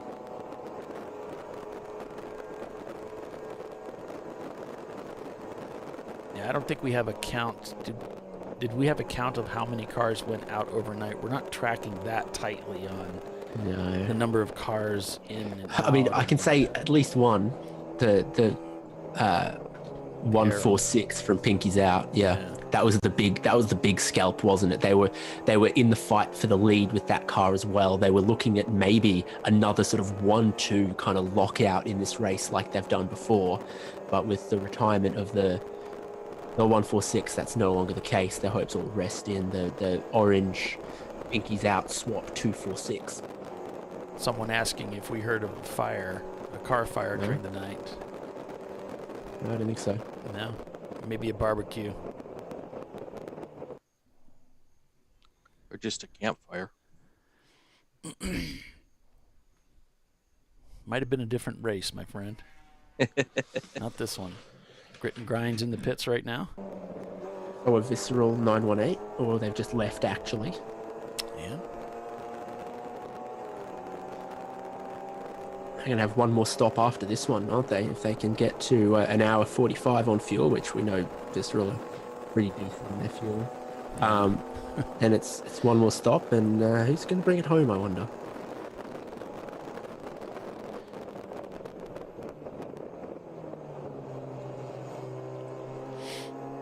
At this late in the event, is it whoever's the most fresh or actually willing to get in the car? Or is it your bestest guy?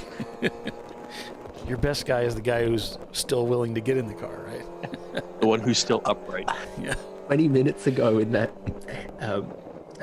in this chat room, I saw Alex Albert asking John D. Allen if he still wanted to buy a stint in the remainder of this race. Right. So, no, it might have been a little tongue in cheek, but I see. Maybe I can get a juicy commission. Anyone want to buy a stint in the 27th overall running 337 A-Class car? My email is on screen. Ring in the next 10 minutes. What are the commissions for that? Because I'll start selling seats in every car. Yeah, seat brokerage. I don't think there's much commission to be made on that. I would refer to more as being a driver agent. Yeah. Eyebrow. Andy, I would say just north of 30 cars are out there right now. I'm just looking at if you just go to Race Hero and just scan, you can see the number of cars that are turning laps.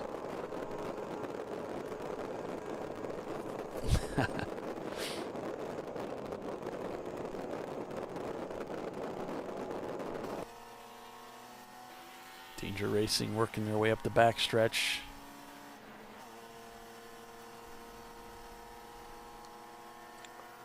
Splitting a couple teammates here. Yeah. Not teammates, but fellow competitors. Yeah. Just had a moment of hesitation and until Moses opened up the seas there and he split down the middle. Is this really what I want to do? Yeah, I'll go ahead and do it.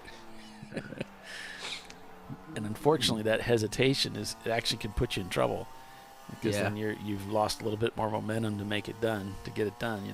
You want to be decisive, make a decision, and stick with it. Did you have courage sauce on your breakfast this morning?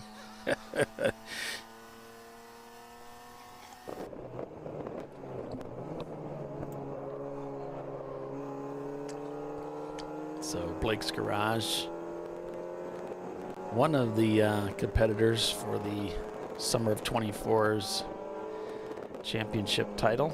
It's currently scored in 39th overall. They've got a few EC cars maybe up ahead.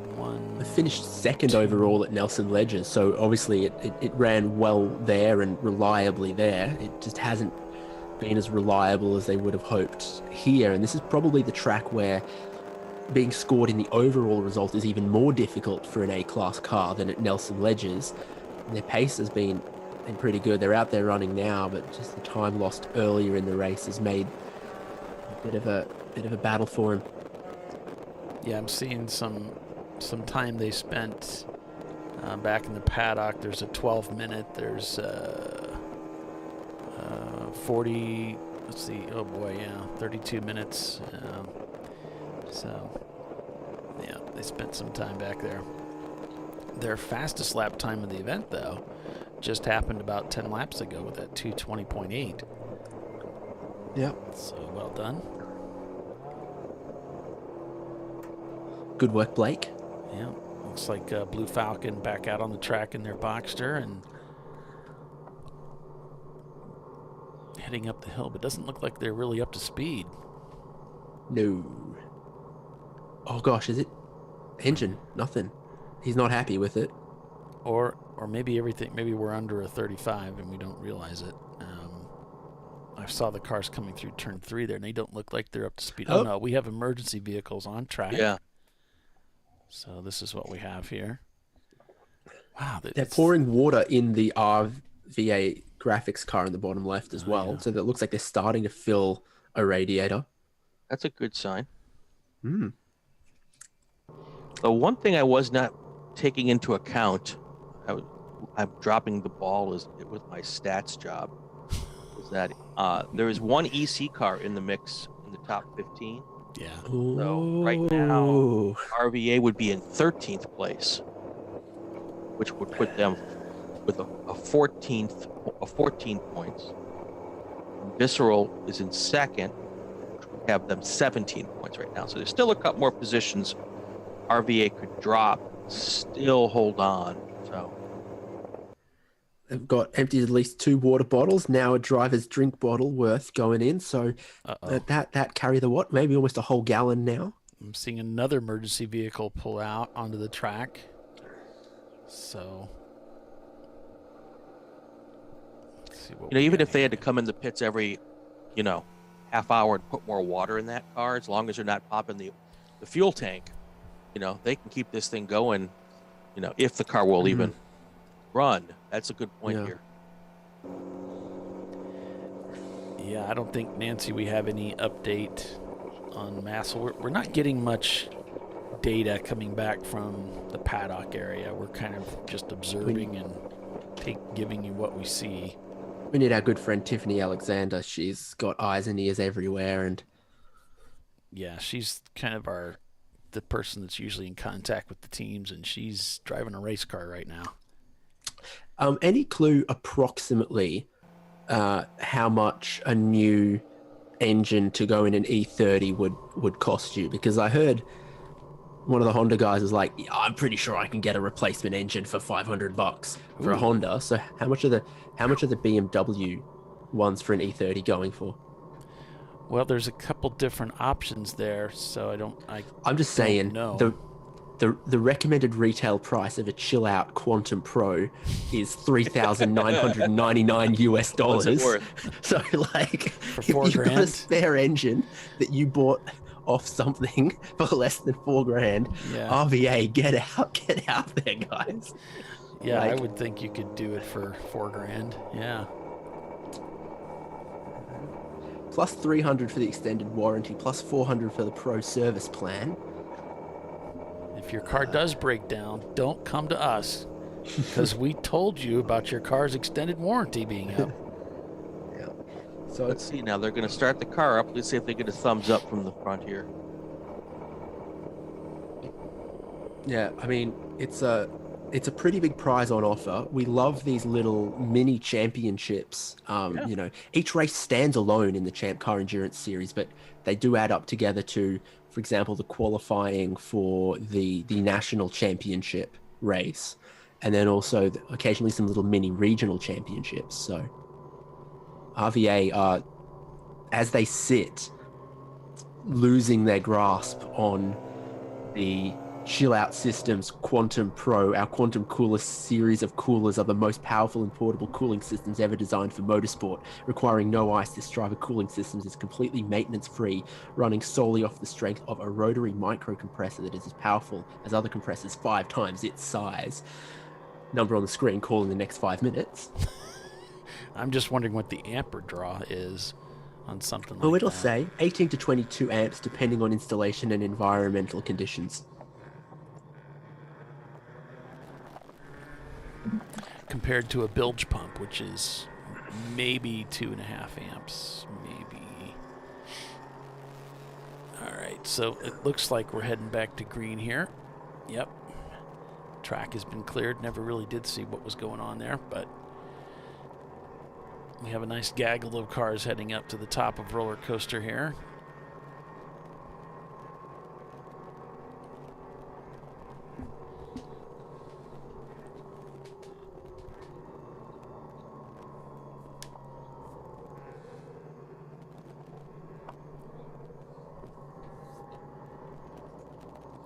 So working lap 4:38. It's as good as time as any. I think I missed our commercial break, so we will take a break and be back in just a few. You're watching Champ Car Live, presented by AutoZone.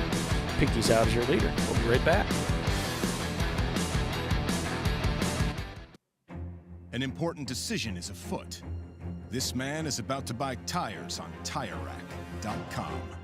Tire Rack is the leading online retailer of tires in North America and a repository of advice and expert reviews. And it's done! All that's left is to arrange for safe, easy installation at one of our independent recommended installers. Well, I guess he did that too.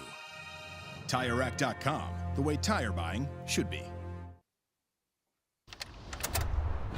Come on, Road. Do your worst. We'll be at our best. Engineered to meet or exceed original equipment performance, exclusively at AutoZone.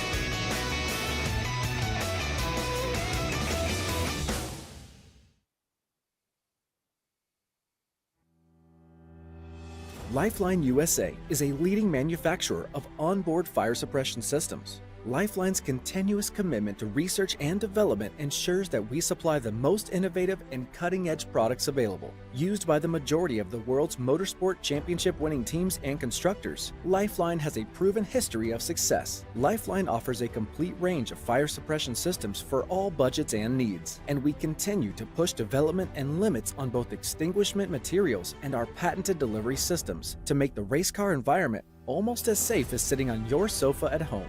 Every kit has been designed for a professional and simple installation. For more information and to purchase your Champ Car fire suppression system, go to www.lifeline-fire.com. RVA Graphics and Wraps is a full-service design, signage, digital graphics, and wraps company located in Richmond, Virginia. With over 20 years of experience, RVA Graphics and Wraps offers premium signage options for your business. We are dedicated to offering our clients best-in-class service in all aspects of graphic design and application. For more information, visit us on the web at rvagfx.com.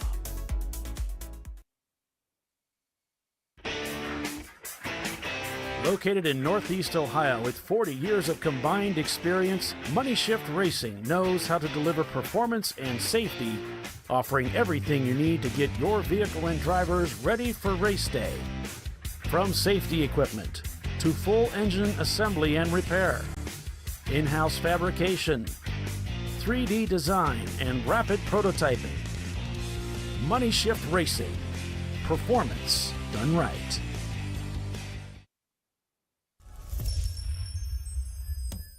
Frozen rotors from Diversified Cryogenics deliver increased performance and a higher level of safety, while significantly reducing braking system costs. So to tell you a little bit about the durability of this product. So we have seen an incredible extension of the life of our brake rotors using frozen rotors. We've gone from brake rotors every other weekend to 6 weekends on one set of brake rotors, and I think they can go farther. The durability has been amazing, and it's been a fantastic season, and man, a lot of that is due to the way our car can brake on those frozen rotors. For more information, go to frozenrotors.com. Nice. Yeah, I heard about this. So I would actually go with the full synthetic. Ceramic pads. So for the Duralast rotors. I did it. You see how it's... You did it. That's it. We did it. You did it. You can do it. The path to I did it starts at AutoZone. Get in the zone.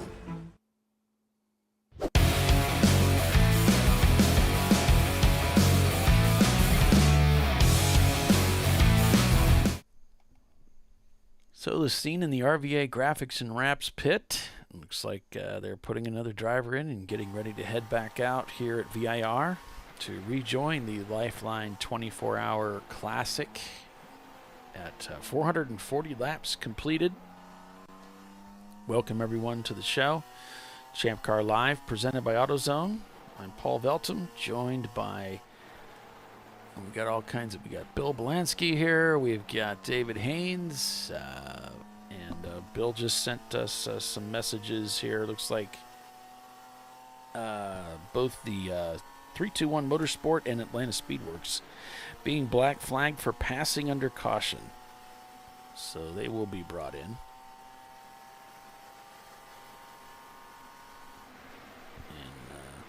We'll see if RVA can get that car back out on the track. That would be good for them.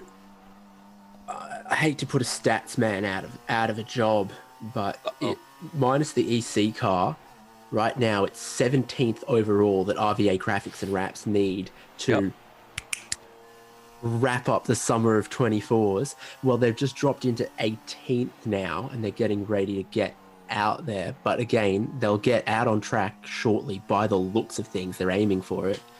And if they can maintain, any semblance of speed, then they would be catching 17th and 16th place back.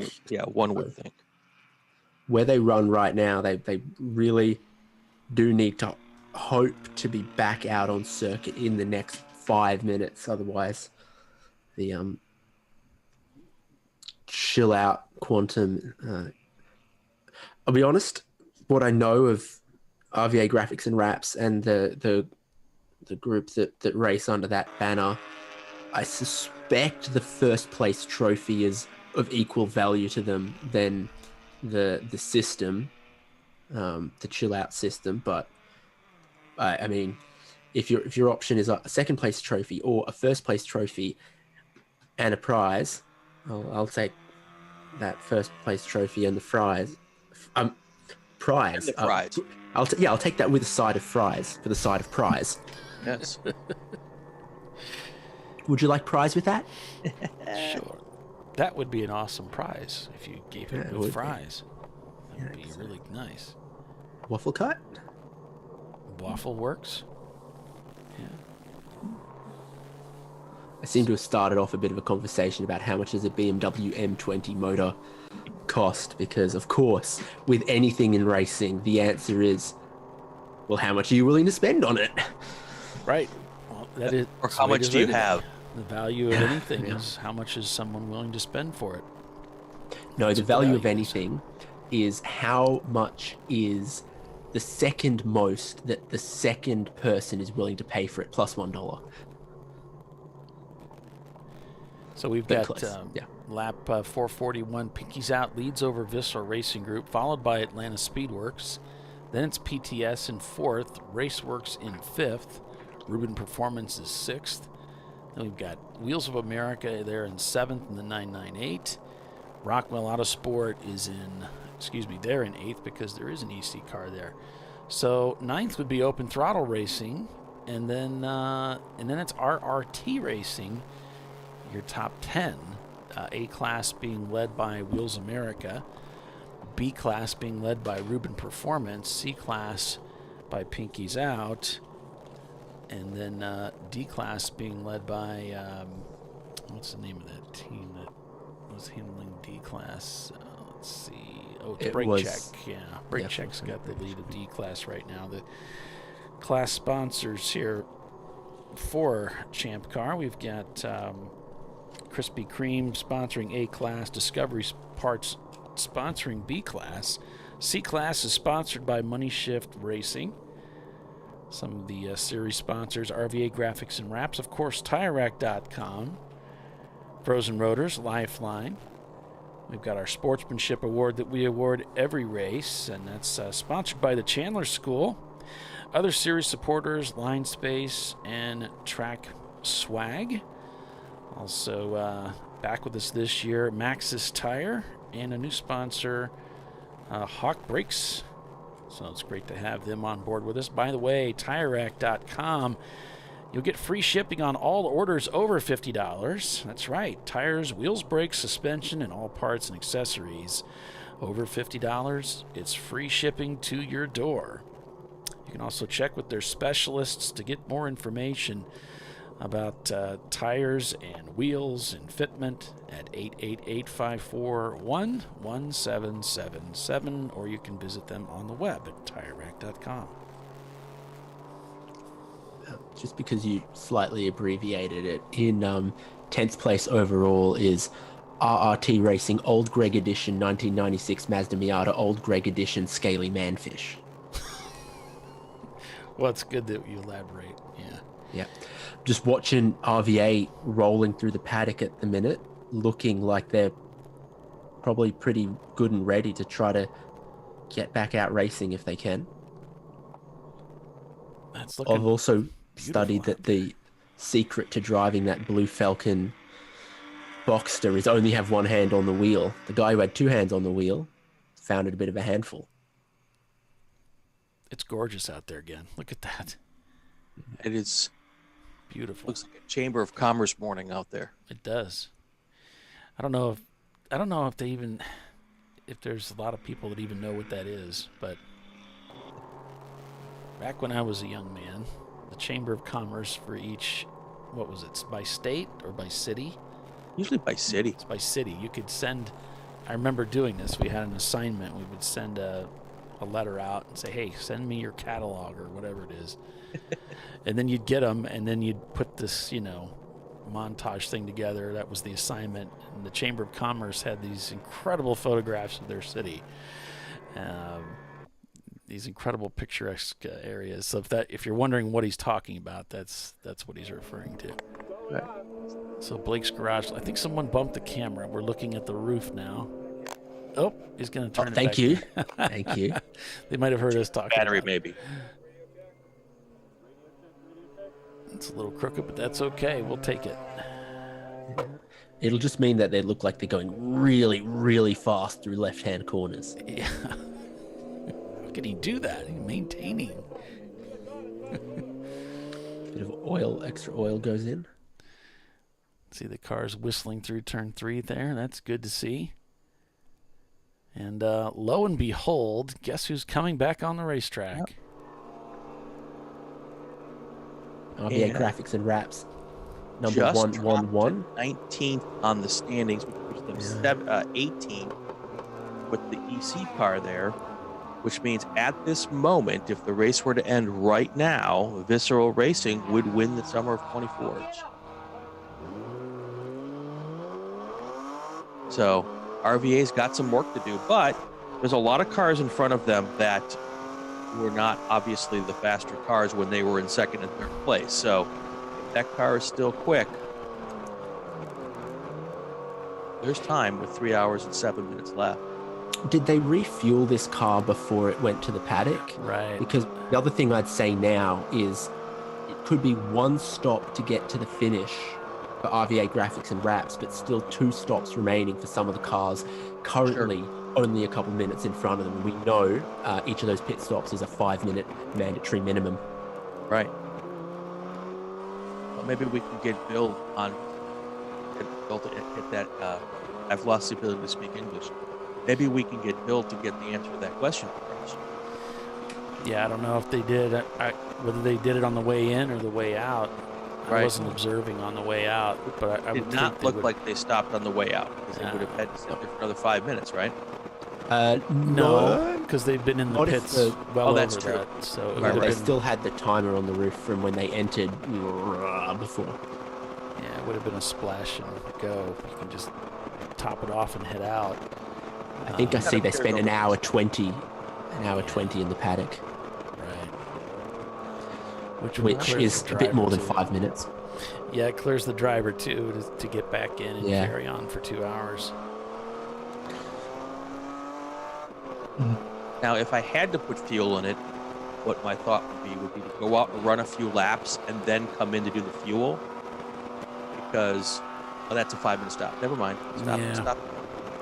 So that would give you an opportunity to look at your handiwork to see if your radiator change was still holding water. Yeah, I'm sure there's a lot of gauges that are getting a good eyeful on this lap and the next. Yeah, a Car's lot of still guys will run a pressure gauge or pressure light, rather. Yeah, So- you can program some warning lights on that dash as well to certain water temperatures, water pressures, oil temps, oil pressures, yada, yada, yada.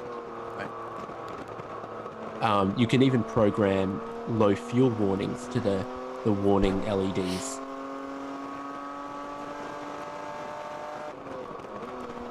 You know how I know? Because you've done it.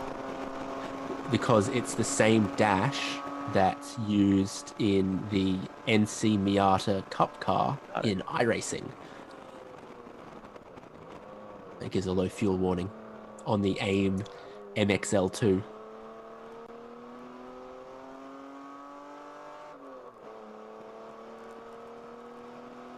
That flying lap as an out lap, 2 minutes 33. So there's plenty of pace still in this car. The question is the temperature all good at this kind of pace? And if it is, they are still in this, and it's going to be pretty close, I reckon. But RVA Graphics and Wraps absolutely still in this to take out the summer of 24s. Well, and then there's also the damage that you might not be able to see. Was there any other damage with the car that might not show up on the first lap, but might show up 25 laps from now? We just won't know. That's why we run the race.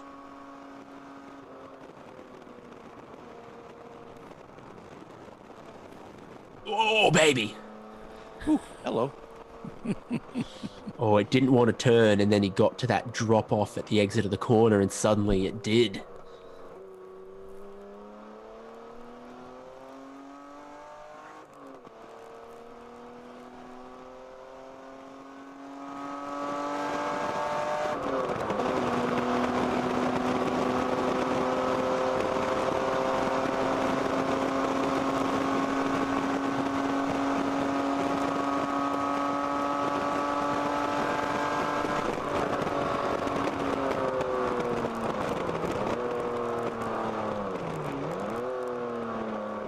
And 901 Motorsports still has not rejoined the track, and Hugh Jazz as well has not rejoined the race. So at 445 laps turned so far, I should say.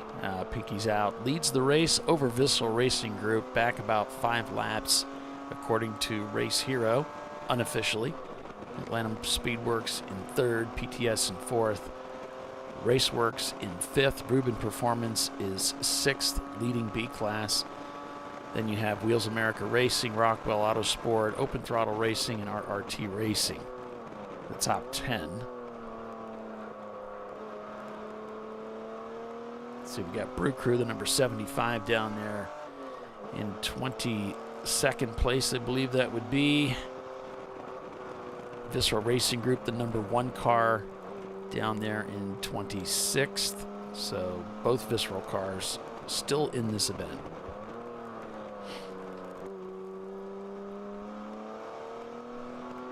RVA staying out. It wouldn't take long to overheat if it was a problem, so he's at full song here, obviously. So far, so good. Well, and there's also the chance for RVA to get some helper cars. And we're looking at the 911 Motorsport car, which is dropping through the field. That would be a helper car. It's not running right now, and that's going to give RVA a chance to leapfrog that faster. So, Sure. And there'll be more of those before this is over. Whoop. Might have overshot that corner just a little bit. Good to go. You also have to be careful here as a driver because, you want to get up there, you want to get back in that game, but you also don't want to make any stupid mistakes here. After sitting and watching the car sit there for an hour and 20 minutes, you want to really get out there and get going. You also need to make sure that you get to the end.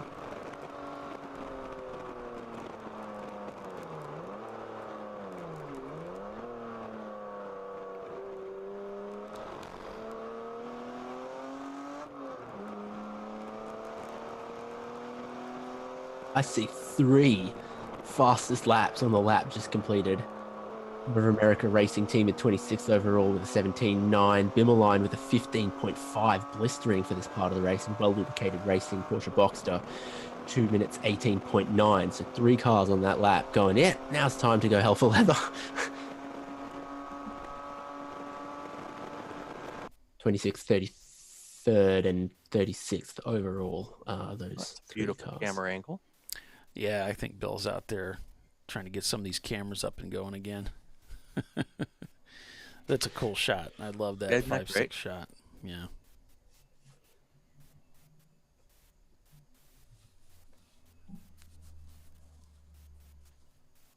All right. I think I'm going to hit this one on time. So it is time for a brief break. We'll be back in a few minutes, so stay with us. You're watching Champ Car Live, presented by AutoZone. Pinky's Out Swap, leading this race. Lots to come. Stay with us.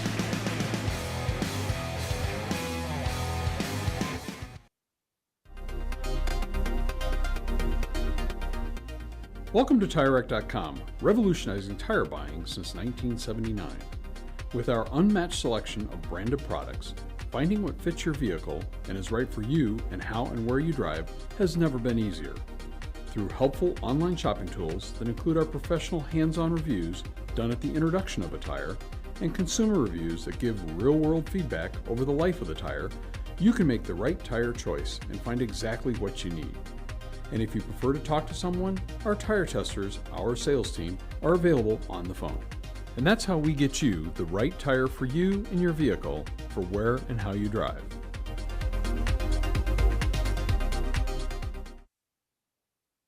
At AutoZone, you get what you need when you need it. Got a today job? Pick it up free same day at your local AutoZone. More of a tomorrow project? Order as late as 10 p.m. with free next day delivery. Getting the job done just got easier.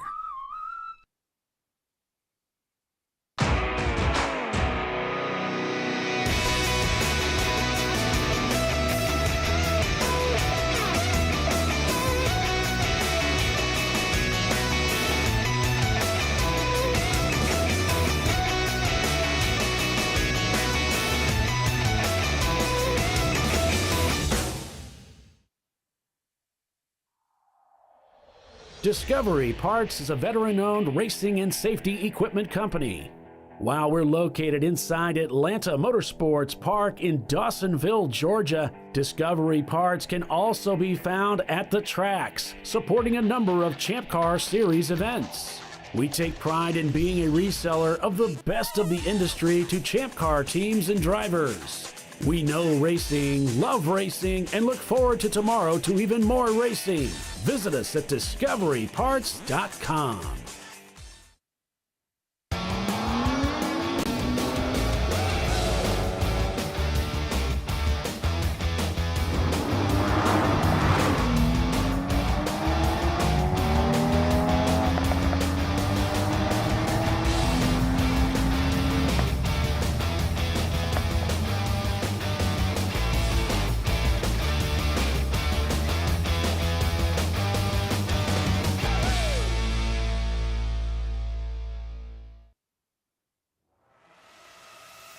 RVA Graphics and Wraps is a full-service design, signage, digital graphics, and wraps company located in Richmond, Virginia. With over 20 years of experience, RVA Graphics and Wraps offers premium signage options for your business. We are dedicated to offering our clients best-in-class service in all aspects of graphic design and application. For more information, visit us on the web at rvagfx.com. Lifeline USA is a leading manufacturer of onboard fire suppression systems. Lifeline's continuous commitment to research and development ensures that we supply the most innovative and cutting-edge products available. Used by the majority of the world's motorsport championship-winning teams and constructors, Lifeline has a proven history of success. Lifeline offers a complete range of fire suppression systems for all budgets and needs, and we continue to push development and limits on both extinguishment materials and our patented delivery systems to make the race car environment almost as safe as sitting on your sofa at home. Every kit has been designed for a professional and simple installation. For more information and to purchase your ChampCar fire suppression system, go to www.lifeline-fire.com. Located in Northeast Ohio, with 40 years of combined experience, Money Shift Racing knows how to deliver performance and safety, offering everything you need to get your vehicle and drivers ready for race day. From safety equipment to full engine assembly and repair, in-house fabrication, 3D design, and rapid prototyping. Money Shift Racing. Performance done right. Frozen rotors from Diversified Cryogenics deliver increased performance and a higher level of safety, while significantly reducing braking system costs. So to tell you a little bit about the durability of this product. So we have seen an incredible extension of the life of our brake rotors using frozen rotors. We've gone from brake rotors every other weekend to 6 weekends on one set of brake rotors, and I think they can go farther. The durability has been amazing. And it's been a fantastic season, and man, a lot of that is due to the way our car can brake on those frozen rotors. For more information, go to frozenrotors.com. Come on, Road. Do your worst. We'll be at our best. Engineered to meet or exceed original equipment performance, exclusively at AutoZone.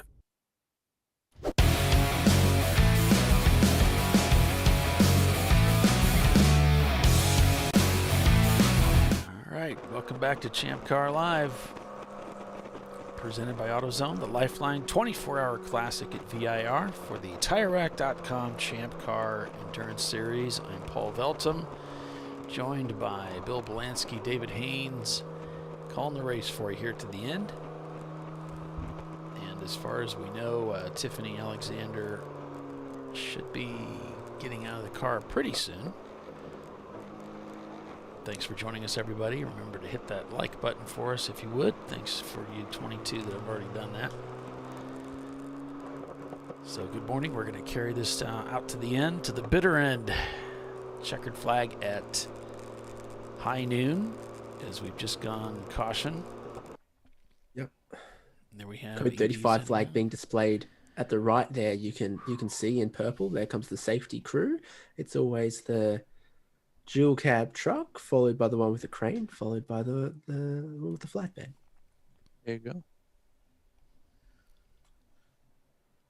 I've got an order to these things.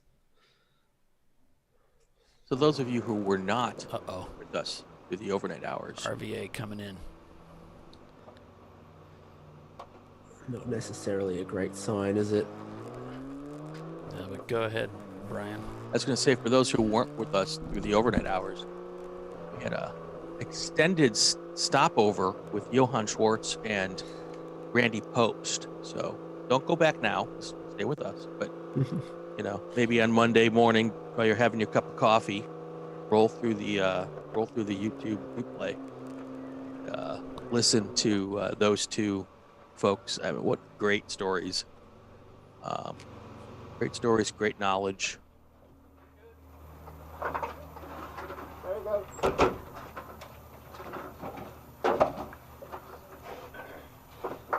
Well, they're not lifting the hood. That's He's a taking very, his gloves very and good. helmet off inside the car. Uh-oh. No, just readjusting maybe. This looks like trying to see if I can see in the rearview mirror.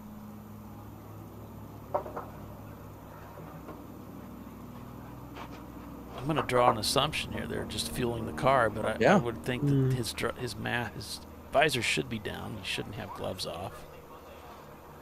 But I believe that might be what's happening here because, like you said, there's nothing happening up at the front of the car. Right. There's no sense of despair, but also no sense of urgency.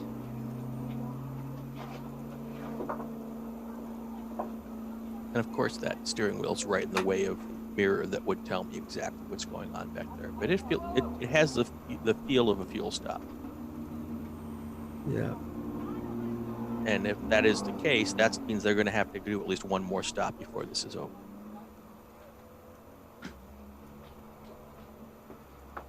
I have to start putting together my fuel stop database here,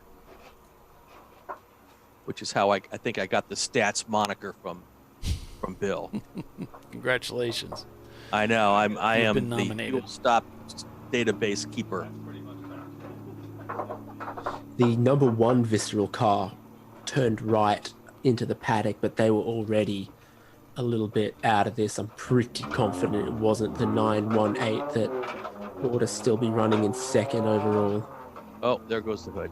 Are they just checking? Yeah, see if there's any still left in it while we're under this kind of caution. It's not costing too much time. Oil gets checked first. Yeah, well, and maybe they're looking for coolant on that oil dipstick. Okay, they're going to open up a bottle and add some more oil to it. Quite a bit, actually, unless that was a partial. But this looks like standard service here. Getting ready to send them back out. Yeah, this is just dotting the I's now when you're putting the hood back on and just wiping down the glass. That's the thing you do when you expect the car to go back out and still run, isn't it? Not go back in the trailer. Yeah. Just give the driver good visibility in the morning sun. 9 a.m. local.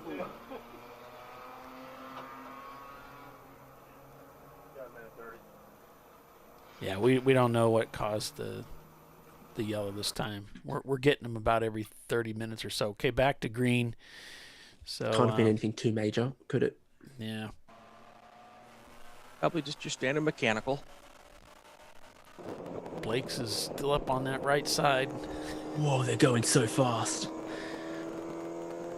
It's crazy. It's very impressive. If anything, it makes the driver look really heavy.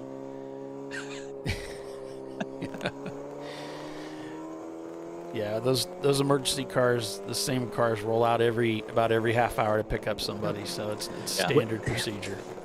Nothing to be It could be alarmed someone about. just ran out of fuel, and you'll see all three of those trucks, roll out precautionarily. You saw one of them. We only saw one of them when it was a bumper, just a little piece of debris lying on the circuit. But still, it's trucks fit for purpose, and they roll out whatever the occasion.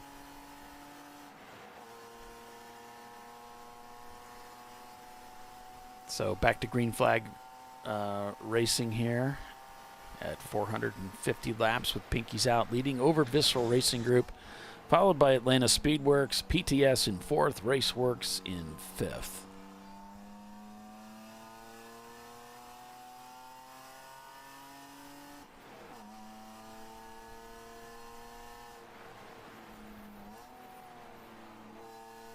So on board with the leader here.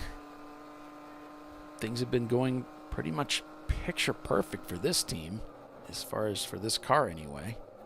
Shouldn't say team, but for this car, they've had a really great race of it, which explains why they're so far up at the front. And how much lock these E30s need. Mans is shuffle steering, and then he needs to almost cross his arms over still. I know. And I didn't like that about the E36 either. I thought the steering was a bit slow for me. And it was a lot of input, but it does give you the leverage, so there's less effort. But I felt the steering was a little slow. it only becomes a problem when things get crossed up and then you're trying to recover and you got all this movement. Yeah.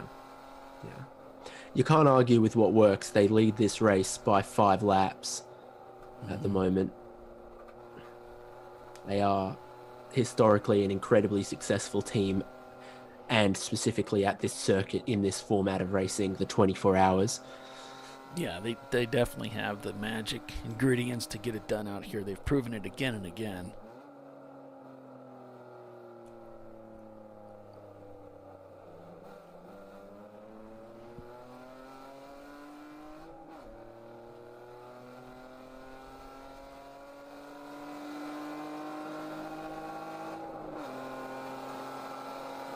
Heading up the hill here on this incredibly long backstretch. Just pedaling it a little bit, looking for a way through. Sweeps through nicely there. Coming up to the highest point on the racetrack, into roller coaster here. And then they'll plunge about 120 feet down into hog pen. To an announcer's table. No. Okay, too niche for you guys, sorry.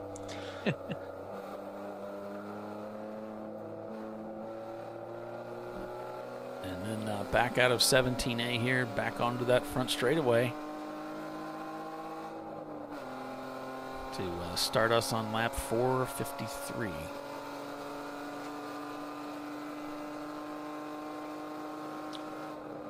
It's what a 2 minutes 21.6 looks like.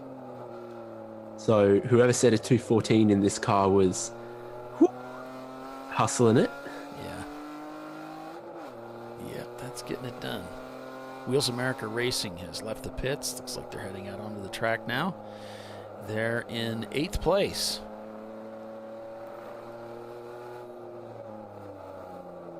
And 901 Motorsport has returned to the racetrack. Scored in 15th. After an extended stay in the pits, they were down for about an hour and a half, a little over an hour and a half. Brew Crew Racing in the number 75, still out there turning laps. They're in 22nd.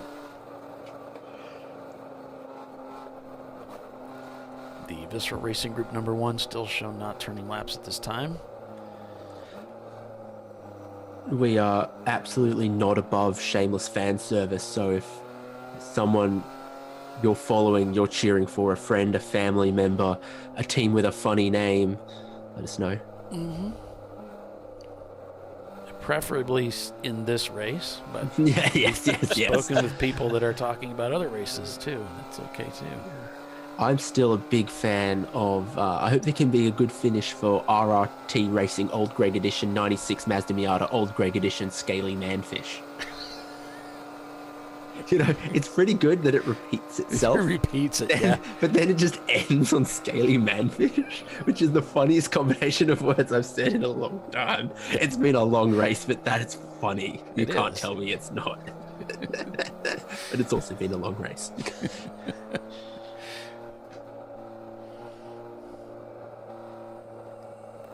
The funniest part to me is actually that Scaly Manfish is in the column that describes the color of the car. It's not green or blue.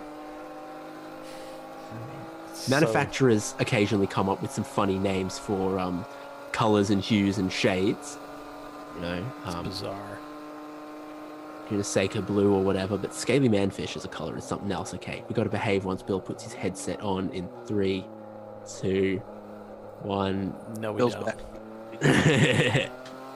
I don't really understand why the Porsche is making a race out of this. You know, with the leader of the race, it would be good just to let him go. There's no need to force the issue. Just let him go. So Pinky's Out does get clear of the Porsche. Heading through 6 here, and we'll head back up through the Snake to the Climbing S's. Good morning, Bill. How are you? Showered in a little. I found out what happened to our oak tree camera. Okay. Remember how last year 901 Motorsports hit it? Yeah. Yeah, well, I thought, well, I'm going to move it over to a different spot. Nobody will hit it here. Guess what? They got hit. Can you turn up your volume a little bit? Like more than a little? How's that? Better? Yeah. You could use a little bit more of Brian, too, if you want to turn yours up a little bit, Brian. Settings got changed a bit somewhere. Where's Tiff? She's racing. She's in a race car. Oh, cool.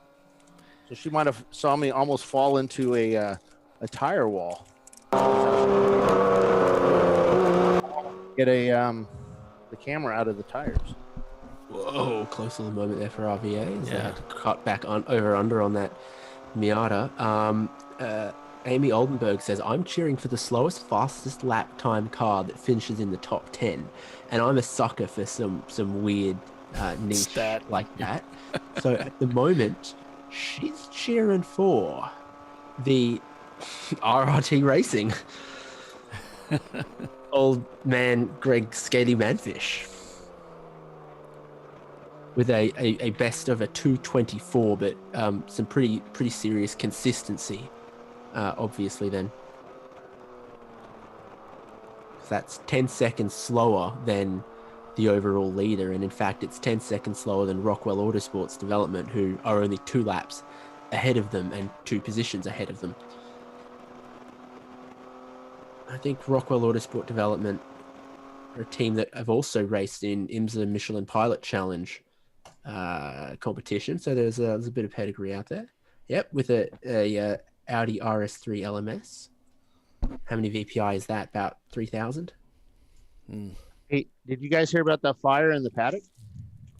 No. So about 5:30 this morning, Clive Biesler has actually posted that up on his Facebook page, a video of one of our Honda Civics, or one of our Hondas that was racing. Guy was going down the S's, felt the car doing some really funny movements, or somewhere on the track. It was not acting properly. So he pulled off, and the tow truck hooked him up, and they were pulling him back. And he noticed that the back of his car, it got really hot in here. And noticed the back of his car was on fire as they were pulling him down the main access road to the North Paddock, and slammed on the brakes as hard as he could. And the truck, or the tow truck drivers, also saw that, the flames coming out the back of the car, and he jumped out as fast as he could, got out of the car, and people proceeded to jump on the car with fire bottles. Took a while to put it out. There is a scorch mark out on the main road, but everybody was fine. But yeah, the fire was pretty intense on that Facebook post. Let me see if we can find it for you, Paul, unless you found it already. No, someone did mention something in the chat that they had heard of a fire, but we hadn't heard anything yet. So that's right. Supposedly his fuel tank fell out. Oh, okay. Well, that's not supposed to happen. Yeah.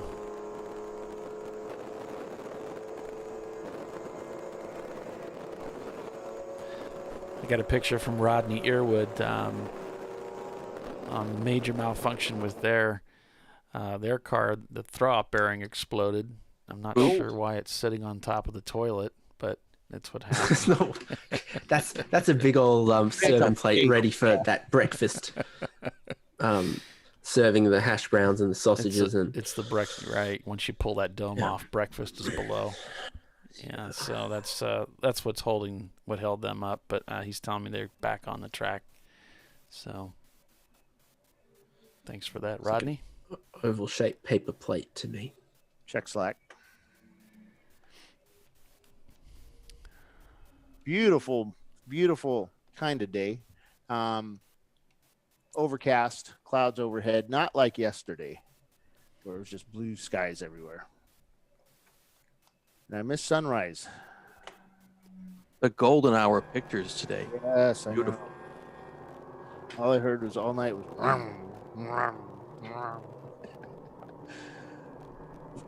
The hotel room that I stayed in is above the garages and looks right over turn 17. Are we supposed to feel sorry for you, Bill? No.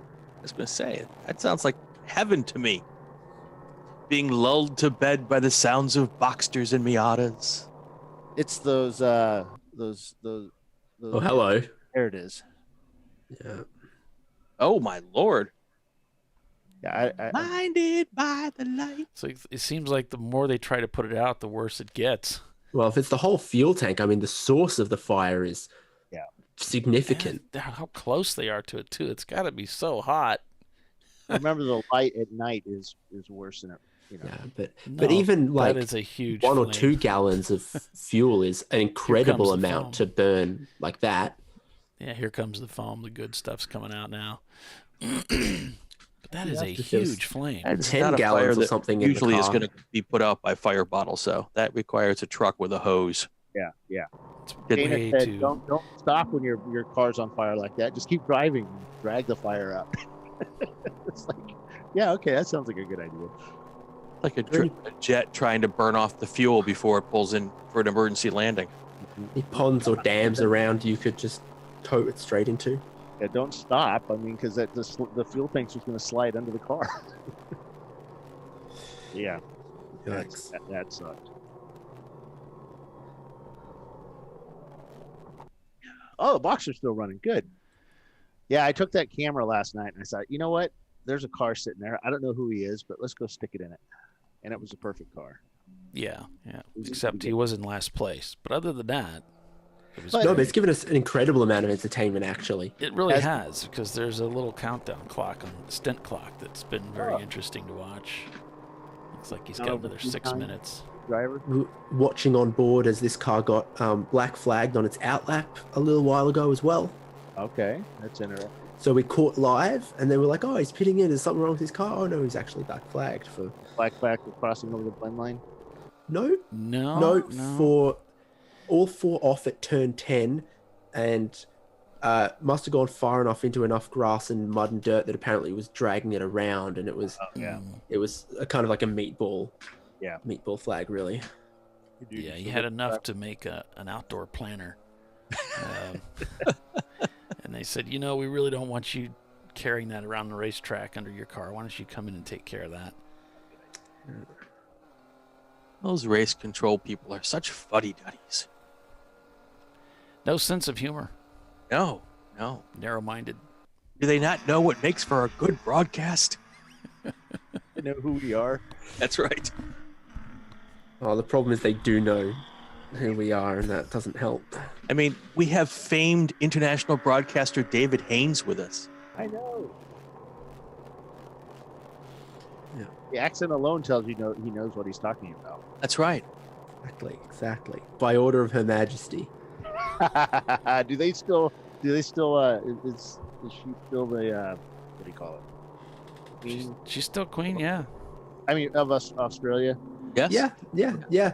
She's we don't go nuts for it by and large, but she's still on the currency and such.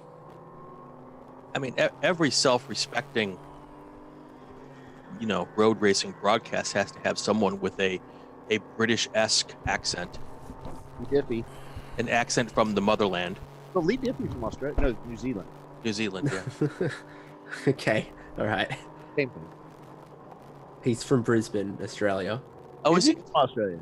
Yeah. No, there's I listened to a podcast with him that he was on and talked about, growing up and how he got into motorsports and, where he ended up or whatever. And he talked about, going to Corinda State High School. And I was like, hey, I used to play cricket there.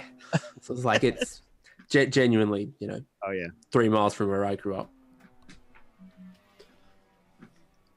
But then he moved to Sydney at quite a young age, and then he was involved in Australian motorsport broadcasting for quite a while before he decided to try to invade your shores. It was quite successful, I'd say.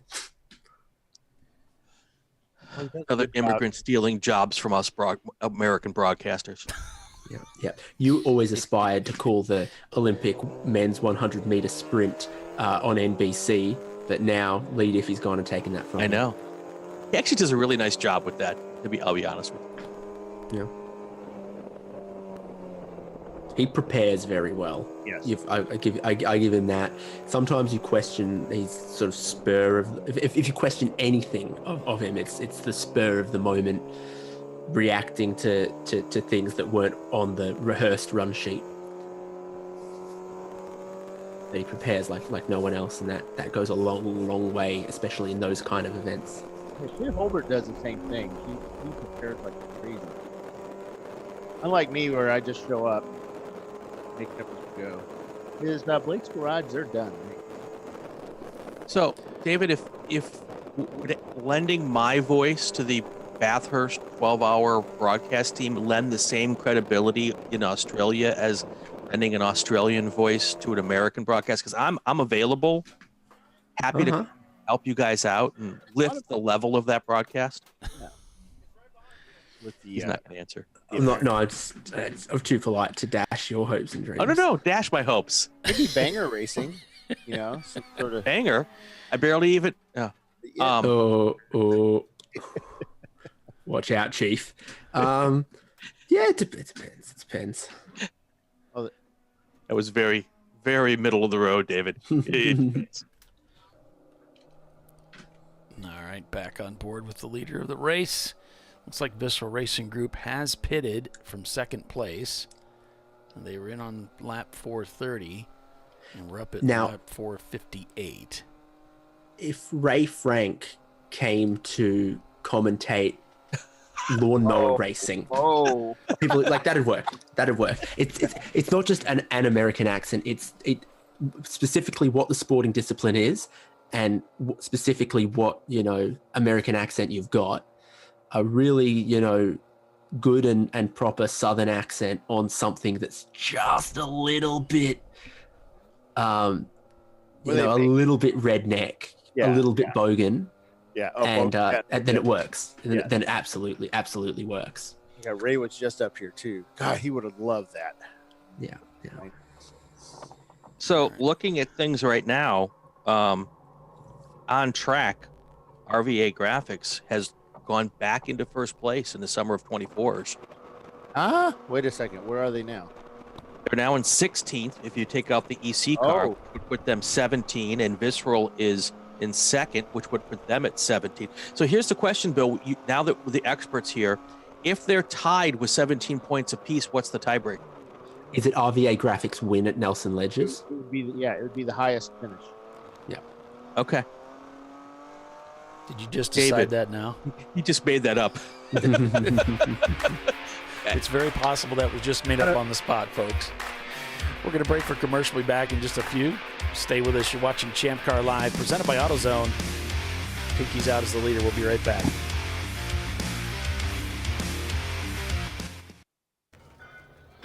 I'd buy tires online, but then what? We've thought about it. We're TireRack.com. They should let you ship directly to a mechanic. Actually, we call them independent recommended installers. They should have 1,000 mechanics. Try over 7,000 installers. Then you just make an appointment. At a time that's convenient for you. This could change tire buying forever. TireRack.com, the way tire buying should be. Come on, Road. Do your worst. We'll be at our best. Engineered to meet or exceed original equipment performance, exclusively at AutoZone. Lifeline USA is a leading manufacturer of onboard fire suppression systems. Lifeline's continuous commitment to research and development ensures that we supply the most innovative and cutting-edge products available. Used by the majority of the world's motorsport championship-winning teams and constructors, Lifeline has a proven history of success.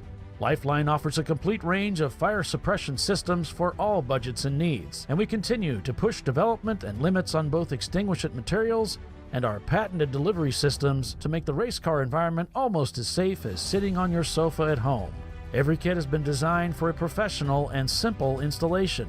For more information and to purchase your Champ Car fire suppression system, go to www.lifeline-fire.com.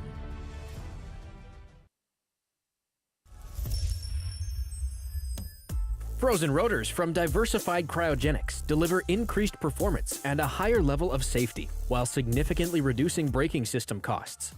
So to tell you a little bit about the durability of this product. So we have seen an incredible extension of the life of our brake rotors using frozen rotors. We've gone from brake rotors every other weekend to 6 weekends on one set of brake rotors, and I think they can go farther.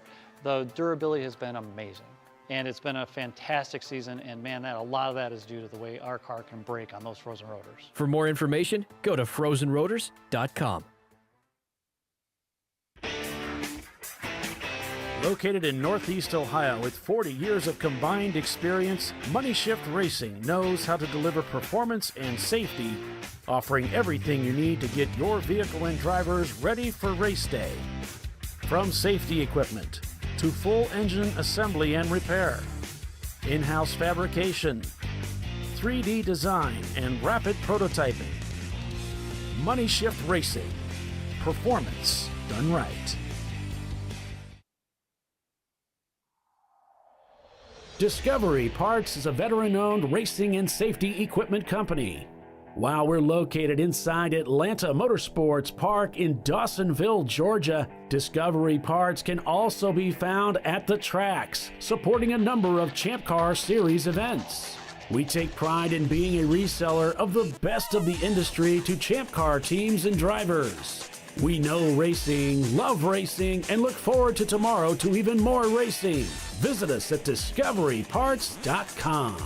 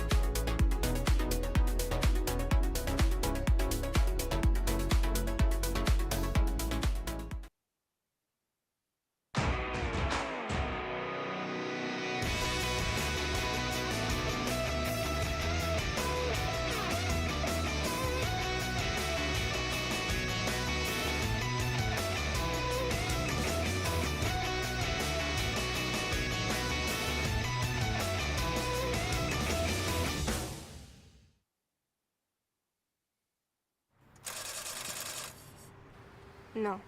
Seriously?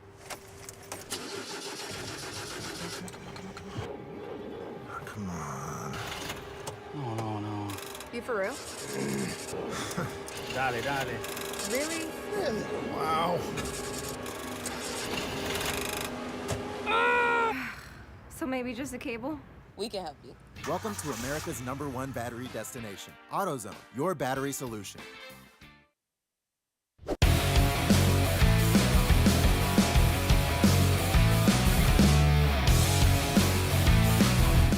And we're back here live at Virginia International Raceway. The race continues, the Lifeline 24-hour Classic. Blue Falcon Motorsports has returned to the racetrack in their Porsche Boxster. Paul With a new driver and another one who only likes to have one hand on the wheel at any given time. That's apparently the secret to this car. But they didn't start the timer. Much to David's chagrin. Yeah. Unbelievable.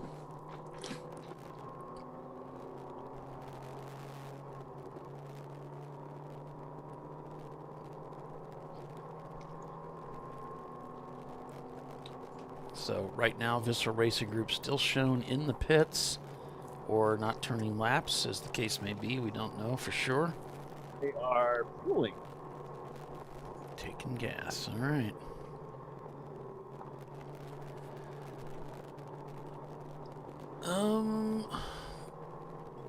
I know next month we're going to be very busy.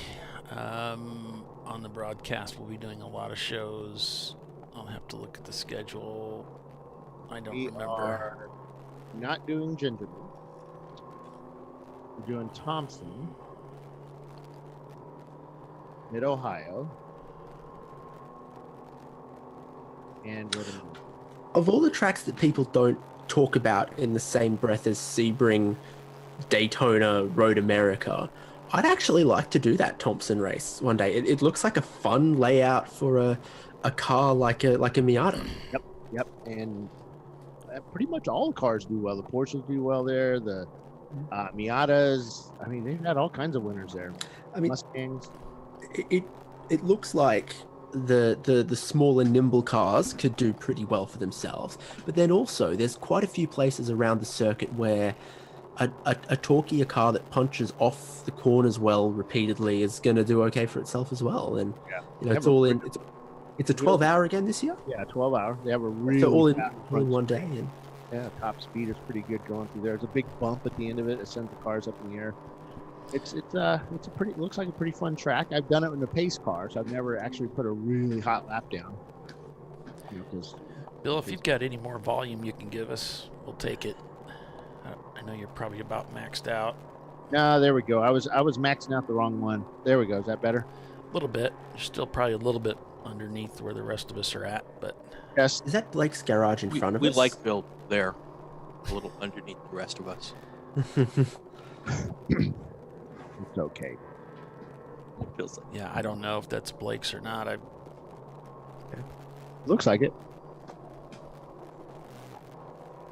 Let's see what color is In there. Pittsburgh, we're doing.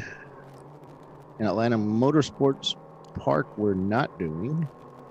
In NOLA, we're going to do. And NOLA in November, that's New Orleans Motorsports Park. Yep. NOLA. Blake's is a black about car. that track. Have you been there, Bill? Nope, never been there. I've driven through New Orleans, but that's about it. I'm available to join you for that weekend. Okay. I am At NOLA. From home? Oh, at NOLA. No, at NOLA. I'll buy the beignets. I don't know what you're talking about.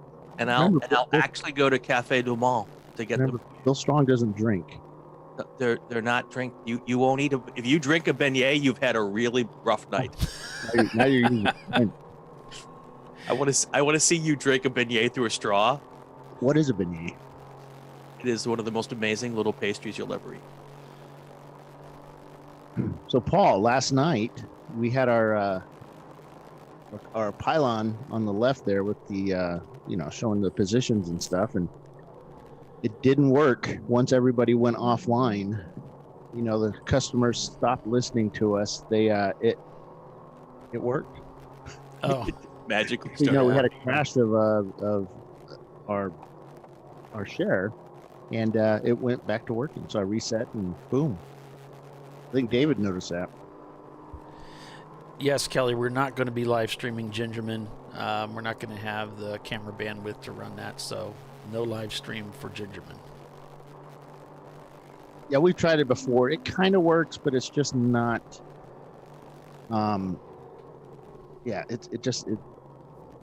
cars come in and out with the stream. They have one cell tower. I mean, heck, if they do end up putting better 4G service in that area, we may look at it in the future. Why is his lights like flashing?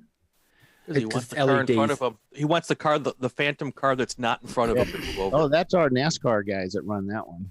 It's the LED car. It's not Oh, flashing. It's on all the time. Yeah, it causes an interference pattern with the sampling rate of the camera.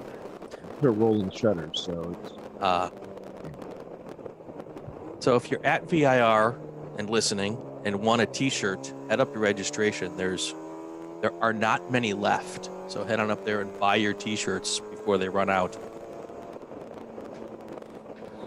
They're really cool shirts too. I'm gonna have to get Bill to buy me one of those. They have any 4 or 5Xs, Bill?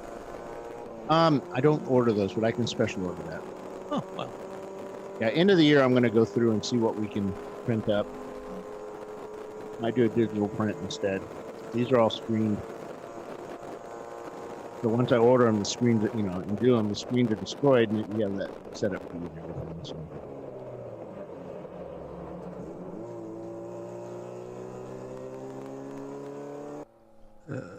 Back up front with the leader here. Still waiting for Visceral to come out of the pits. Yeah, can you see them, Bill? It's strange. The 918? Taking a lot of time. Yeah, they're all standing. Well, they're not standing around. Let me get my better glasses on for long distance viewing. I mean, they should have left by now. Bill is also best viewed at long distance. Yeah. Fill the screen better. I'm best viewed without without people's glasses on. Okay.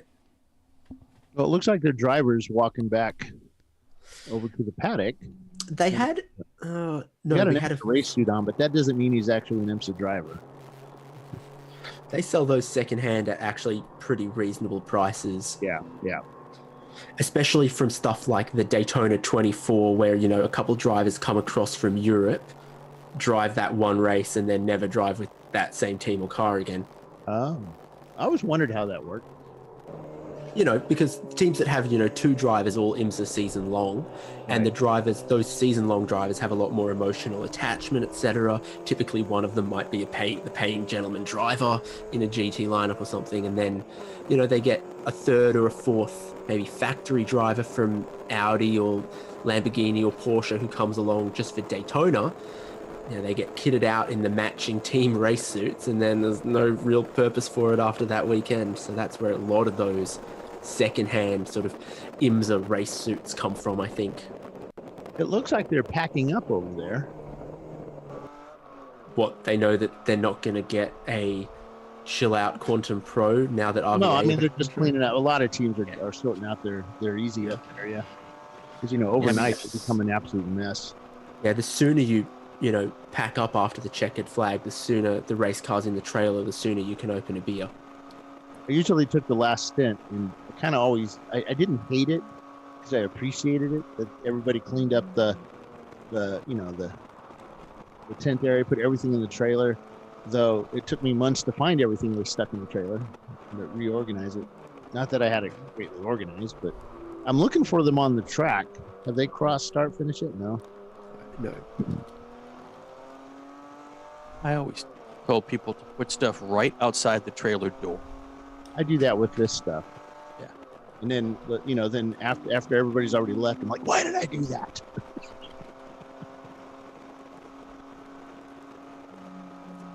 That's just going past our favorite Boxster onboard camera. So after more than an hour on the pits changing out a radiator, depending on where you live, RVA Graphics and Wraps back on the track, looking like that's been a pretty solid fix. They're up to speed, not apparently having any issues. Kyle Lockrow is standing down below me here, outside the building, talking to some friends. Race leader still Pinky's out swap.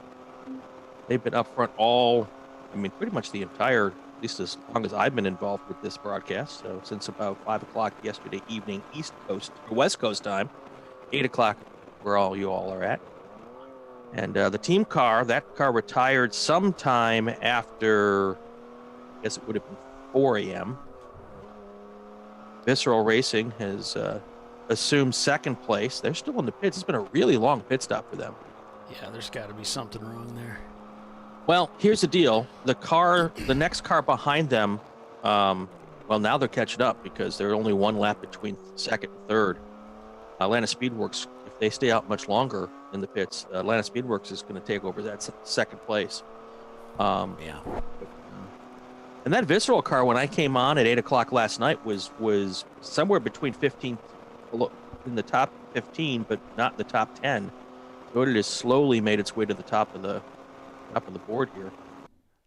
Well, those pit stops, the only taking fuel every other pit stop really does help. Sure. They make up those laps, man. All right, got a headline news. What's the headline? Okay. Breaking news bulletin with Bill Strong. 918 Visceral Racing Group out of the race. Lower ball joint gone. Oh. Wow. Well, I would like to say you never want to wish your competitors to have bad luck, but yes, you do. That's going to pretty much secure RVA Graphics the summer of 24s here.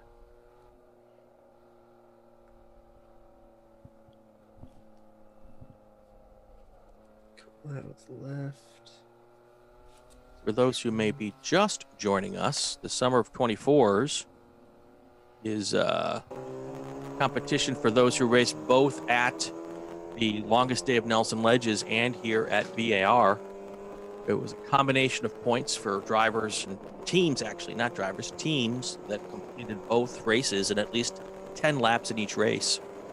And very, very cool gift. Cool. What's I said there? It's the winner's going to be really amped to get it. Even better. Even better. So it's the Chill Out Systems Quantum Pro. They're going to be refrigerated. Oh, yes. Very good. That's a $4,000 system that the winner of this thing's going to take home. Yikes. That's cold, hard cash, but not. Oh, okay. Hey, Stats. Did you see what I did there? Yeah. I'm saying that with 2 hours 11 approximately, give or take a little bit unofficially until the checkered flag, that there's really only 55 laps left in this race. So I can't see Visceral dropping any further than that in the remaining time, which would put them then 60, for easy calculation, 65 laps off the lead. Right. Which would probably still see them somewhere in the top 20. Yep. Because you assume other people are going to have issues too. This is when things start to break. Well, can anybody catch? Can Atlanta Speedworks catch Pinky's out? Well, 14 laps. They'd have to have some sort of a issue. I mean, not without Pinky's out having a problem. If there's 55 laps in the race, there's absolutely time for to catch up if the lead car has a problem, but not. There's that Rubin Performance Garage. They're up there still in the top 10. Rockwell, he's been in and out of pit lane all day, and he's still able to be in the top 10. Yep. At one point, I thought they were done for the weekend. They had some issues, pulled it behind the wall, and Eric ran off just looking, he's probably tired too, because they had to do some fixes on the car on Friday and pretty much spent all day yesterday doing stuff, and it was late, and he looked really tired. Guys, I think I've got a new routine. Every broadcast of any kind, I'm going to have just the giantest mug of green tea because it's very, very, very calming, but focusing. I've never been so calm and alert at the same time. I just want a pile of gummies right here. Oh yeah, I'd like some Swedish fish. Swedish fish. Oh yeah, the Swedish fish. Love the Swedish fish. I like the goldfish flavor blast. I had Swedish fish for the first time the other month. And Chick-fil-A cookies, they're really good for breakfast. Holiday Inn Express or something gave me one of the mini packets at check-in. Yeah. First time I've ever had that American snack. I was like, oh, wow, that's definitely an average snack that I can imagine people buying, but no one being that crazy about. What was it? A mini package of chicken? No. Swedish fish. Swedish fish. I do believe it's a Swedish snack, by the way. Is it really Swedish, or is this something Americans made and called it Swedish? No, I believe they originated in Sweden. Now I'm going to look it up because I know the Google.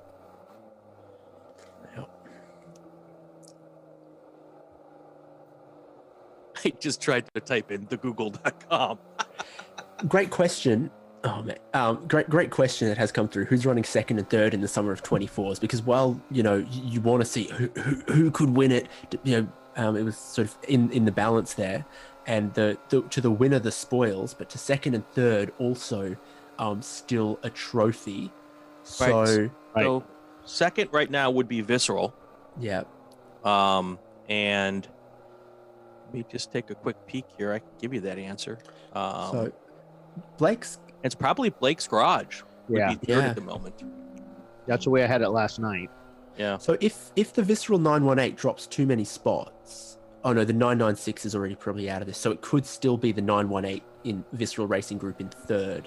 Yes. Yeah. Yeah. I'd say with some confidence, it's looking very good for RVA Graphics and Wraps for the win. It's looking very good for Blake's Garage for second. Oh yeah, second. Yes. Yeah, and the 996 is kind of out of this. Well, right now Blake's Garage is in 38th, so that would make them 41. 40 points. EC cars are in there. Take out 2 EC, so that could be maybe 39th. And if your estimate, David, is right with I'm a stats man. Beep, up, up, beep, up, up. if your estimate is right for Visceral Racing dropping into maybe 25th, that would still put them at 25th. That would put them at 40. 40. Close. So we're right there. Close. That's going to be very, very close. We are at a break point between second and third in that. And then we just go by the highest finish for the tiebreaker. Right. Which we just made up a half hour ago. Pretty much, yeah. Oh, come on. No, I made it up like 4 hours ago. Oh, and that's now true. We just had it sealed. All right. We had it confirmed. David's texting Bill, if we need a tiebreaker, you need to say And the this. tiebreaker would go the way of Blake's Garage with their second place overall finish at Nelson Ledger's. Yes. Because it would be a second, we're talking a second and a 38th versus a 25th and a 15th. Right. It goes to the team that's got a second place finish. Yeah, good hustle, team. Good maths.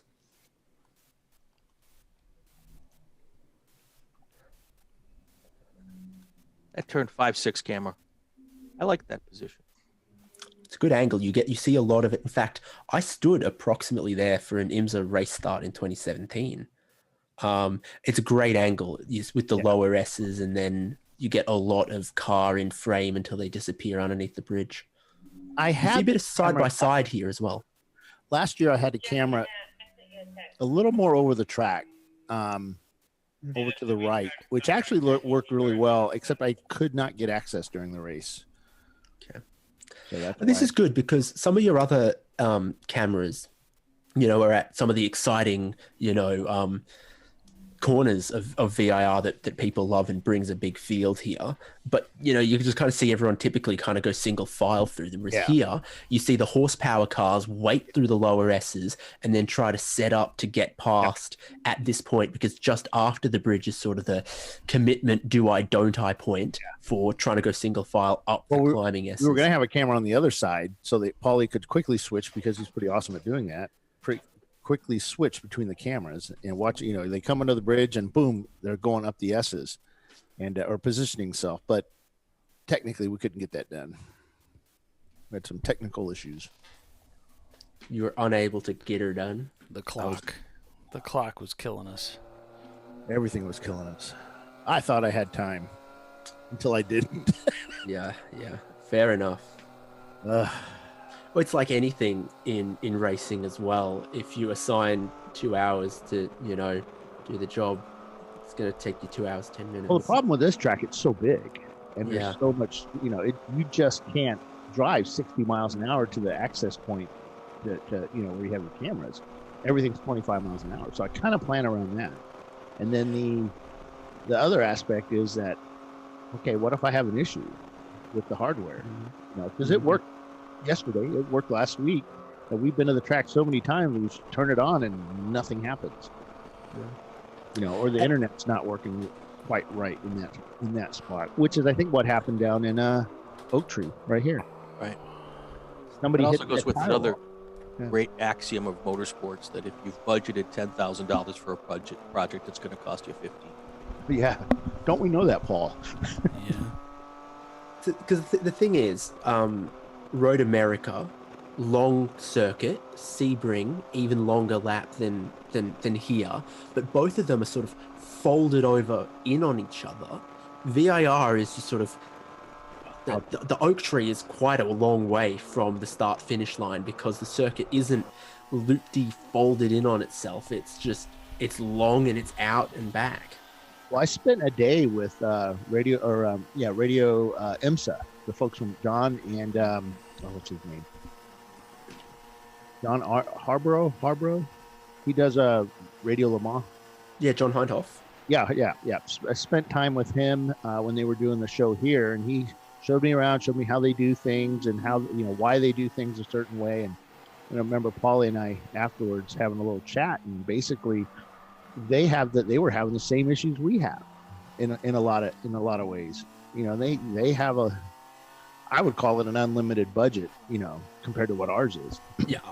But it's just so difficult at some of these tracks to do these shows. Now, Road America, I find kind of easy. Everything seems to work and pretty much stays working. But you go to tracks like this, or even some of the real simpler ones where it's just such a hard time keeping everything. So now we have Atlanta Speedworks moving into second, but also not turning laps. So they may be in the pits. That's another Porsche Boxster. I'm looking. Yes, they are. They're actually putting a driver in and fueling. Good timing, because that driver will be able to get to the end of the race, hopefully, if they leave pit lane past the top of this hour. Yeah.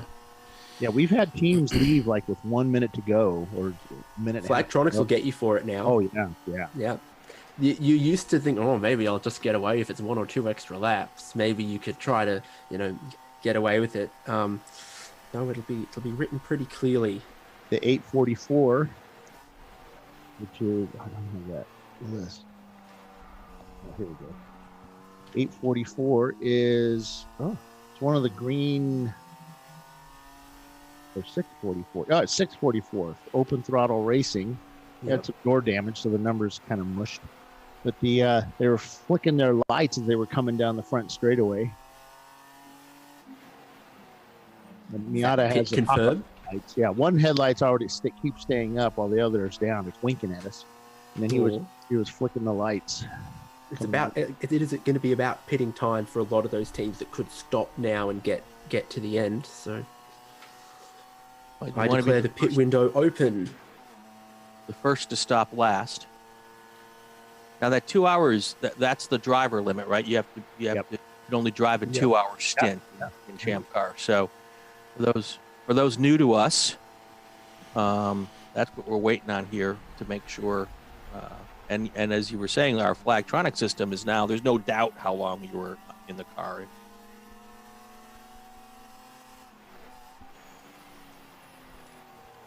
So this is as good as time as any. We'll go ahead and take a quick break and be back in a few. So just stay with us here. Lots of racing to come on Champ Car Live, presented by AutoZone. We'll be right back.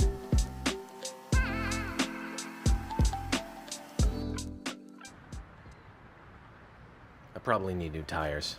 You do. What if they sold tires online? We do. We're TireRack.com. They could offer lots of tires. We have so many tires. And help you find the right tire. It's called the Tire Decision Guide. Oh, and they could ship them to a nearby mechanic. We shipped over 7,000 independent recommended installers. This is an amazing idea. Sorry. TireRack.com, the way tire buying should be.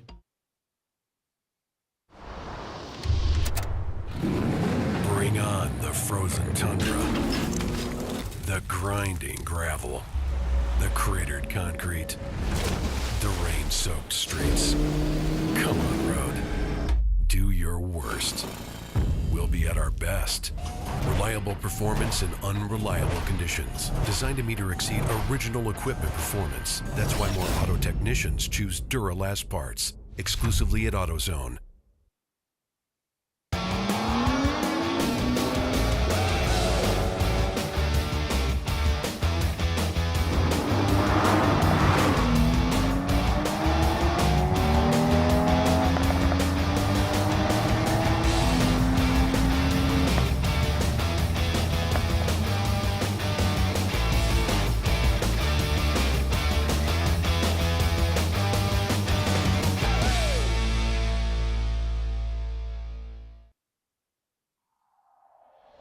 Discovery Parts is a veteran-owned racing and safety equipment company. While we're located inside Atlanta Motorsports Park in Dawsonville, Georgia, Discovery Parts can also be found at the tracks, supporting a number of Champ Car Series events. We take pride in being a reseller of the best of the industry to Champ Car teams and drivers. We know racing, love racing, and look forward to tomorrow to even more racing. Visit us at discoveryparts.com.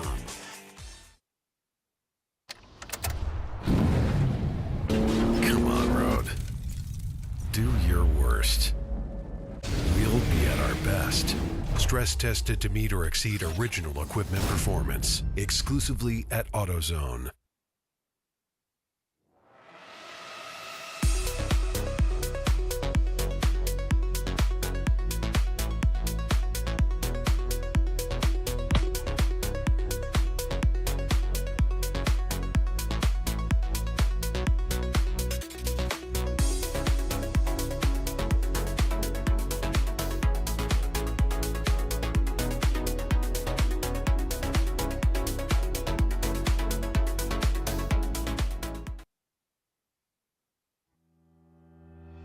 Lifeline USA is a leading manufacturer of onboard fire suppression systems. Lifeline's continuous commitment to research and development ensures that we supply the most innovative and cutting-edge products available. Used by the majority of the world's motorsport championship-winning teams and constructors, Lifeline has a proven history of success. Lifeline offers a complete range of fire suppression systems for all budgets and needs, and we continue to push development and limits on both extinguishment materials and our patented delivery systems to make the race car environment almost as safe as sitting on your sofa at home. Every kit has been designed for a professional and simple installation. For more information and to purchase your ChampCar fire suppression system, go to www.lifeline-fire.com. Located in Northeast Ohio, with 40 years of combined experience, Money Shift Racing knows how to deliver performance and safety, offering everything you need to get your vehicle and drivers ready for race day. From safety equipment to full engine assembly and repair, in-house fabrication, 3D design, and rapid prototyping. Money Shift Racing. Performance done right. Frozen rotors from Diversified Cryogenics deliver increased performance and a higher level of safety, while significantly reducing braking system costs. So to tell you a little bit about the durability of this product. So we have seen an incredible extension of the life of our brake rotors using frozen rotors. We've gone from brake rotors every other weekend to 6 weekends on one set of brake rotors, and I think they can go farther. The durability has been amazing.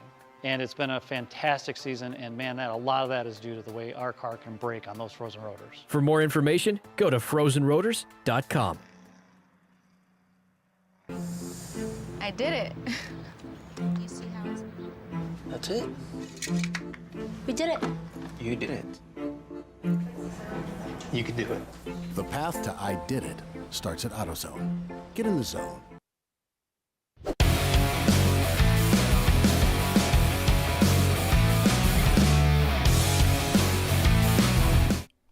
All right, back here at Virginia International Raceway for the Lifeline 24-Hour Classic. Paul Veltum with Brian Belansky and David Haynes and Bill Strong. We're calling the race for you. And so far, the status quo, we got Visceral Racing Group falling through the standings as they have retired that car. Atlanta Speedworks has returned to the racetrack. So after 473 laps, we have Pinky's Out Swap leading by 16 laps over Atlanta Speedworks, followed by PTS, Visceral Racing, Raceworks, Rubin Performance, Wheels America, Rockwell Autosport, RRT Racing, and Team Honda Research in the 721. And that's our top 10 right there. There you go, a little race recap for you. That 248 cars run up front pretty much the whole race. That team Pinky's has won the last 4 VIR 24s. The team car went out early. Early-ish. I mean, it ran up front for the first half of the race, and then it went out. That Visceral Racing we were just talking about, they broke a ball joint with 2.5 hours left or so while they were in second place.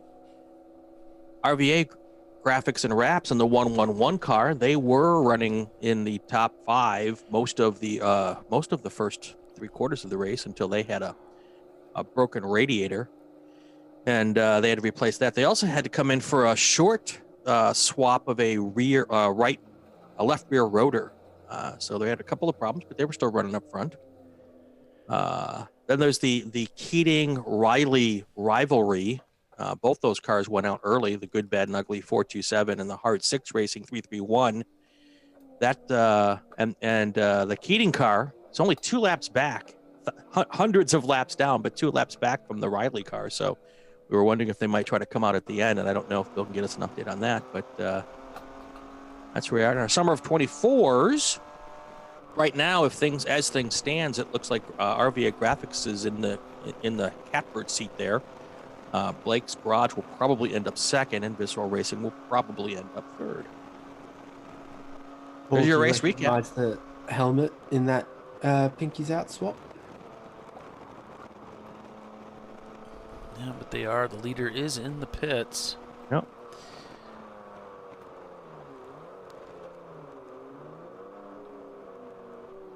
And of course, now all these stops could be final stops for these cars. Should be. Yep. You'd hope that'd be the plan for almost everyone. Right. Pinky's Out, definitely achievable.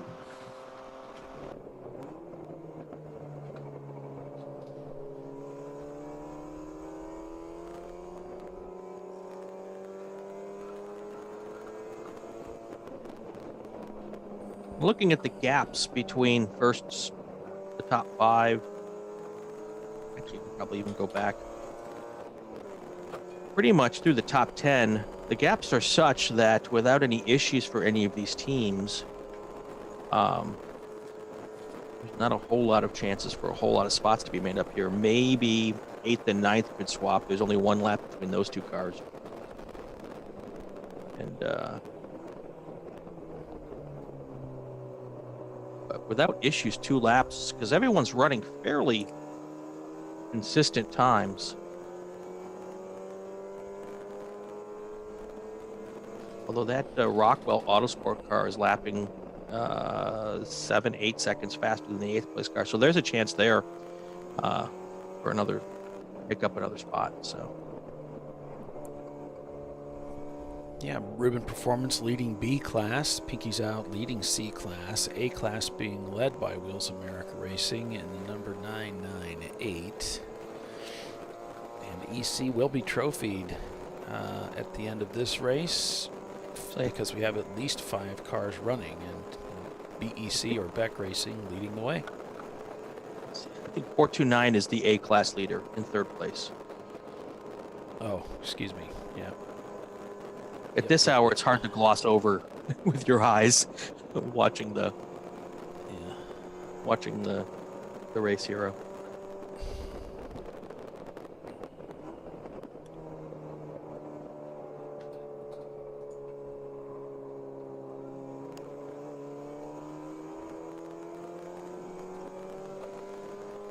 A very calm, collected final stop here for Pinky's Out swap.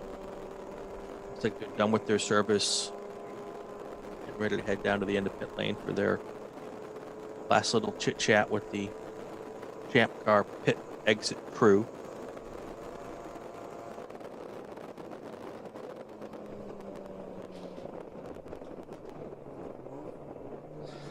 I've watched a couple of my own stints back, and it's funny. The people at pit exit, it's like racing. Once they take that time or often tell me to go, like we're racing, and I always say thank you. I watch the video of myself, and like I arrive at the pit exit thing, and I say hello, and I show my wristband, and they check my hands, and I say thank you, and before I go. Well, I mean, it's a polite racer. I know. Imagine how friendly I am in like an actual like fast food drive-through. Yeah, those folks have been out there for 24 hours. Yeah.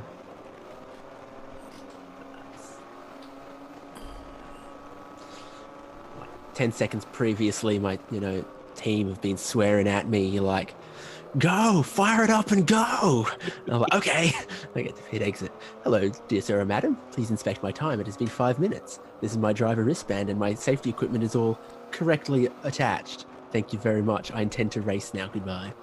But and that's the one crew that you really want to be respectful for, because they could hold you for an extra 2 or 3 seconds. Just like, "Oh, sorry, I think I've got to double check your hands for the 33rd time." Exactly. Like, are you sure that Hans device? Let me check that Hans device again.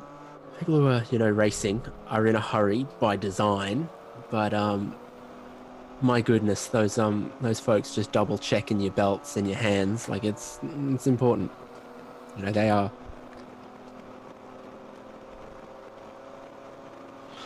They're like that sober friend babysitting the drunk ones at the end of the night out who don't actually want it, but need to be looked after. That's us as racing drivers. Someone else has kind of occasionally got to step in to save us from ourselves as well. Or just double check our own oversights and our blind spots that get missed in the hurry of the whole dealio. What is this drunk you're talking about? I don't understand. Yeah, well, you're the one that, you know, needs, you know, help, obviously. I'm from Wisconsin. I know what drunk is. Yeah. Statistically, yes. You know what you need in Wisconsin to have a town? A bar? A stop sign and a church. I'm just looking back over my notes to find a people group we have not yet insulted, and we're doing pretty good. We've just about cleared all of them. We're working on it. As long as I'm here, we'll check the boxes.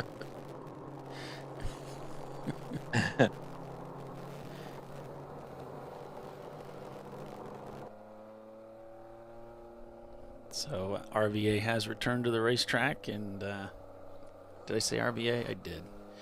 Sorry, it's Pinky's out.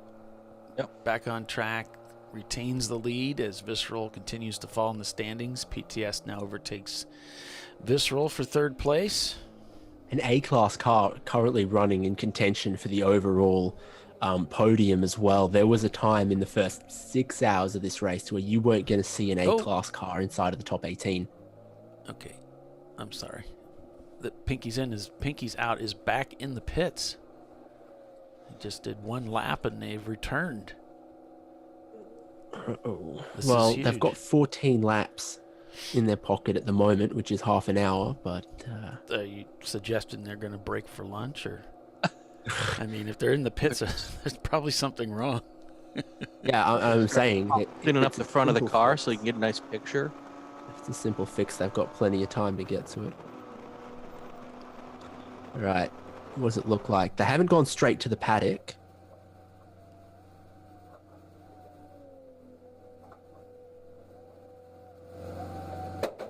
They're being held for X amount of time. Oh, they got held.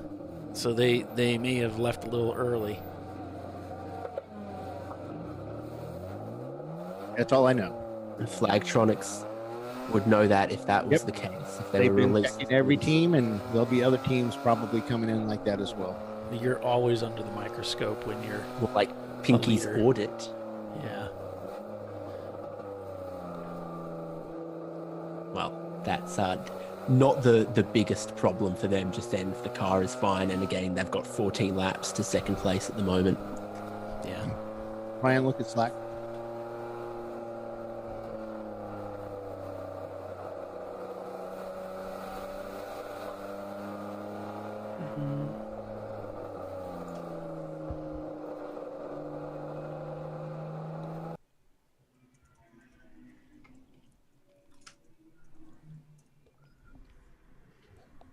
Beautiful conditions in the morning for the final stint for those drivers who've been getting in at this most recent round of the pit stops. Ideas on the temperature? Is it still relatively cool in the morning, or does that sun take effect rapidly? It's actually kind of cool outside. It's still humid, but it's not bad. A bit brisk, a bit fresh. Yeah, Tiffany just walked up here. I saw her, so she's out of the car. Yeah. Thanks, Brian.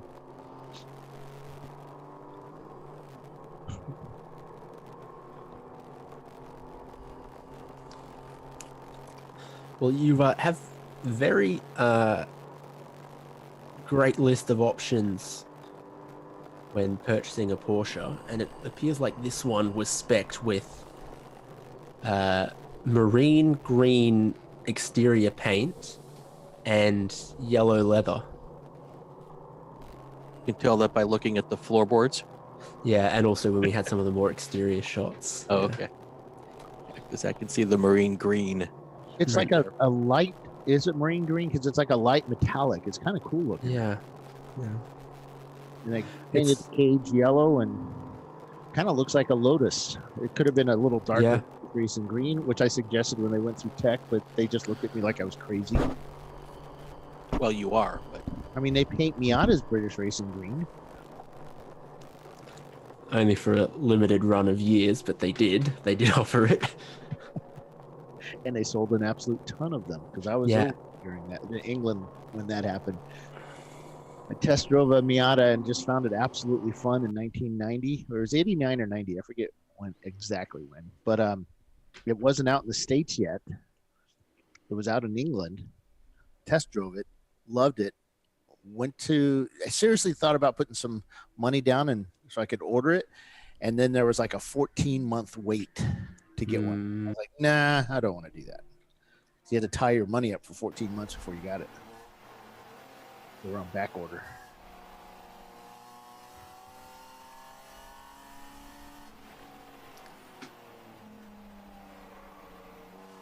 Is a Miata as popular in the state or in Australia as it is in the States? Yeah, they were, especially the first two generations were popular, and there's plenty of them getting around, and they're starting to creep back up in value. So yeah, because you get a lot of J-spec stuff, don't you? Because once they fail the MOT over there, now you guys have a pretty strict MOT as well, don't you? Vehicle inspection each year, or no? I don't think so. No. But you're right that not only a lot of the Japanese brands and their products sold new in Australia that maybe didn't reach the US, a lot. It's relatively straightforward for second-hand cars to make their way from Japan to Australia, and even more straightforward for them to go to New Zealand, where it seems like every second car on the road is, living in retirement after its first life in Japan. And that's pretty cool because a lot of the Japanese spec on some of these cars is way higher performance than what we get over here. Yeah, there's some. Oh, for example, I saw a V12 Toyota Crown limousine the other day, and to me, like, those are actually pretty cool cars. Closest thing to like a Japanese Rolls Royce. Yeah. Just they have a V10 or V12. I think it's a Toyota V12 in it. Yeah, it's a V12. Yeah. Not very fast V12. Some guys have brought them over. They sound really good. They just don't have they don't have the LFA. Yeah, but they were never meant to be a performance engine. They were just meant to be large and very smooth, and that's the point of the Crown. Not a performance car, but a bit of a Luxo barge with a bit of Japanese refinement to it. Cool car. One of the things you see quite a few of getting around is the Nissan Stagea, which was almost a sort of wagon Skyline GTR. Overgears back here. It's in the box, top. Sorry.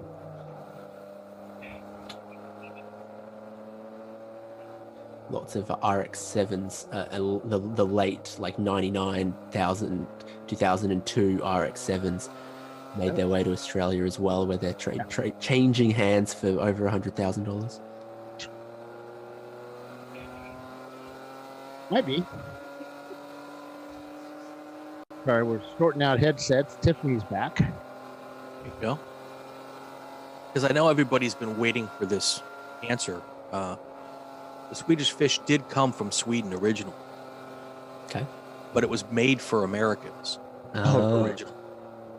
But so yeah. The Swedish snack equivalent of Foster's, like deliberately designed for export. In Sweden, it's called the pastel fiska. Oh, cool. Which is pastel fish. Okay, I'm done. Good facts. Brian's useless fact number 74. We need That's right. Useless facts are good. Polly, we need theme music for my useless facts.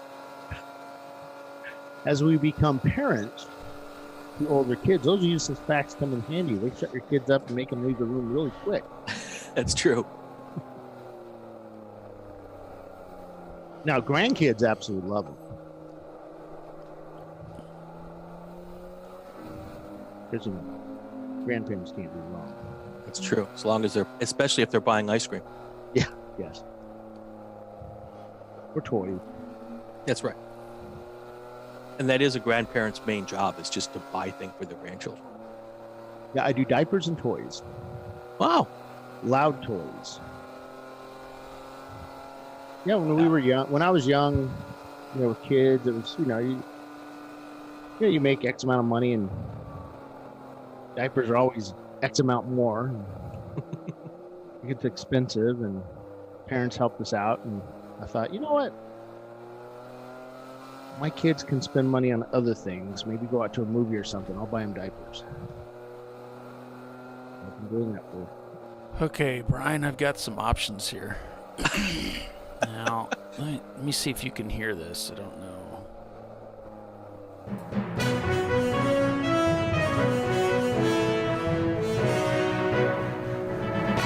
That sounds like breaking news for when we have a car that's gone out. That should be good breaking news. A little long. Oh, we never did that thing. Okay, so maybe not that one. Let's try this one. Oh, it's the same. Okay. I like that one better. What's this one? There we go. Not great news in the world. Or just use a clown horn.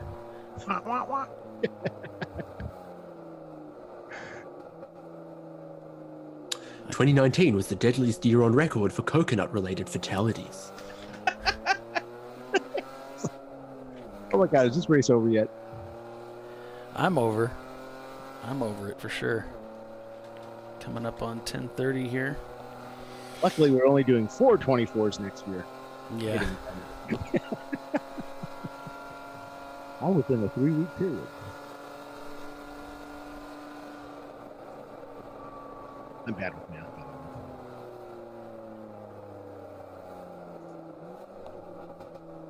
People still listening to this show?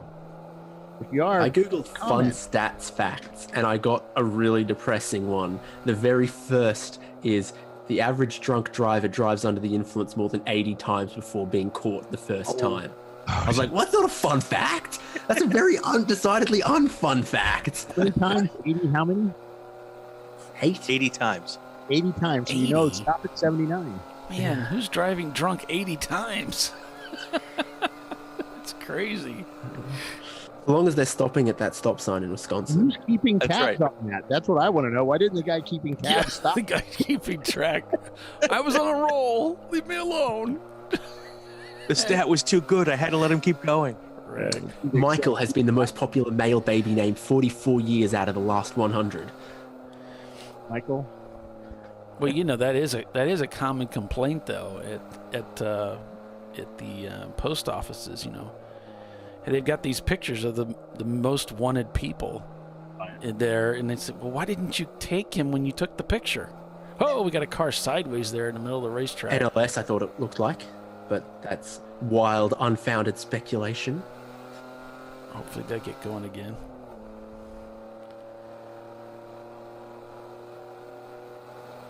Well, we got the Flagtronics unit back from that car that caught on fire. It smells like burning. It's fire extinguisher. But it still works. At least we've got our priorities straight. We go in, take the Flagtronics unit out. Dang, the electronics.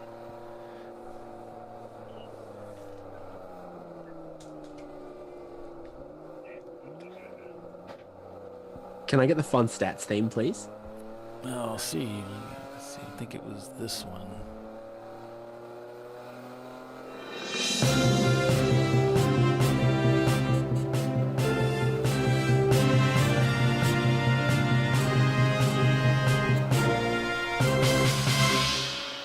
The average American eats nearly 13 pounds of ice cream per year. As of 2017, the average American will eat an estimated 12.7 pounds of ice cream each year.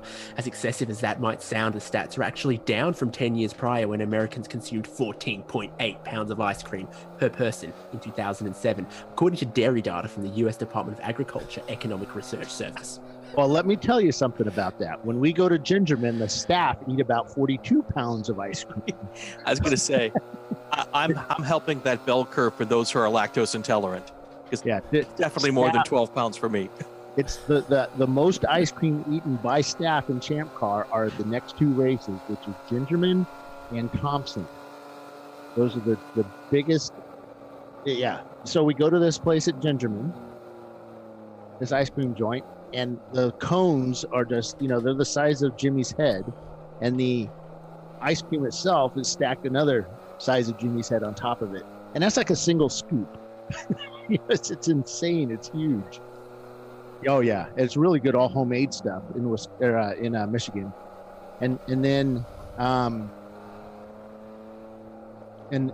yeah, who measures ice cream by the pound? We measure that stuff by the gallon, like Americans.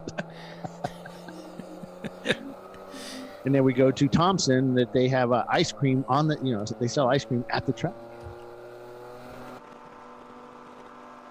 It's a weird thing of Australian packaging where a tub of ice cream, again, is measured by volume, but ice cream on sticks is measured by mass. Oh. And why exactly do you know that? Oh, because I bring up the average more than 12.7 pounds, and when I'm... Yeah. I will note that during one of our breaks earlier, David was enjoying ice cream on a stick. Yeah. Oh, I bought a box of 20 of those. They were on clearance for 20 for $6 Australian. So I just have one a day every day. Have a Costco? Yes, and we have Costco. Yeah. Nice. Not a great number of locations, but there might be 2 in Brisbane. I've never been to one stateside or here because they're not near where I live. But, just have to go for lunch. Yeah. The nearest one to me is genuinely like 20 miles away in a part of town that I never go to. So I'm not opposed to it. It just never crosses my routine. I don't hear you. But now. Trying to get Tiffany Alexander on it. I'm trying. We're getting real cramped up in here in the 5-man booth.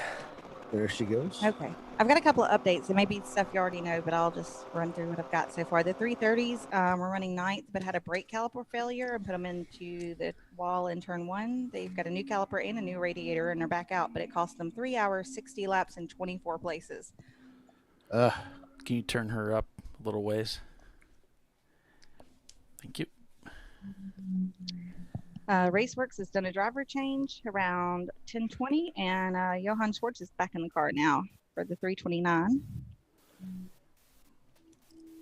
RBA is back out with a new radiator. There's RBA right there. Yeah, looks like they're going back in, just as we mentioned them. Oh.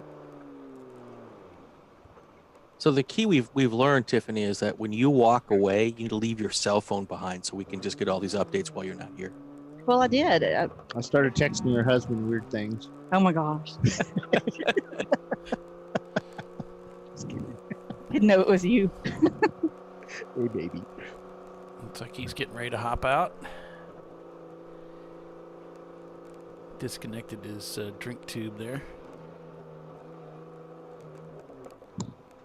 So this is my first 24 that I've driven in. So it's frequent that I call these 24 races with you guys. And also when I do other races, I'll do the broadcast and drive. I'll swap back and forth. That's not been a big deal. As long as the team has enough people to do their other stops. Getting back in the car today. It's hard. Wow. I mean, I knew that I was tired, but I would forget to upshift, or I wouldn't remember what gear I was in. I'd be like, oh, what gear am I in? Mm-hmm. See, in a 24, though, that happens. That is not just for what we do. I mean, the guys down there do the same thing. Mm-hmm. That's why at the end of the race, you just see these little mistakes that you never saw at the beginning of the race, because fatigue really sets in. It just affects your short-term memory, kind of, and most of our teams are guys doing not just driving, but they're crewing and doing all that. They've been up all night, just like going me. to get the fuel, and it's a lot of hard work. Whereas the pros, they go back to the trailer, get a massage, go to sleep, and get a full breakfast and stuff. If these guys had a cinnamon roll, they were pretty lucky. I did see a lady carrying a big tub of biscuits that looked rather fabulous. Like, oh, that no curbs. And Tiffany, imagine how much harder that would have been if it were 10 or 15 degrees warmer this weekend. Oh yeah, yeah. I mean, it's August in Virginia. It could easily be 90 degrees with 100% humidity, which we've had over Absolutely. 90 degrees. So you guys have been that bad. I mean, fortunate I- weather-wise. Yeah, very. And the cool suit worked the whole time, but I'm still, my balaclava, my cool shirt was soaking wet when I got out of the car. Yep. And I had to pee. Yeah, I did 2 stints with Visceral Racing 2 years ago, and that was rough. That was hard. All right, well, we'll go ahead and take another quick commercial break and be back in a few. You're watching Champ Car Live, presented by AutoZone. Pinky's Out is your leader. We'll be right back.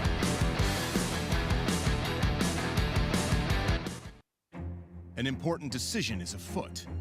This man is about to buy tires on TireRack.com. Tire Rack is the leading online retailer of tires in North America and a repository of advice and expert reviews. And it's done! All that's left is to arrange for safe, easy installation at one of our independent recommended installers. Well, I guess he did that too. TireRack.com, the way tire buying should be. Come on, Road. Do your worst. We'll be at our best. Engineered to meet or exceed original equipment performance exclusively at AutoZone.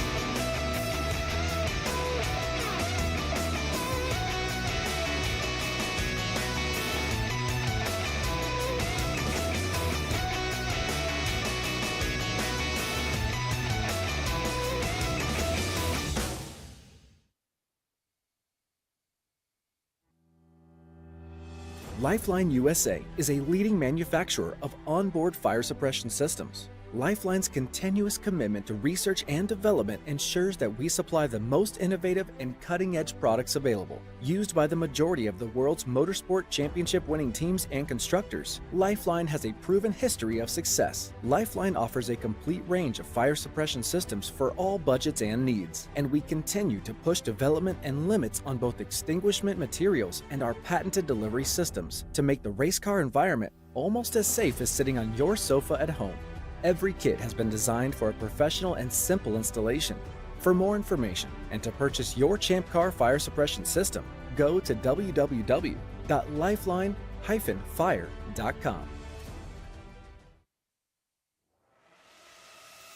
RVA Graphics and Wraps is a full-service design, signage, digital graphics, and wraps company located in Richmond, Virginia. With over 20 years of experience, RVA Graphics and Wraps offers premium signage options for your business. We are dedicated to offering our clients best-in-class service in all aspects of graphic design and application. For more information, visit us on the web at rvagfx.com.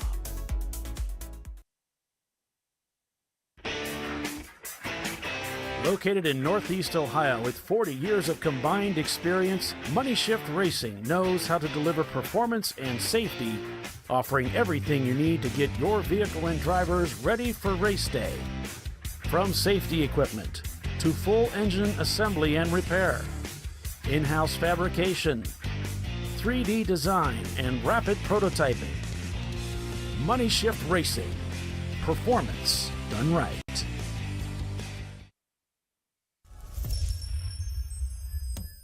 Frozen rotors from Diversified Cryogenics deliver increased performance and a higher level of safety, while significantly reducing braking system costs. So to tell you a little bit about the durability of this product. So we have seen an incredible extension of the life of our brake rotors using frozen rotors. We've gone from brake rotors every other weekend to 6 weekends on one set of brake rotors, and I think they can go farther. The durability has been amazing. And it's been a fantastic season, and man, a lot of that is due to the way our car can brake on those frozen rotors. For more information, go to frozenrotors.com. Nice. Yeah, I heard about this. So I would actually go with the full synthetic. Ceramic pads. So for the Duralast rotors. I did it. Do you see how it's... You did it. That's it. We did it. You did it. You can do it. The path to I did it starts at AutoZone. Get in the zone.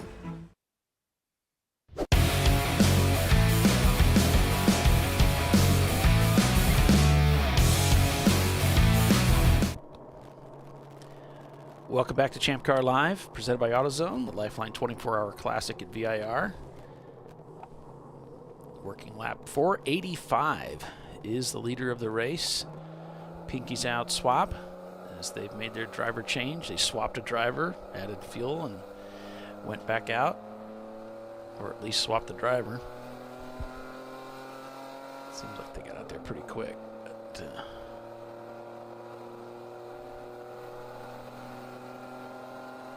I should say that was RVA. Got my cars confused. It was RVA that was in. They have rejoined the race as well. Can you hear me? There we go. I got the right one. Couldn't figure out which one. So we want to clarify that Huggins wasn't brought in for going over stint limit or anything. They came in because they left the gas cap off, and they did a lap and came back in to get the gas cap. Got it. Just clarify that. Yeah, it's kind of scary. Still miscalculated that one. You ever get halfway to work and you're like, I forgot something? Yeah. What I hate is getting in the driveway, get all the way down the driveway, realize I left my phone and my glasses. Don't even have a chance to like, oh, heck with it. I'll come back and get it later. My parents' apartment at the moment, and the other day, I parked the car. I came up several floors in the lift. I got in the house, and I was like, damn it, my phone's in the car, so I got to go back down in the lift, open the garage door, unlock the car, get my phone, lock the car, close the garage, come back up in the lift just for my stupid phone. It's annoying little things like that, isn't it? So in the RVA car, the last driver going in is Farron Davis, and he's going to finish the race. I believe we saw that stop just earlier. And he just loves sticking his left hand out there and catching some breeze. We've seen this all day. Yeah. It's good. And what did I drive? Oh, it was the HJ Miata where they've got those NACA ducts there in that position that direct a bit of air in closer towards you, and down a long straight, take your hand off, put it in that position, dry out your palms, stretch out your fingers. It helps. Once you get in the habit of doing that, then you find yourself doing it every lap like this fella. So several people on the YouTube chat are saying hello to me, so hello to you guys too. Timothy and the grandma and Marky the farmer, I think too. Not grandma, it's grandmama. Grandmama. Yesterday feels like it was like last week. Yeah, my sense of time is warped as well, but by a more peculiar phenomenon. I've been staring at this screen and timing screens and such for many hours at this point. When it was dark in the pictures on the screen, it was light out my window, and now it's gone dark out my window. The sun's risen in these pictures, and it's like, wait, I got to remember that it's not actually like what the time of the day is, and it throws me around. That's interesting.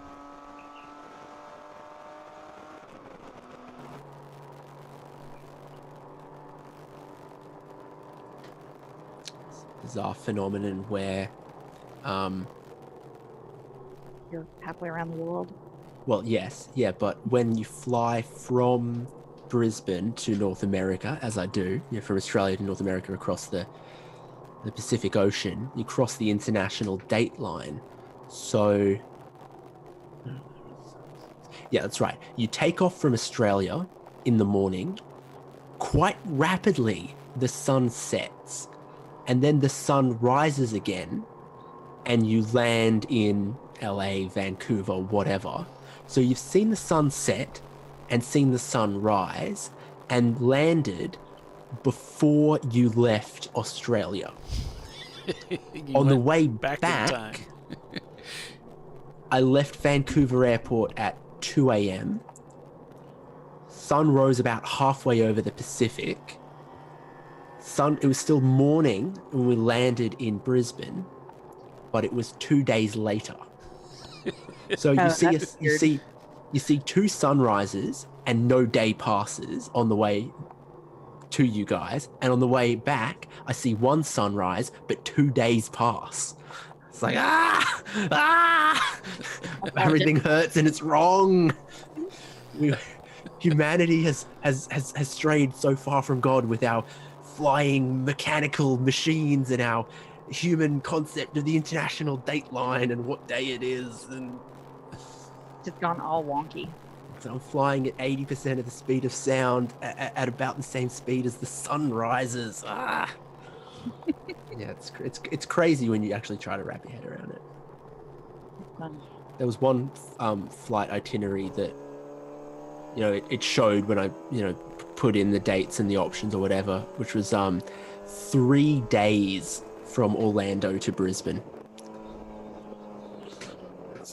Like, I didn't end up taking that because it was pretty poor, but it's insanity.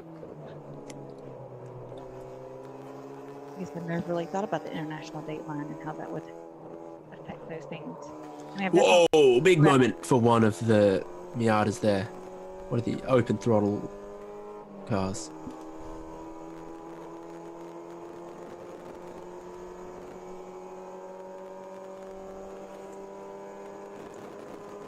Kind of racy out there, huh? There's 3 of them, so everywhere you look, they should be doing something, but hopefully that car was fine. It did get a bit sideways after NASCAR before the lower S's. Kick up a bit of dust.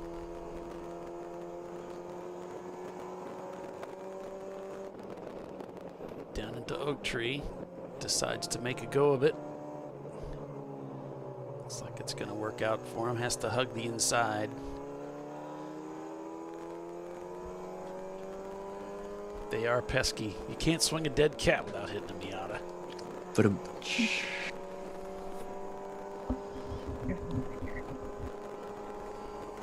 there's a BMW lurking about in the rearview mirror of the Blake's Garage Miata, looking for a way by. Might come around the outside here. There they are. I think that the thing these days is you can't swing a dead cat without hitting a 9 Lives Racing wing.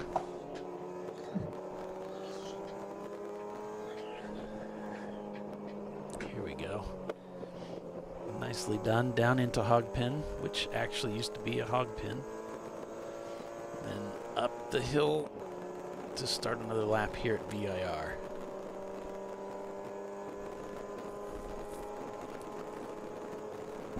Can someone please tell me who's in the 337 Hujaz car, please? I don't think anybody is.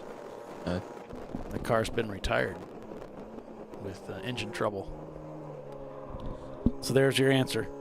No one. Alex Albert was one of the last people who was behind the wheel. He set the fastest lap, and then it didn't last much longer after that. It's a real shame. I hope it's nothing major, because that's a good engine.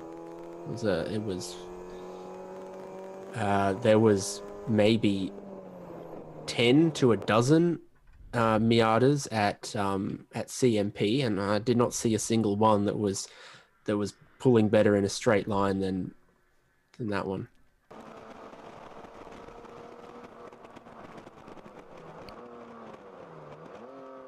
So some of the Miatas here must be swapped because they were even pulling me on the straightaways, and I'm driving E36. Like, that doesn't happen. True Racing had a K-swapped NB Miata at Sebring, but I believe it was in EC. It was a new build for those guys, and there are definitely some people getting around with some, I think, GM Ecotech swapped Miatas around there. That swap seems to do really well, the Ecotech swap. Yeah, it's torquey and more powerful. The K swap is kind of revier and more powerful, but also with the advantage of the Honda K motor is significantly lighter than the Mazda motor you'd be replacing. It's like, oh, do you want 30 more horsepower and also weigh 30, 40 pounds less? Wow. Okay. And of course, that has a big effect on your center of gravity as well, in what most people would consider a pretty positive direction.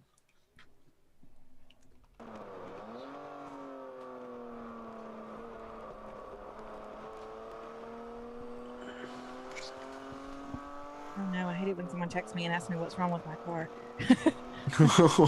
Oh no! I didn't know anything. What?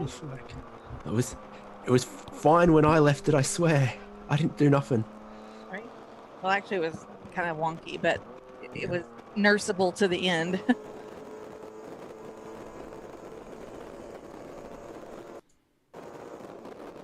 It started to do some weird thing on that that sharp left-hander.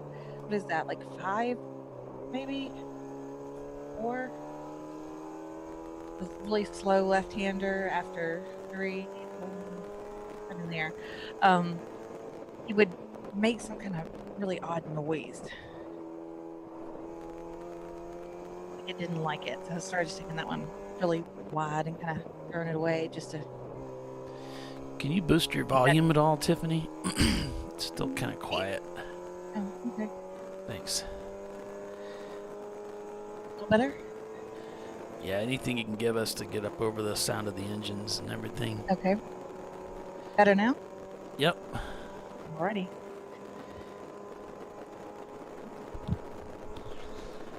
Paulie? Yeah. May I have the fun stats music? Oh, certainly. Let's do for that. For the last time. For that, I'll request it. If my player wants to spool up, there's a lot going on here. There we go.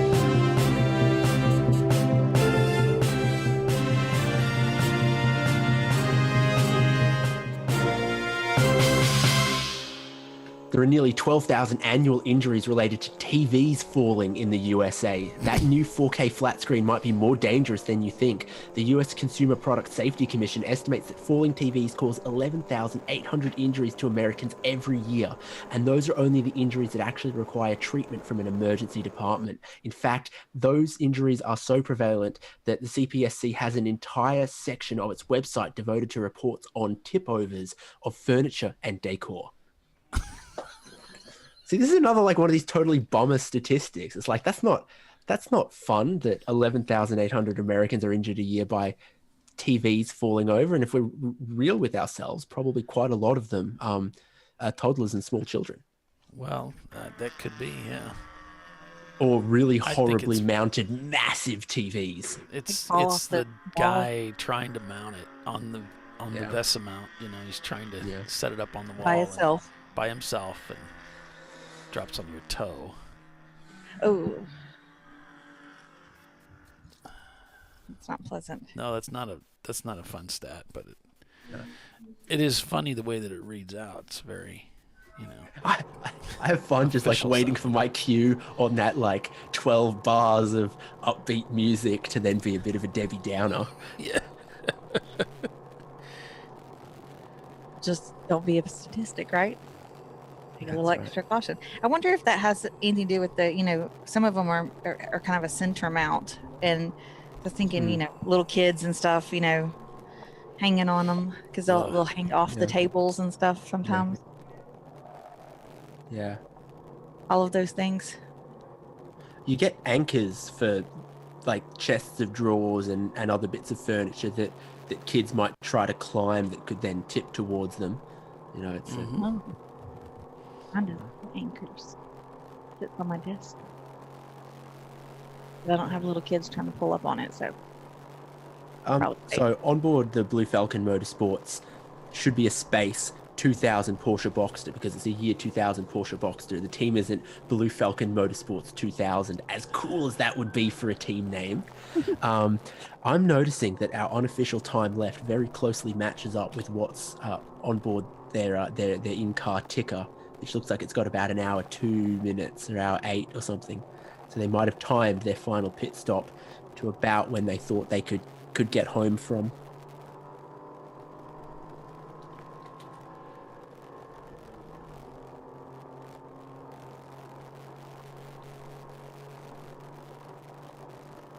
No, the car that I was in looks like it's just sitting in the pit stall.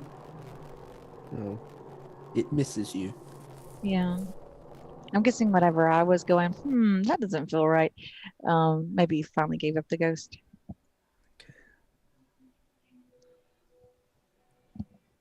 Completely revealed itself.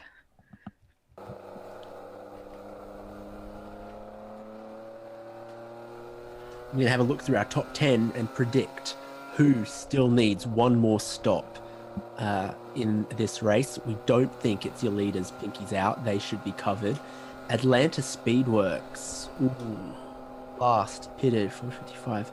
21 laps ago, 22 laps ago.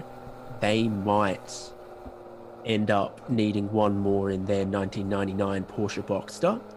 Running third overall, the PTS A-Class BMW 318 Ti. Now, the A-Class cars are often quite economical, but the last stop for them was 23, 24 laps ago. And that could get a bit close. And Ruben Performance returning to the race. Raceworks 2004 BMW 325 will be all good. They stopped about 15 laps ago. Yep, and you're right about Ruben Performance Garage having made their final stop in their 2006 Mazda Miata. It's in B class, so it's got to be an NC. And it's a 2006, so they are going to be all good to get to the end with a final hour.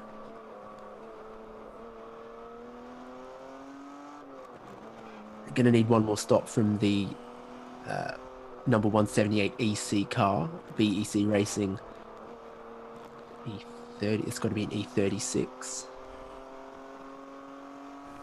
W.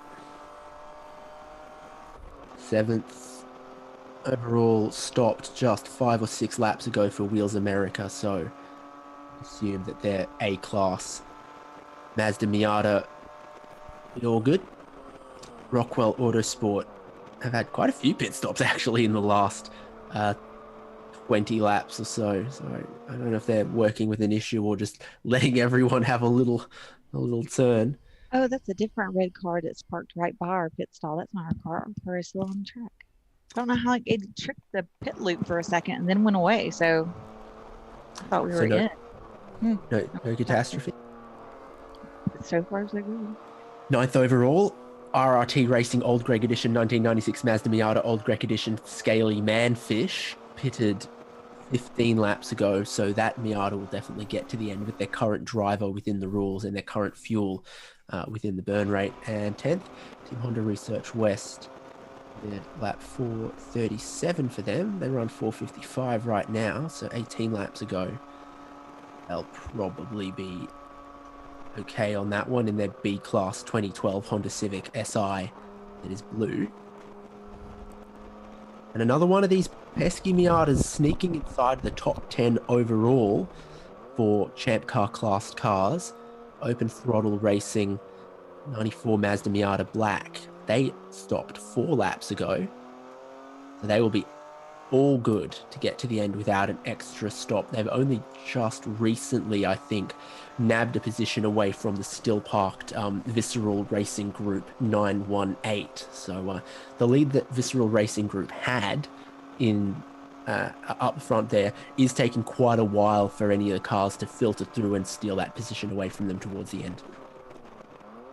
So what's the over-under of how many more times David's going to say scaly manfish in the next hour and 3 minutes?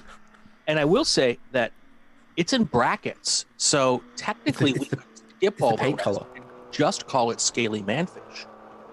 Yeah, it's the official name of the paint color for that entry. Very nice. Yeah. Yeah. I like that. And did you see the offender? Yeah, he fled the bank in a scaly manfish colored Mazda Miata. Authorities tonight are urgently seeking information from the public relating to. Yeah, you see, like it goes well.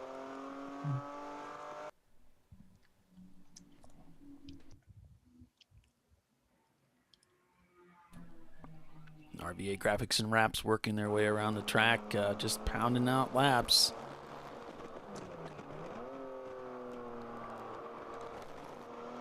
Amy says she's got, mad respect for the team who's running 8th, and their best lap time is a 2:24.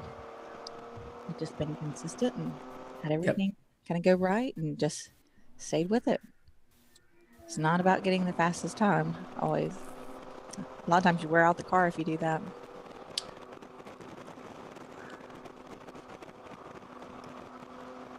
Mad respect for them too, though. Yeah. That's such an endurance racing kind of spirit thing, which you got to reward, you got to appreciate in a race like this. Is they've not got the fastest car out there, but they've kept it running, they've kept it consistent, and obviously their strategy has been, spend the time out on the track moving forward, not in the lane or in the paddock. So that's nice to see. Absolutely. That's the ROT Racing Old Greg edition. Mazda Miata. Scaly manfish. Old Greg. They're going to get a top 10 and they're going to drink Bailey's out of a shoe. The shoey? Out of a scaly manfish shoe.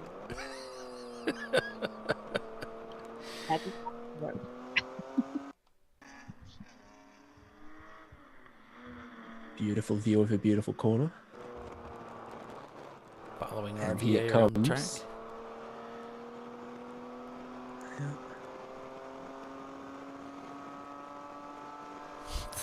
So I believe every driver should put their name on the side of their helmet right in that same spot. So convenient. Yeah. That's helpful, very helpful to us. That's where I'm mine's going to at. put a collection of stickers in that position because I've got a sticker from just about every team I've driven for, so I could line up a HJ sticker, Daring Greatly, Bems, and Chattahoochee. We are coming up on the 1 hour to go mark. Yep, so as good as time as any, we'll take a break and be back in a few. Pinky's out, leading the way at lap 493. Stay with us. We're right back.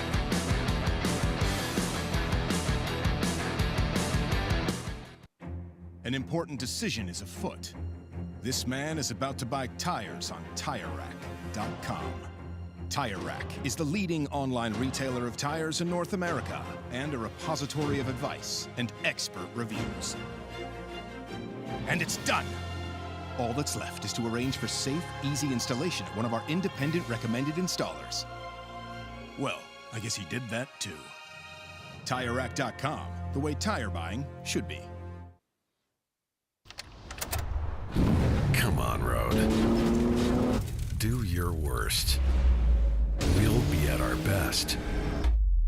Engineered to meet or exceed original equipment performance exclusively at AutoZone.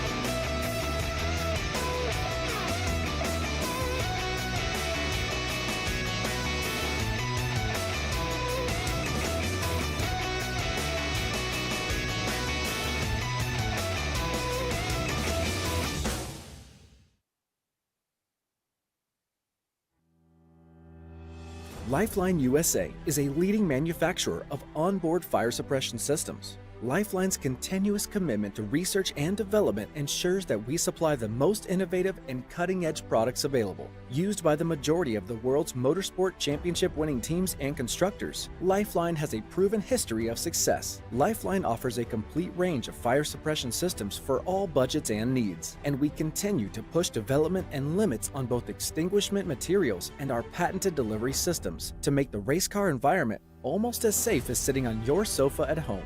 Every kit has been designed for a professional and simple installation. For more information and to purchase your ChampCar fire suppression system, go to www.lifeline-fire.com.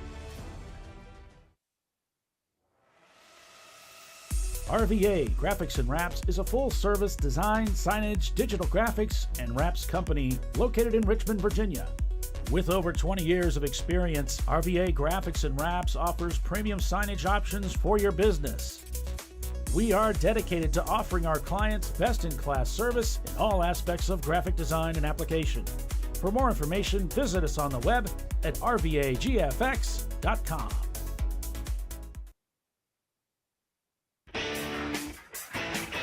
Located in Northeast Ohio with 40 years of combined experience, Money Shift Racing knows how to deliver performance and safety, offering everything you need to get your vehicle and drivers ready for race day. From safety equipment to full engine assembly and repair, in-house fabrication, 3D design, and rapid prototyping. Money Shift Racing.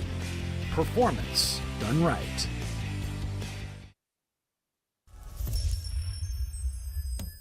Frozen rotors from Diversified Cryogenics deliver increased performance and a higher level of safety, while significantly reducing braking system costs. So to tell you a little bit about the durability of this product. So we have seen an incredible extension of the life of our brake rotors using frozen rotors. We've gone from brake rotors every other weekend to 6 weekends on one set of brake rotors, and I think they can go farther. The durability has been amazing.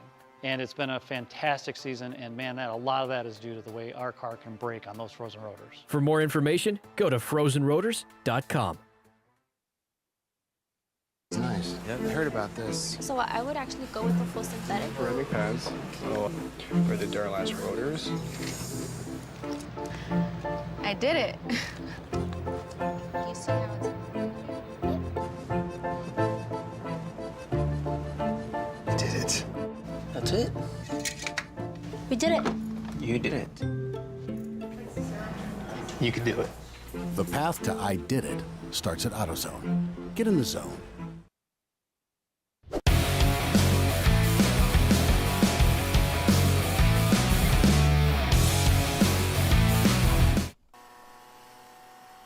Behind the wheel with Danger Racing as we return to VIR for about another hour is all left of this 24-hour race. If you can believe it, 23 hours completed here at VIR.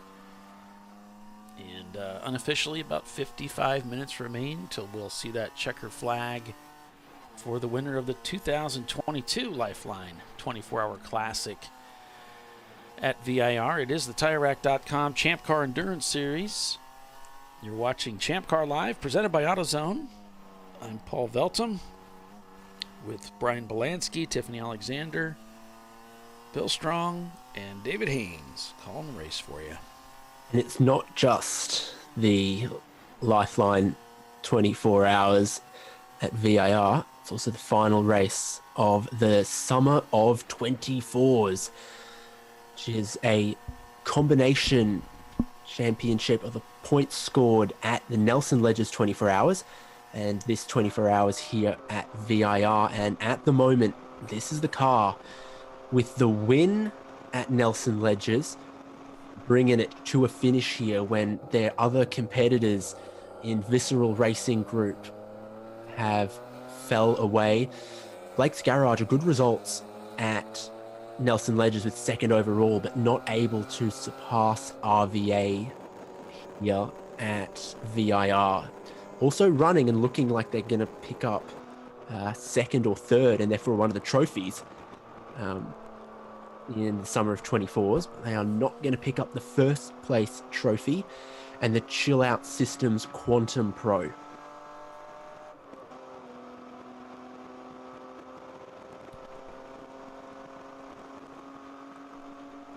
So there's that. What's also interesting is the 918 Visceral car. This always fascinates me. It went out almost 2 hours ago now, and it's only dropped to 13th place. Welcome to Endurance Racing. Yeah.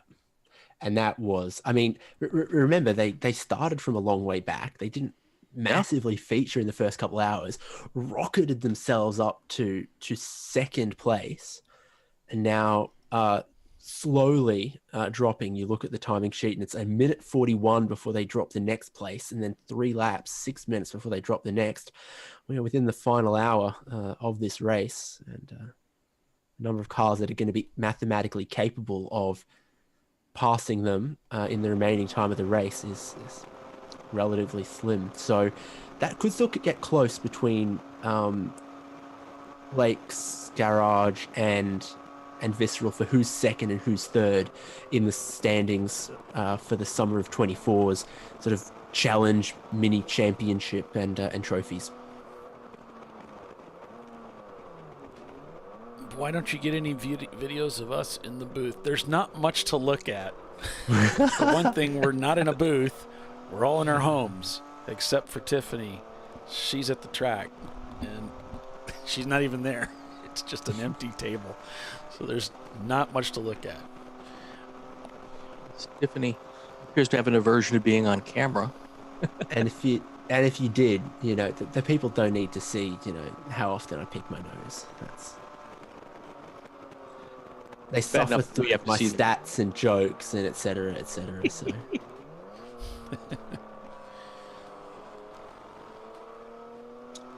I mean, there's too much of a good thing, so. Yeah, when it's something like when I'm at the racetrack and I'm running the show usually, and I've got somebody with me, then I would do it, especially if I'm with Bob Barsha. You'll have it. And that's simple to do because you can kind of do it with a webcam even instead of the wireless cameras. Yeah. It's even simpler to set up if you want to.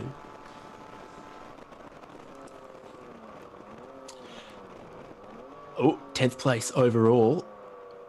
Open Throttle Racing 1994 Mazda Miata have just set their best lap of the race so far. It takes them underneath the best lap of RRT Racing, and means that RRT Racing is still holding on to that title of the slowest, fastest lap inside of the top 10. Oh, and looks like we're going to have 4 A-class cars in the top 10 at the end of this race. Very possible. They were nowhere in the first 6 hours, and the fuel economy and the reliability of those smaller displacement cars, and just sort of sheer force of numbers and perseverance sees them filter up into this top 10 and into the podium overall positions after 23 hours 10 minutes. It just they sneak up on it.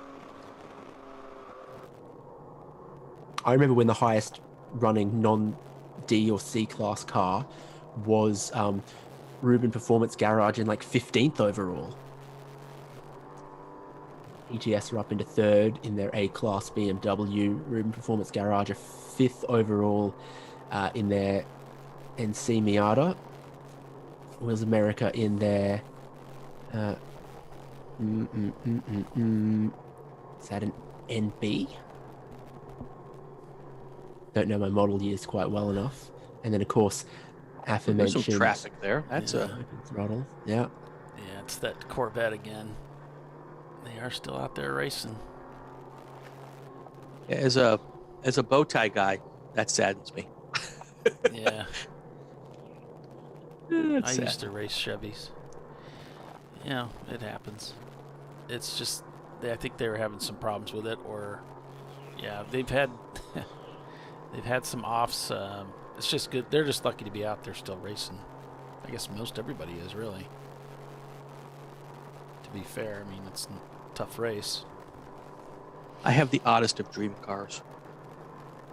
1988 Corvette. Yeah?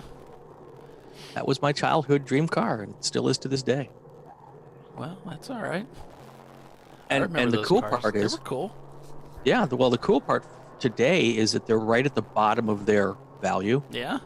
Awesome. So you can pick one up running for under 10 grand now. Everyone's woken up to what a horrible car they were. They'll sell cheap now, and then give it a couple years, and nostalgia will kick in for everyone else, not just Brian. Yeah, they weren't good cars. I don't think there was a long run there of Corvettes that weren't very good cars, but they're cool. Well, so the thing with the 88 is they actually fixed a lot of the problems of that style in 88.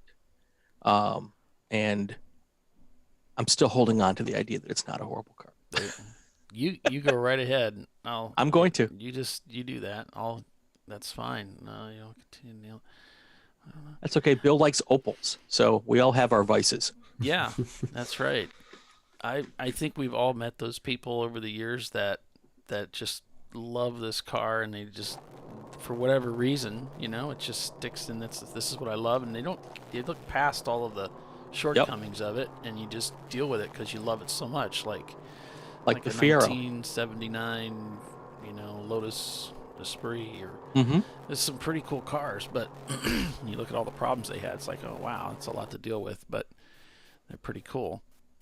Nothing wrong with that. Stupid car from my youth that I'd like is the sort of early 2000s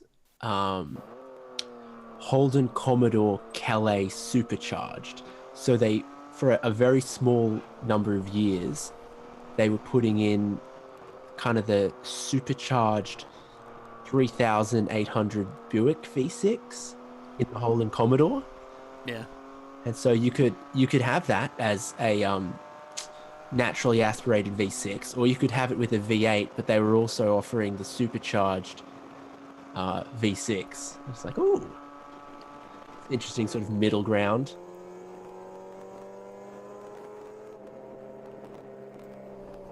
So do we want to run the numbers again on where we think Blake's Garage stand against Visceral for second and third in the summer of 24s? Well, we don't have a lot of time, but I guess we can squeeze it in and try and shoehorn it in here. I might have to stop. I might have to, omit. Cut me off if I run for 47 minutes.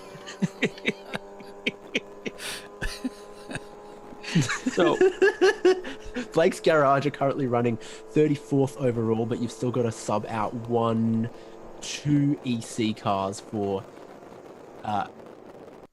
32nd overall. Add that to their second place, and we're at 34 total points for Blake's Garage. Right. Yeah. Now, Visceral 918 comes from a starting point of 15. They are currently 13 for a combined 38?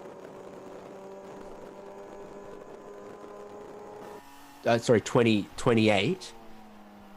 So Visceral would still need to fall, is it 6 more positions or so? Right. In 45 minutes. Okay. And there's 10 laps between 18th place and 14th place. I would say it's fair to estimate 15 more laps in this race for the cars that are behind Visceral. So, 46. Yeah, it looks like Blake's might be able to squeeze in there to grab second place.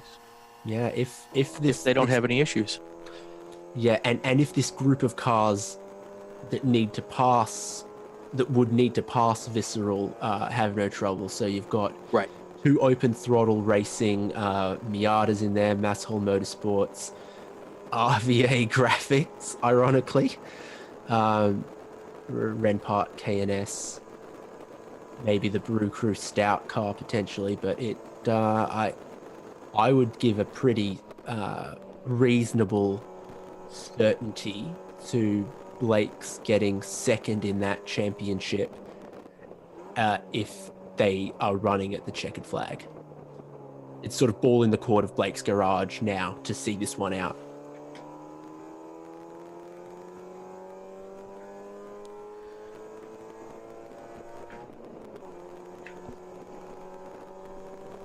We're all in agreement. Thanks, Paulie. Thanks, Brian. Yeah. Thanks, Tiffany. Appreciate it.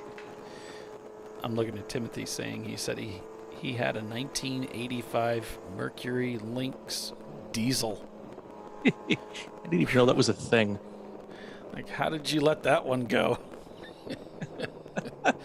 That's a jewel there. Whew.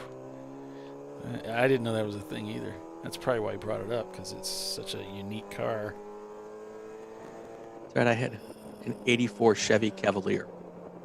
Oh, yeah. And not the Z24. No, those are cool, though. Those, what was that, 2-liter engine? Those things were tough, man. So good story with that car. I did my first autocross. Yeah?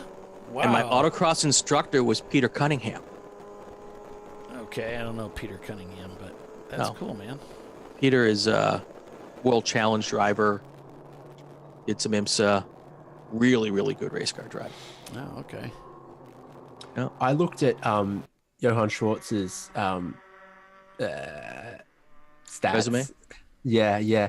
His pole and win percentages are being helped along very handily by a couple years in World Challenge, where his touring car category for things like the M235i, he was obviously very consistent and competitive in that for a couple of years. And I do believe, though, that was like the car in that category during that period of time. Oh yeah, I looked. It's what everyone else was kind of racing as well, which means it's fair that he nabbed pole positions at 3/4 of the races in seasons like 2019. Yeah. So RVA has gotten by Visceral Racing Group, the number 918. BEC Racing, the lead EC car, has pitted. We are now at 500 laps.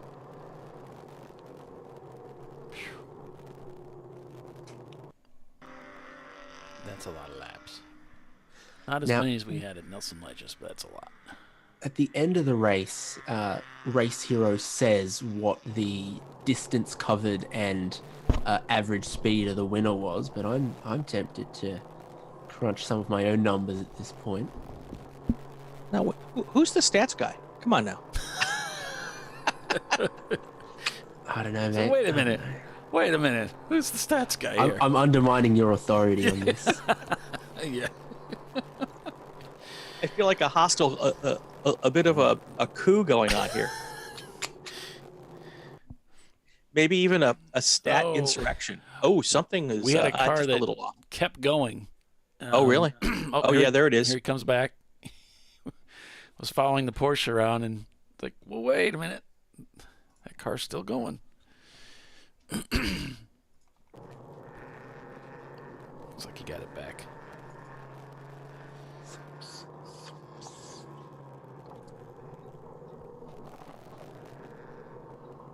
Oh, Mark, you had a Plymouth Valiant with a straight 6. Ooh, that sounds like fun. Or Doyle like a crop duster. Yeah. It's a Dodge product. Of course it did. See, I'm continuing my string of people we're pissing off. Yeah. Who else can I get in the last 39 minutes? Can you just text me if you'd like me to piss off someone else? Let's see, Native Americans. I'm for Vegemite. I'll fly back over and start swinging I've already fists. given you Vegemite crap. Yeah, that's fair. So the overall leader, has covered 1,641 miles so far, and might very well cover quite a few more in the last 40 minutes. Now, who's this? The leader. The leader? Yeah, Pinky's out. Okay. I just multiplied the length of this course by how many laps they've done, obviously, but it's you know that we've been racing 23 hours, and it's a pretty big course here on the VIR full course at 3.27 miles. It's as good as road courses come, but yeah, to then just type it into the calculator and go, hang on, 1,600 miles of racing is some. I would say I do have a bar, though. I mean, you mentioned Native Americans. That's probably the only group you won't hear me take a swing at. They've had plenty of problems that I don't want to add on to.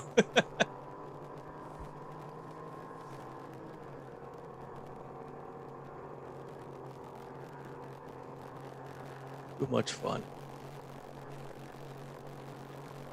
Usually I'm picking on myself, though, so. Yeah, it's more fun to pick You on already yourself. have. It's either fun to pick on yourself or you pick on Bill. Yeah, that's pretty fun.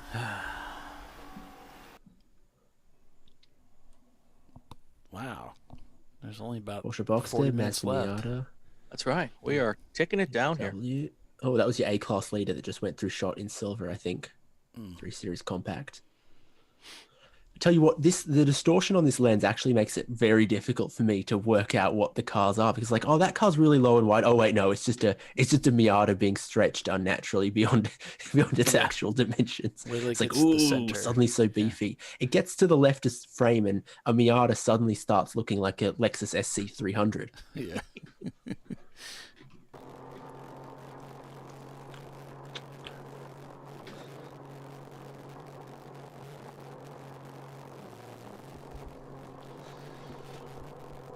Did we lose our one British viewer?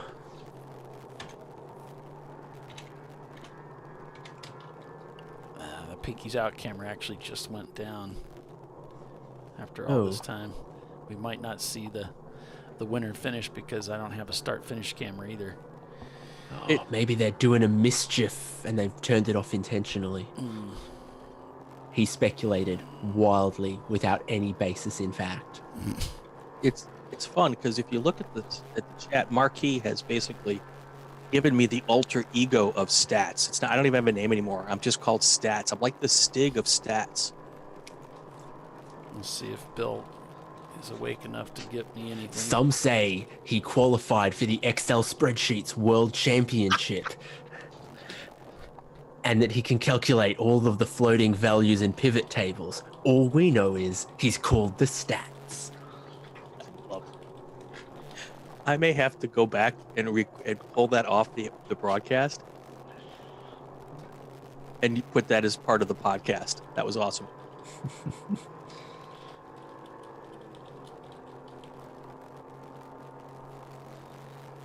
The most interesting stats in the world. And I lost Tiffany too. Maybe she just disappeared and went to sleep. I would not blame her if she was actually found, guys. Yeah, we might just have laying to down. Guess on the finish. It may be just the three of us here getting in. And David, what time is it now? Because when we first got on, it was like 4 o'clock your time. It's got to be like, what, 1 in the morning, 2 in the morning? Yeah, correct. Dude's a beast.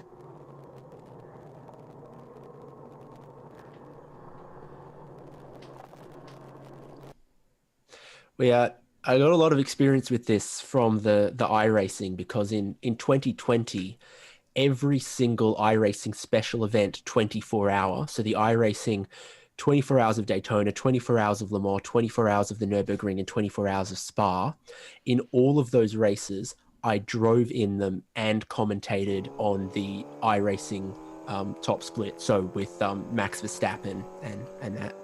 Oh, cool. So I did double duty of every iRacing 24 hour that year. Well, I did not make the top split for any of those races. But maybe I was the only person to compete in the iRacing 24 hours of Daytona while having COVID. That was not fun. Actually, it was a blast. It just so happened that my quarantine room was where my iRacing rig was, so it worked out perfectly. Wow. In January of 2020? In January of 2022. Oh, okay. Because I think in about January of 20, I remember this very, very clearly, that there was a point in about January or February, maybe very, very, very, very, very early March, where 4% of the total COVID cases in Australia were Tom Hanks and his wife. This was like very early on. There was like 80 confirmed cases, and 2 of them were Tom Hanks and his wife. And oh gosh, what movie came out recently that he was in Australia filming? That was the COVID movie, I'm sure. To the fun stats machine.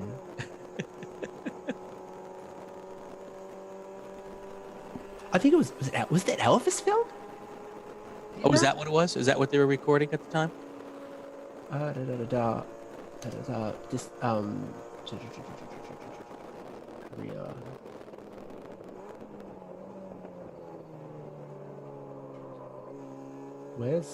List of Tom Hanks performances.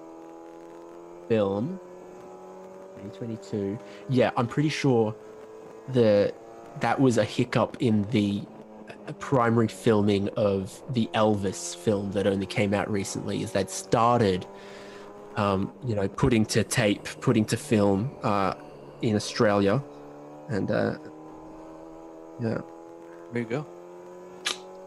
It's all linked. I got word back from Rodney Earwood that they are done because the throwout bearing that failed on their BMW also damaged the transmission. Oh, spun it up. So, that's not fun. Yeah. The throwout bearing exploded and it did something to the transmission too. So...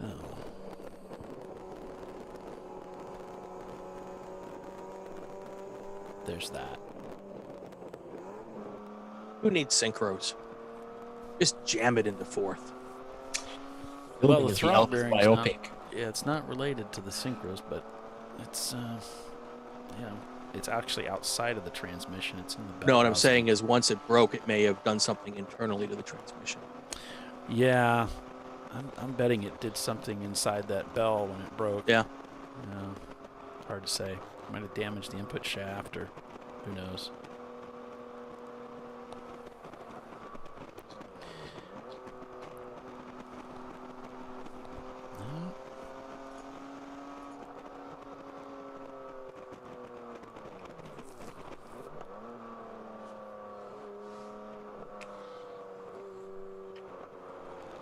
So how many more fun stats do I need to get a call back?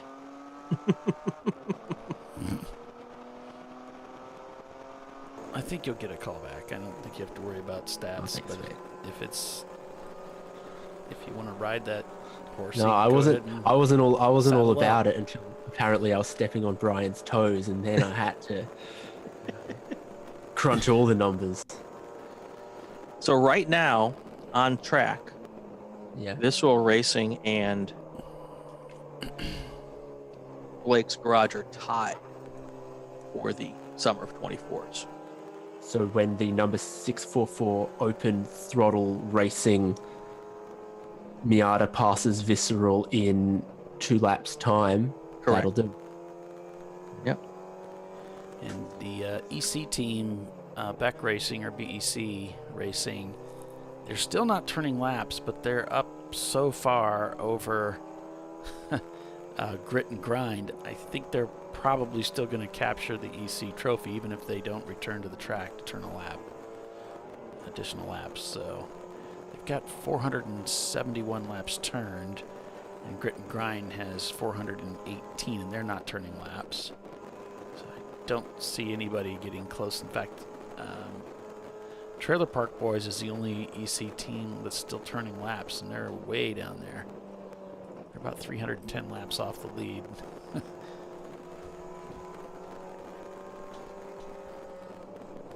Blake's Garage looking for a way by. Down the inside here. Through Oak Tree. Gets by.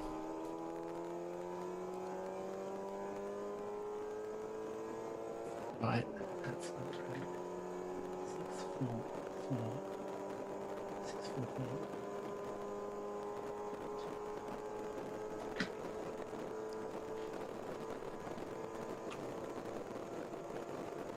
Yeah, I think the throwout bearing thing was more of a one-off. This was a new bearing.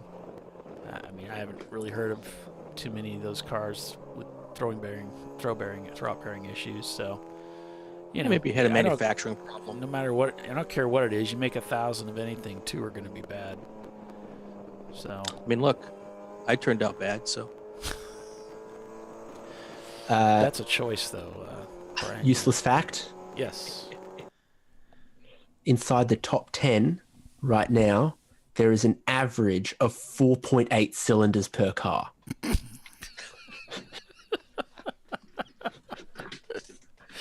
I'm glad I wasn't taking a sip of coffee at that time, because I love this kind of stat. It's just like the average American has 1.99 legs. Incredible.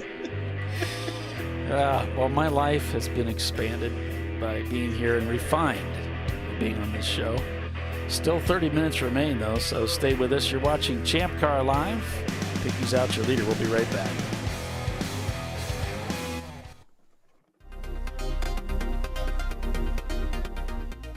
Welcome to TireRack.com, revolutionizing tire buying since 1979. With our unmatched selection of branded products, finding what fits your vehicle and is right for you and how and where you drive has never been easier. Through helpful online shopping tools that include our professional hands-on reviews done at the introduction of a tire and consumer reviews that give real-world feedback over the life of the tire, you can make the right tire choice and find exactly what you need. And if you prefer to talk to someone, our tire testers, our sales team, are available on the phone. And that's how we get you the right tire for you and your vehicle for where and how you drive.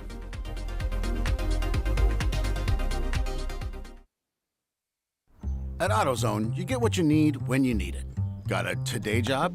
Pick it up free same day at your local AutoZone. More of a tomorrow project? Order as late as 10 p.m. with free next day delivery. Getting the job done just got easier.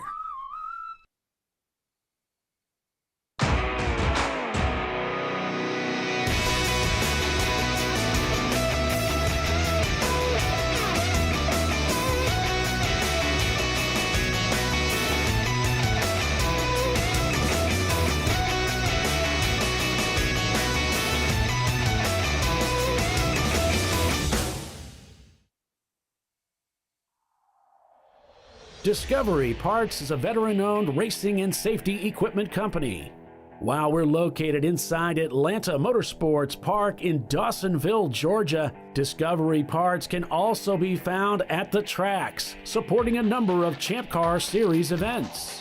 We take pride in being a reseller of the best of the industry to Champ Car teams and drivers. We know racing, love racing, and look forward to tomorrow to even more racing. Visit us at discoveryparts.com.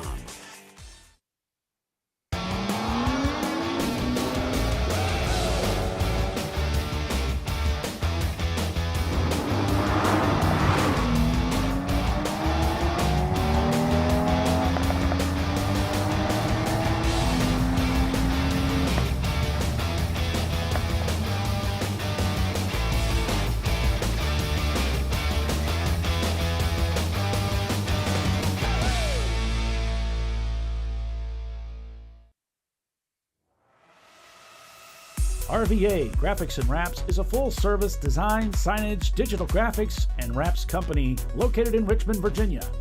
With over 20 years of experience, RVA Graphics and Wraps offers premium signage options for your business. We are dedicated to offering our clients best-in-class service in all aspects of graphic design and application. For more information, visit us on the web at rvagfx.com. Lifeline USA is a leading manufacturer of onboard fire suppression systems. Lifeline's continuous commitment to research and development ensures that we supply the most innovative and cutting-edge products available. Used by the majority of the world's motorsport championship-winning teams and constructors, Lifeline has a proven history of success. Lifeline offers a complete range of fire suppression systems for all budgets and needs, and we continue to push development and limits on both extinguishment materials and our patented delivery systems to make the race car environment almost as safe as sitting on your sofa at home. Every kit has been designed for a professional and simple installation. For more information and to purchase your Champ Car fire suppression system, go to www.lifeline-fire.com. Located in Northeast Ohio, with 40 years of combined experience, Money Shift Racing knows how to deliver performance and safety, offering everything you need to get your vehicle and drivers ready for race day. From safety equipment to full engine assembly and repair, in-house fabrication, 3D design, and rapid prototyping. Money Shift Racing. Performance done right. Frozen rotors from Diversified Cryogenics deliver increased performance and a higher level of safety, while significantly reducing braking system costs. So to tell you a little bit about the durability of this product. So we have seen an incredible extension of the life of our brake rotors using frozen rotors. We've gone from brake rotors every other weekend to 6 weekends on one set of brake rotors, and I think they can go farther. The durability has been amazing, and it's been a fantastic season, and man, a lot of that is due to the way our car can brake on those frozen rotors. For more information, go to frozenrotors.com. Come on, road. Do your worst. We'll be at our best. Engineered to meet or exceed original equipment performance, exclusively at AutoZone.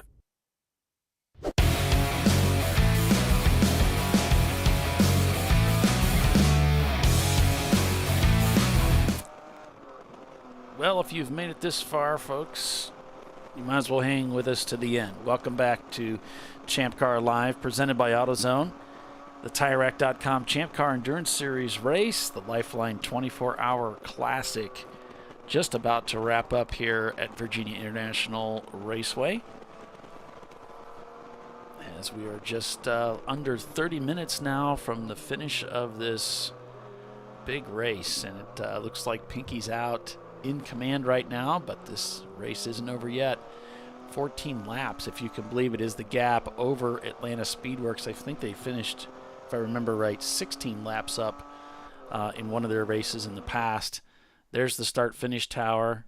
No, it's not turn 3, but I'll get that fixed. We just got that up and going. So the 981 car, I don't know if y'all have already spoke about this because I wasn't up here earlier, but they still have a 5-minute penalty to serve. Oh, okay. They've been through pit lane. They already 2 do laps. it? Oh, maybe they just did 2 laps ago. I think that was about on schedule for when they were maybe going to need to stop for fuel anyway in a car like that. So. See, I got the message at 11:17, and it's 11:39. Well, I don't think they. Do you have any more information about that? This is the first I've heard of it. Okay. Oh wait, no. Someone did have information on black flags for various different cars.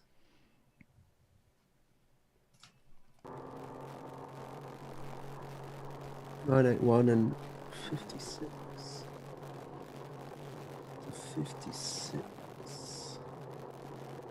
And Mitch Redding is in the 981 Atlanta Speedworks Boxster. He took over from Greg Bogart. Okay. Thanks for sending us those updates, folks. Appreciate that. Absolutely.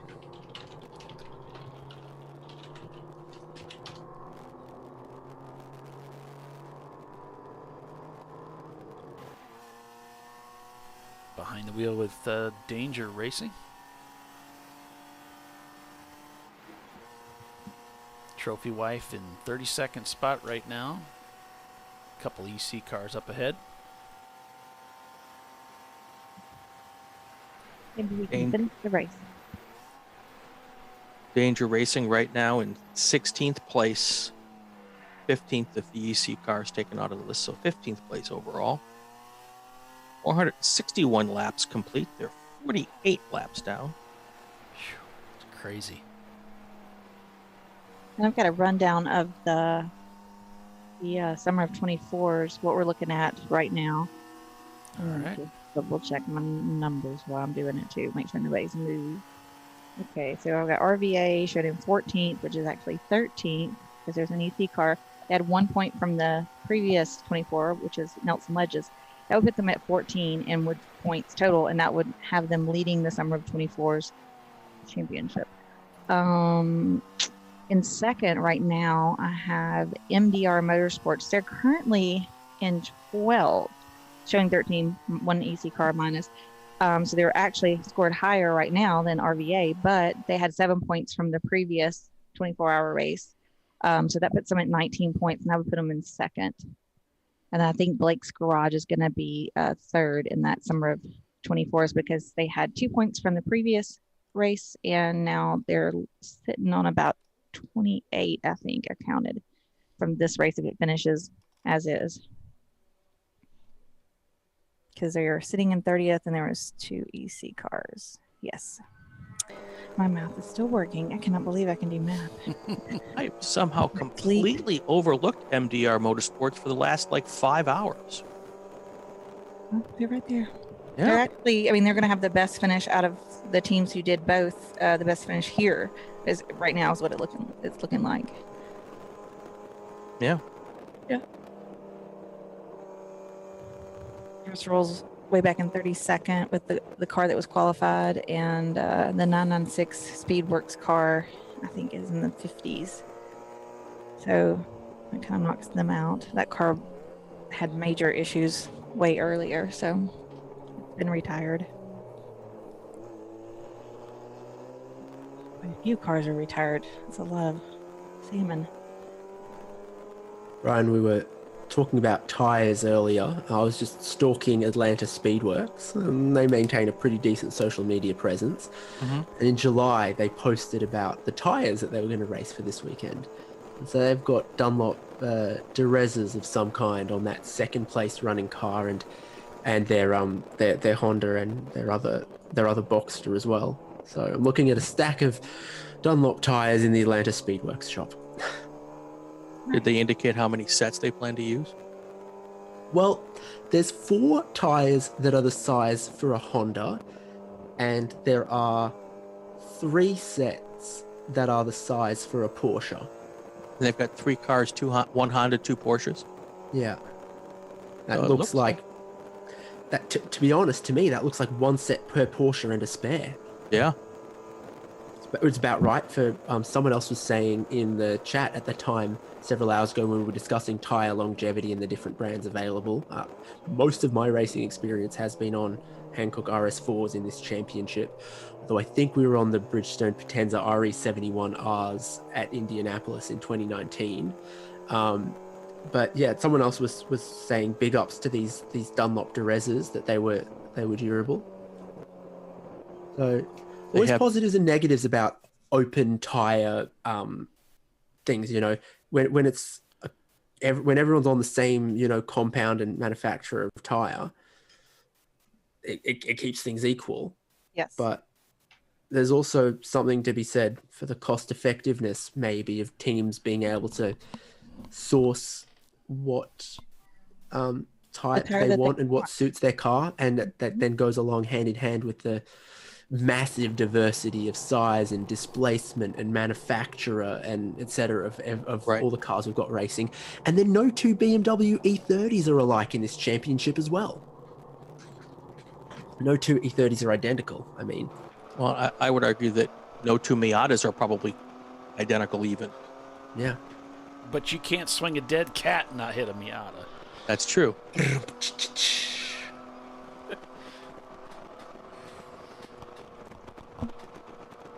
Coming up on the last 15 minutes here of racing at VIR for the day. 511 laps completed by the leader. Pinky's out, up ahead about 14 laps over Atlanta Speedworks in their Porsche Boxster. PTS is in 3rd place, back 3 laps from them. Another 7 laps behind is Rubin Performance Garage, and then in 5th place, another 2 laps back, is Raceworks 2004. Brew Crew Stout has just come into the... Oh, they've just left the pits, I should say, in the number 75. That is the highest running Brew Crew machine, which they finished 8th last year, did Brew Crew. Really good performance finishing here in 8th place. Bimmerline in 27th down there. Grit and Grind in the EC car. They're back on track. But so is Beck Racing, and Beck Racing looking good for the EC win. With PTS looking good for the A-Class win. And B-Class sewn up nicely for Team Honda Research. Nope, excuse me, Rubin Performance up in 4th.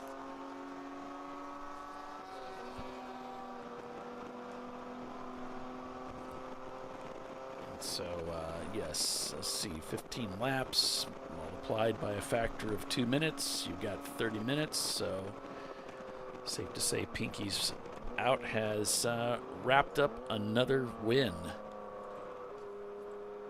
Anybody want to do the math on how many miles this is? 512 laps at 3.2 something 7 a lap. I just didn't. My guess is for the entire. I think we're going to get to 518 laps total. Yeah, 518 or 519 is what I was just doing because I was started on that. Which would be 1,693.86 miles. Wow.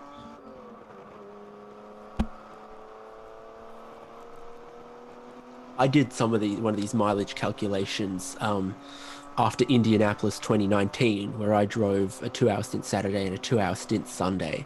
I wanted to know how close am I to having raced 500 miles there. I was like, oh damn it, I need another stint. But I was like, how many Champ Car races have done 500 miles of Indianapolis? Not the Indianapolis 500 mile race. Not how many Champ Car drivers have done that. Although the answer is actually probably some. Yeah. It's just like, come on, I want to be able to twist facts to my own self-aggrandizement. So the 981 has already served that penalty, and it was for going over their 2-hour stint limit. So they were taking care of it now. So they've held on to second place even after serving that. So yep. That's what we kind of had suspected, but.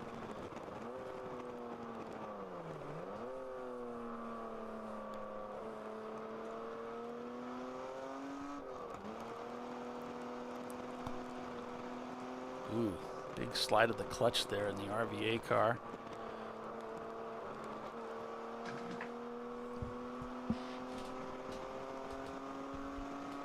Fred Wolf and still with us. Did we say that our estimated length of the race gives an average speed of just over 70 miles an hour? I did not know that. Yeah. The average speed of the winner in the 8 hours, the Saturday 8 hours at CMP was 67 or so. And that is not a track that does code 35s. That was a track where we were at most of racing speed for almost every pull. So this is a quicker track than CMP, where the 246 also raced a couple weeks ago, a month and a half, 2 months ago. We had a race here in the spring or the winter. Not sure when exactly the seasons fall and when the race took place, but it was put on by Chelsea. It was our spring race, and they had no cautions the whole weekend. That's incredible. So that would have been pretty awesome to see the stat on what the average mile per hour was there. Although, there's a lot of slow corners on that course. You're running the north course. So you got that hard bend at the top with the roller coaster there, and then you got it again at the oak tree. But with no cautions in the race, that's really interesting. Yeah. Our fans have asked for it. Of course, we deliver 27,000 kilometers. And I respect the maths and I respect the unit of measure. The question has come from the wrong place, though, because silly as they are, most Brits measure speed in miles per hour and distance in miles still. Gotcha. Even sillier, they measure their weight in stone. Stones. No, it's always singular. They never say I weigh 7 stones. They say I weigh 7 stone. Here we go. Yeah. So. Bringing some culture to the show. Canada's actually done a better job at crossed up there metrification than the UK has. I will say we had a 3 or 4 hour period in the dark where we were, I gotta say, every half hour we were going full course yellow or purple 35. Yeah. The last 5 hours, we've had maybe 3 yellow flag situations. Yeah, it finally calmed down. Boy, that was. When I was out there, it was just one after the other. I mean, there was sometimes I didn't even get one complete green lap. Like Oh, really? Either I started the lap under, still under yellow, or finished it under one. That's frustrating.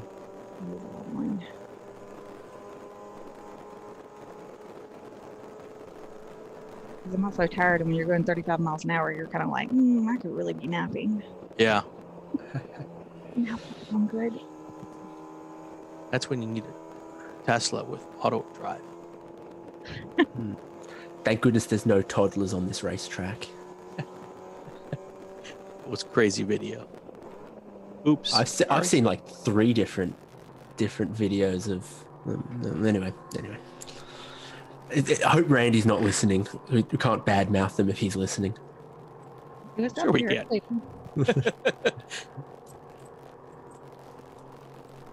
I tell you what I did see that was actually very interesting is recently Porsche did an official timed run of the Nürburgring Nordschleife in their most recent performance pack of the Taycan EV, right?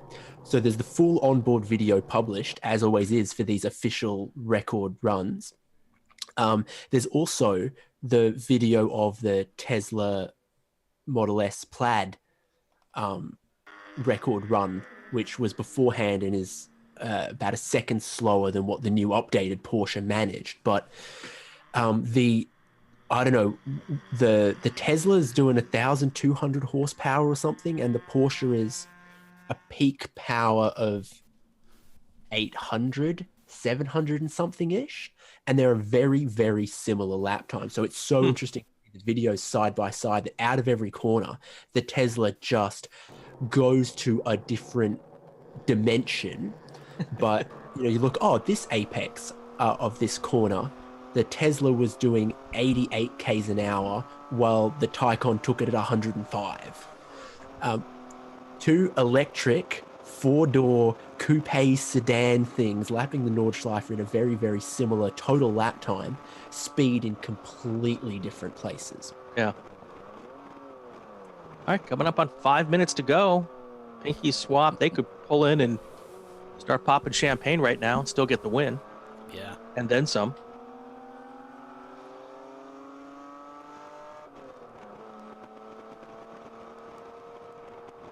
So this is the 5th straight win for Pinkies? I haven't. In this event? I haven't kept track of that. It won 3 before. So this is the 4th straight? 4th. Yeah, it was aiming for 4. Wow, that's impressive. And last year they won 1-2. I was trying to remember if the year before if they did that. I don't remember. No, Bimmerline accredited as the winners here in 2018, but 19, 20, 21, Pinky's out. So now looking for 4 in a row, which makes them the first team to do so. Simon Says won in 3-peat of 2014, 2015, 2016 before Arbank took it in 2017. So they will equal Simon Says for the most wins in the Lifeline Classic 24 hours of VIR, but they will do it with 4 in a row for the longest streak. Nice. I forgot to cue the fun facts music. Let's pack that one away. It's too silly. I got 2 good goes at it. Well, some teams go their entire lifespans without ever winning a 24-hour race. To win 4 in a row, or even to win 4 period, just remarkable. In 424s. Right. Just incredible. The most punishing format of race that we've got. Yeah. Oh, there's your start finish. All he asks. Popsicle provides. Time to go soon. Checking his watch, But they'll be getting the call to display the 1 to go to Pinky's out. And then they'll display that to everybody. And at Road America, it's the best because they use a foam finger. So it's really easy to see. Pinky's unfurling a white flag. I always thought at Road America they should use the foam finger while wearing a foam cheddar head. Yeah, that wouldn't be bad. I like that.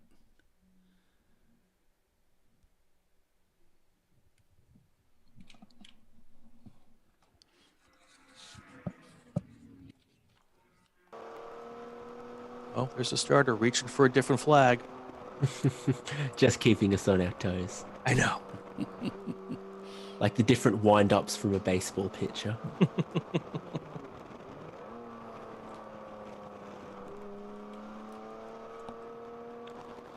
Sure glad I don't have ringworm. So are we.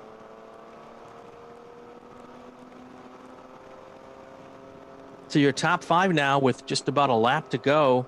Pinky's Out Swap, Atlanta Speedworks, PTS, the 2.9 car, Rubin Performance Garage. They've been hanging around in the top 5 all the time since I've been on. That's a finger. That's a finger in the air. There is a finger in the air. Yeah, they just gave it to Pinky's Out as he went under the bridge.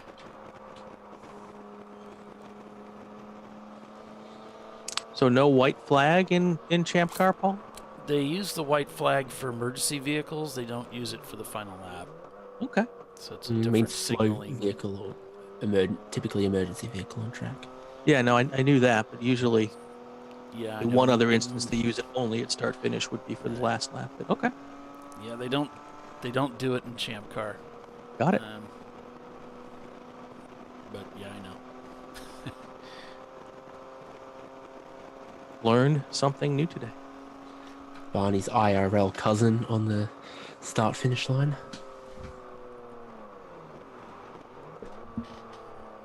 Seeing the Atlanta Speedworks car in second overall have started to really back off their pace, so I wouldn't be surprised if you see a 3-wide Atlanta Speedworks salute at the end of this one.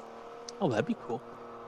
Teams have been known to do that at the end of these 24-hour races, especially, if you're a lap up on the car behind and a lap back on the next car in front. It doesn't hurt to position yourself for a good photo to try to sell your seats for next season, or just congratulate all your drivers and crew who participated. RVA is going to get the one to go here. Giving that thumbs up for 24 hours of endurance road racing. Pinky's Out are about a minute away from coming back around and seeing the checker.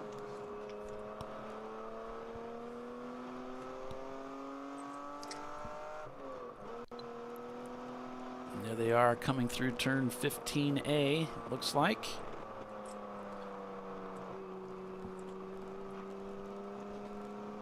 Pinky's Out rounding through Hog Pen up through 17A. And now on the front straightaway, heading down that long front straightaway for the final time under race conditions, looking for that checkered flag. It is in hand, and there it is. The checkered flag flies for Pinky's Out Swap for another win at Virginia International Raceway, taking the Lifeline 24-hour Classic win. Atlanta Speedworks finishes in second place in their number 981 Porsche Boxster, and the PTS team finishes third with Rubin Performance in fourth and Raceworks in fifth. Pinky's Out Swap capturing C-Class as well, PTS A-Class, Rubin Performance grabbing B-Class, EC going to be taken by BEC Racing.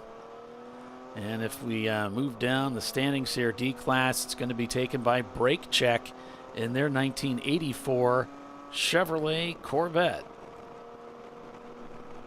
History made. 4 consecutive 24-hour wins at VIR for Pinky's Out Swap. A very impressive How would it even be victory. possible? That's incredible. Against fierce and prepared opposition all occasions. I mean, there were times they weren't really in the top 10 at the start on just raw pace at the very start of the race, but what great 24-hour preparation and consistency sees them stand head and shoulders clear when the dust settles. I'd love to go back and look at the 3 previous wins as to how many laps they won by in each of those wins. Because 15 laps here, be very curious to know what the cumulative total laps ahead of the rest of the field was over those 4 wins. So that's RVA Graphics and Wraps crossing the start-finish line to take the checker. And are they the... I wasn't watching all the... my head's out of it. Are they the winners of the summer of 24s. So there you have it. By our numbers, absolutely they should be.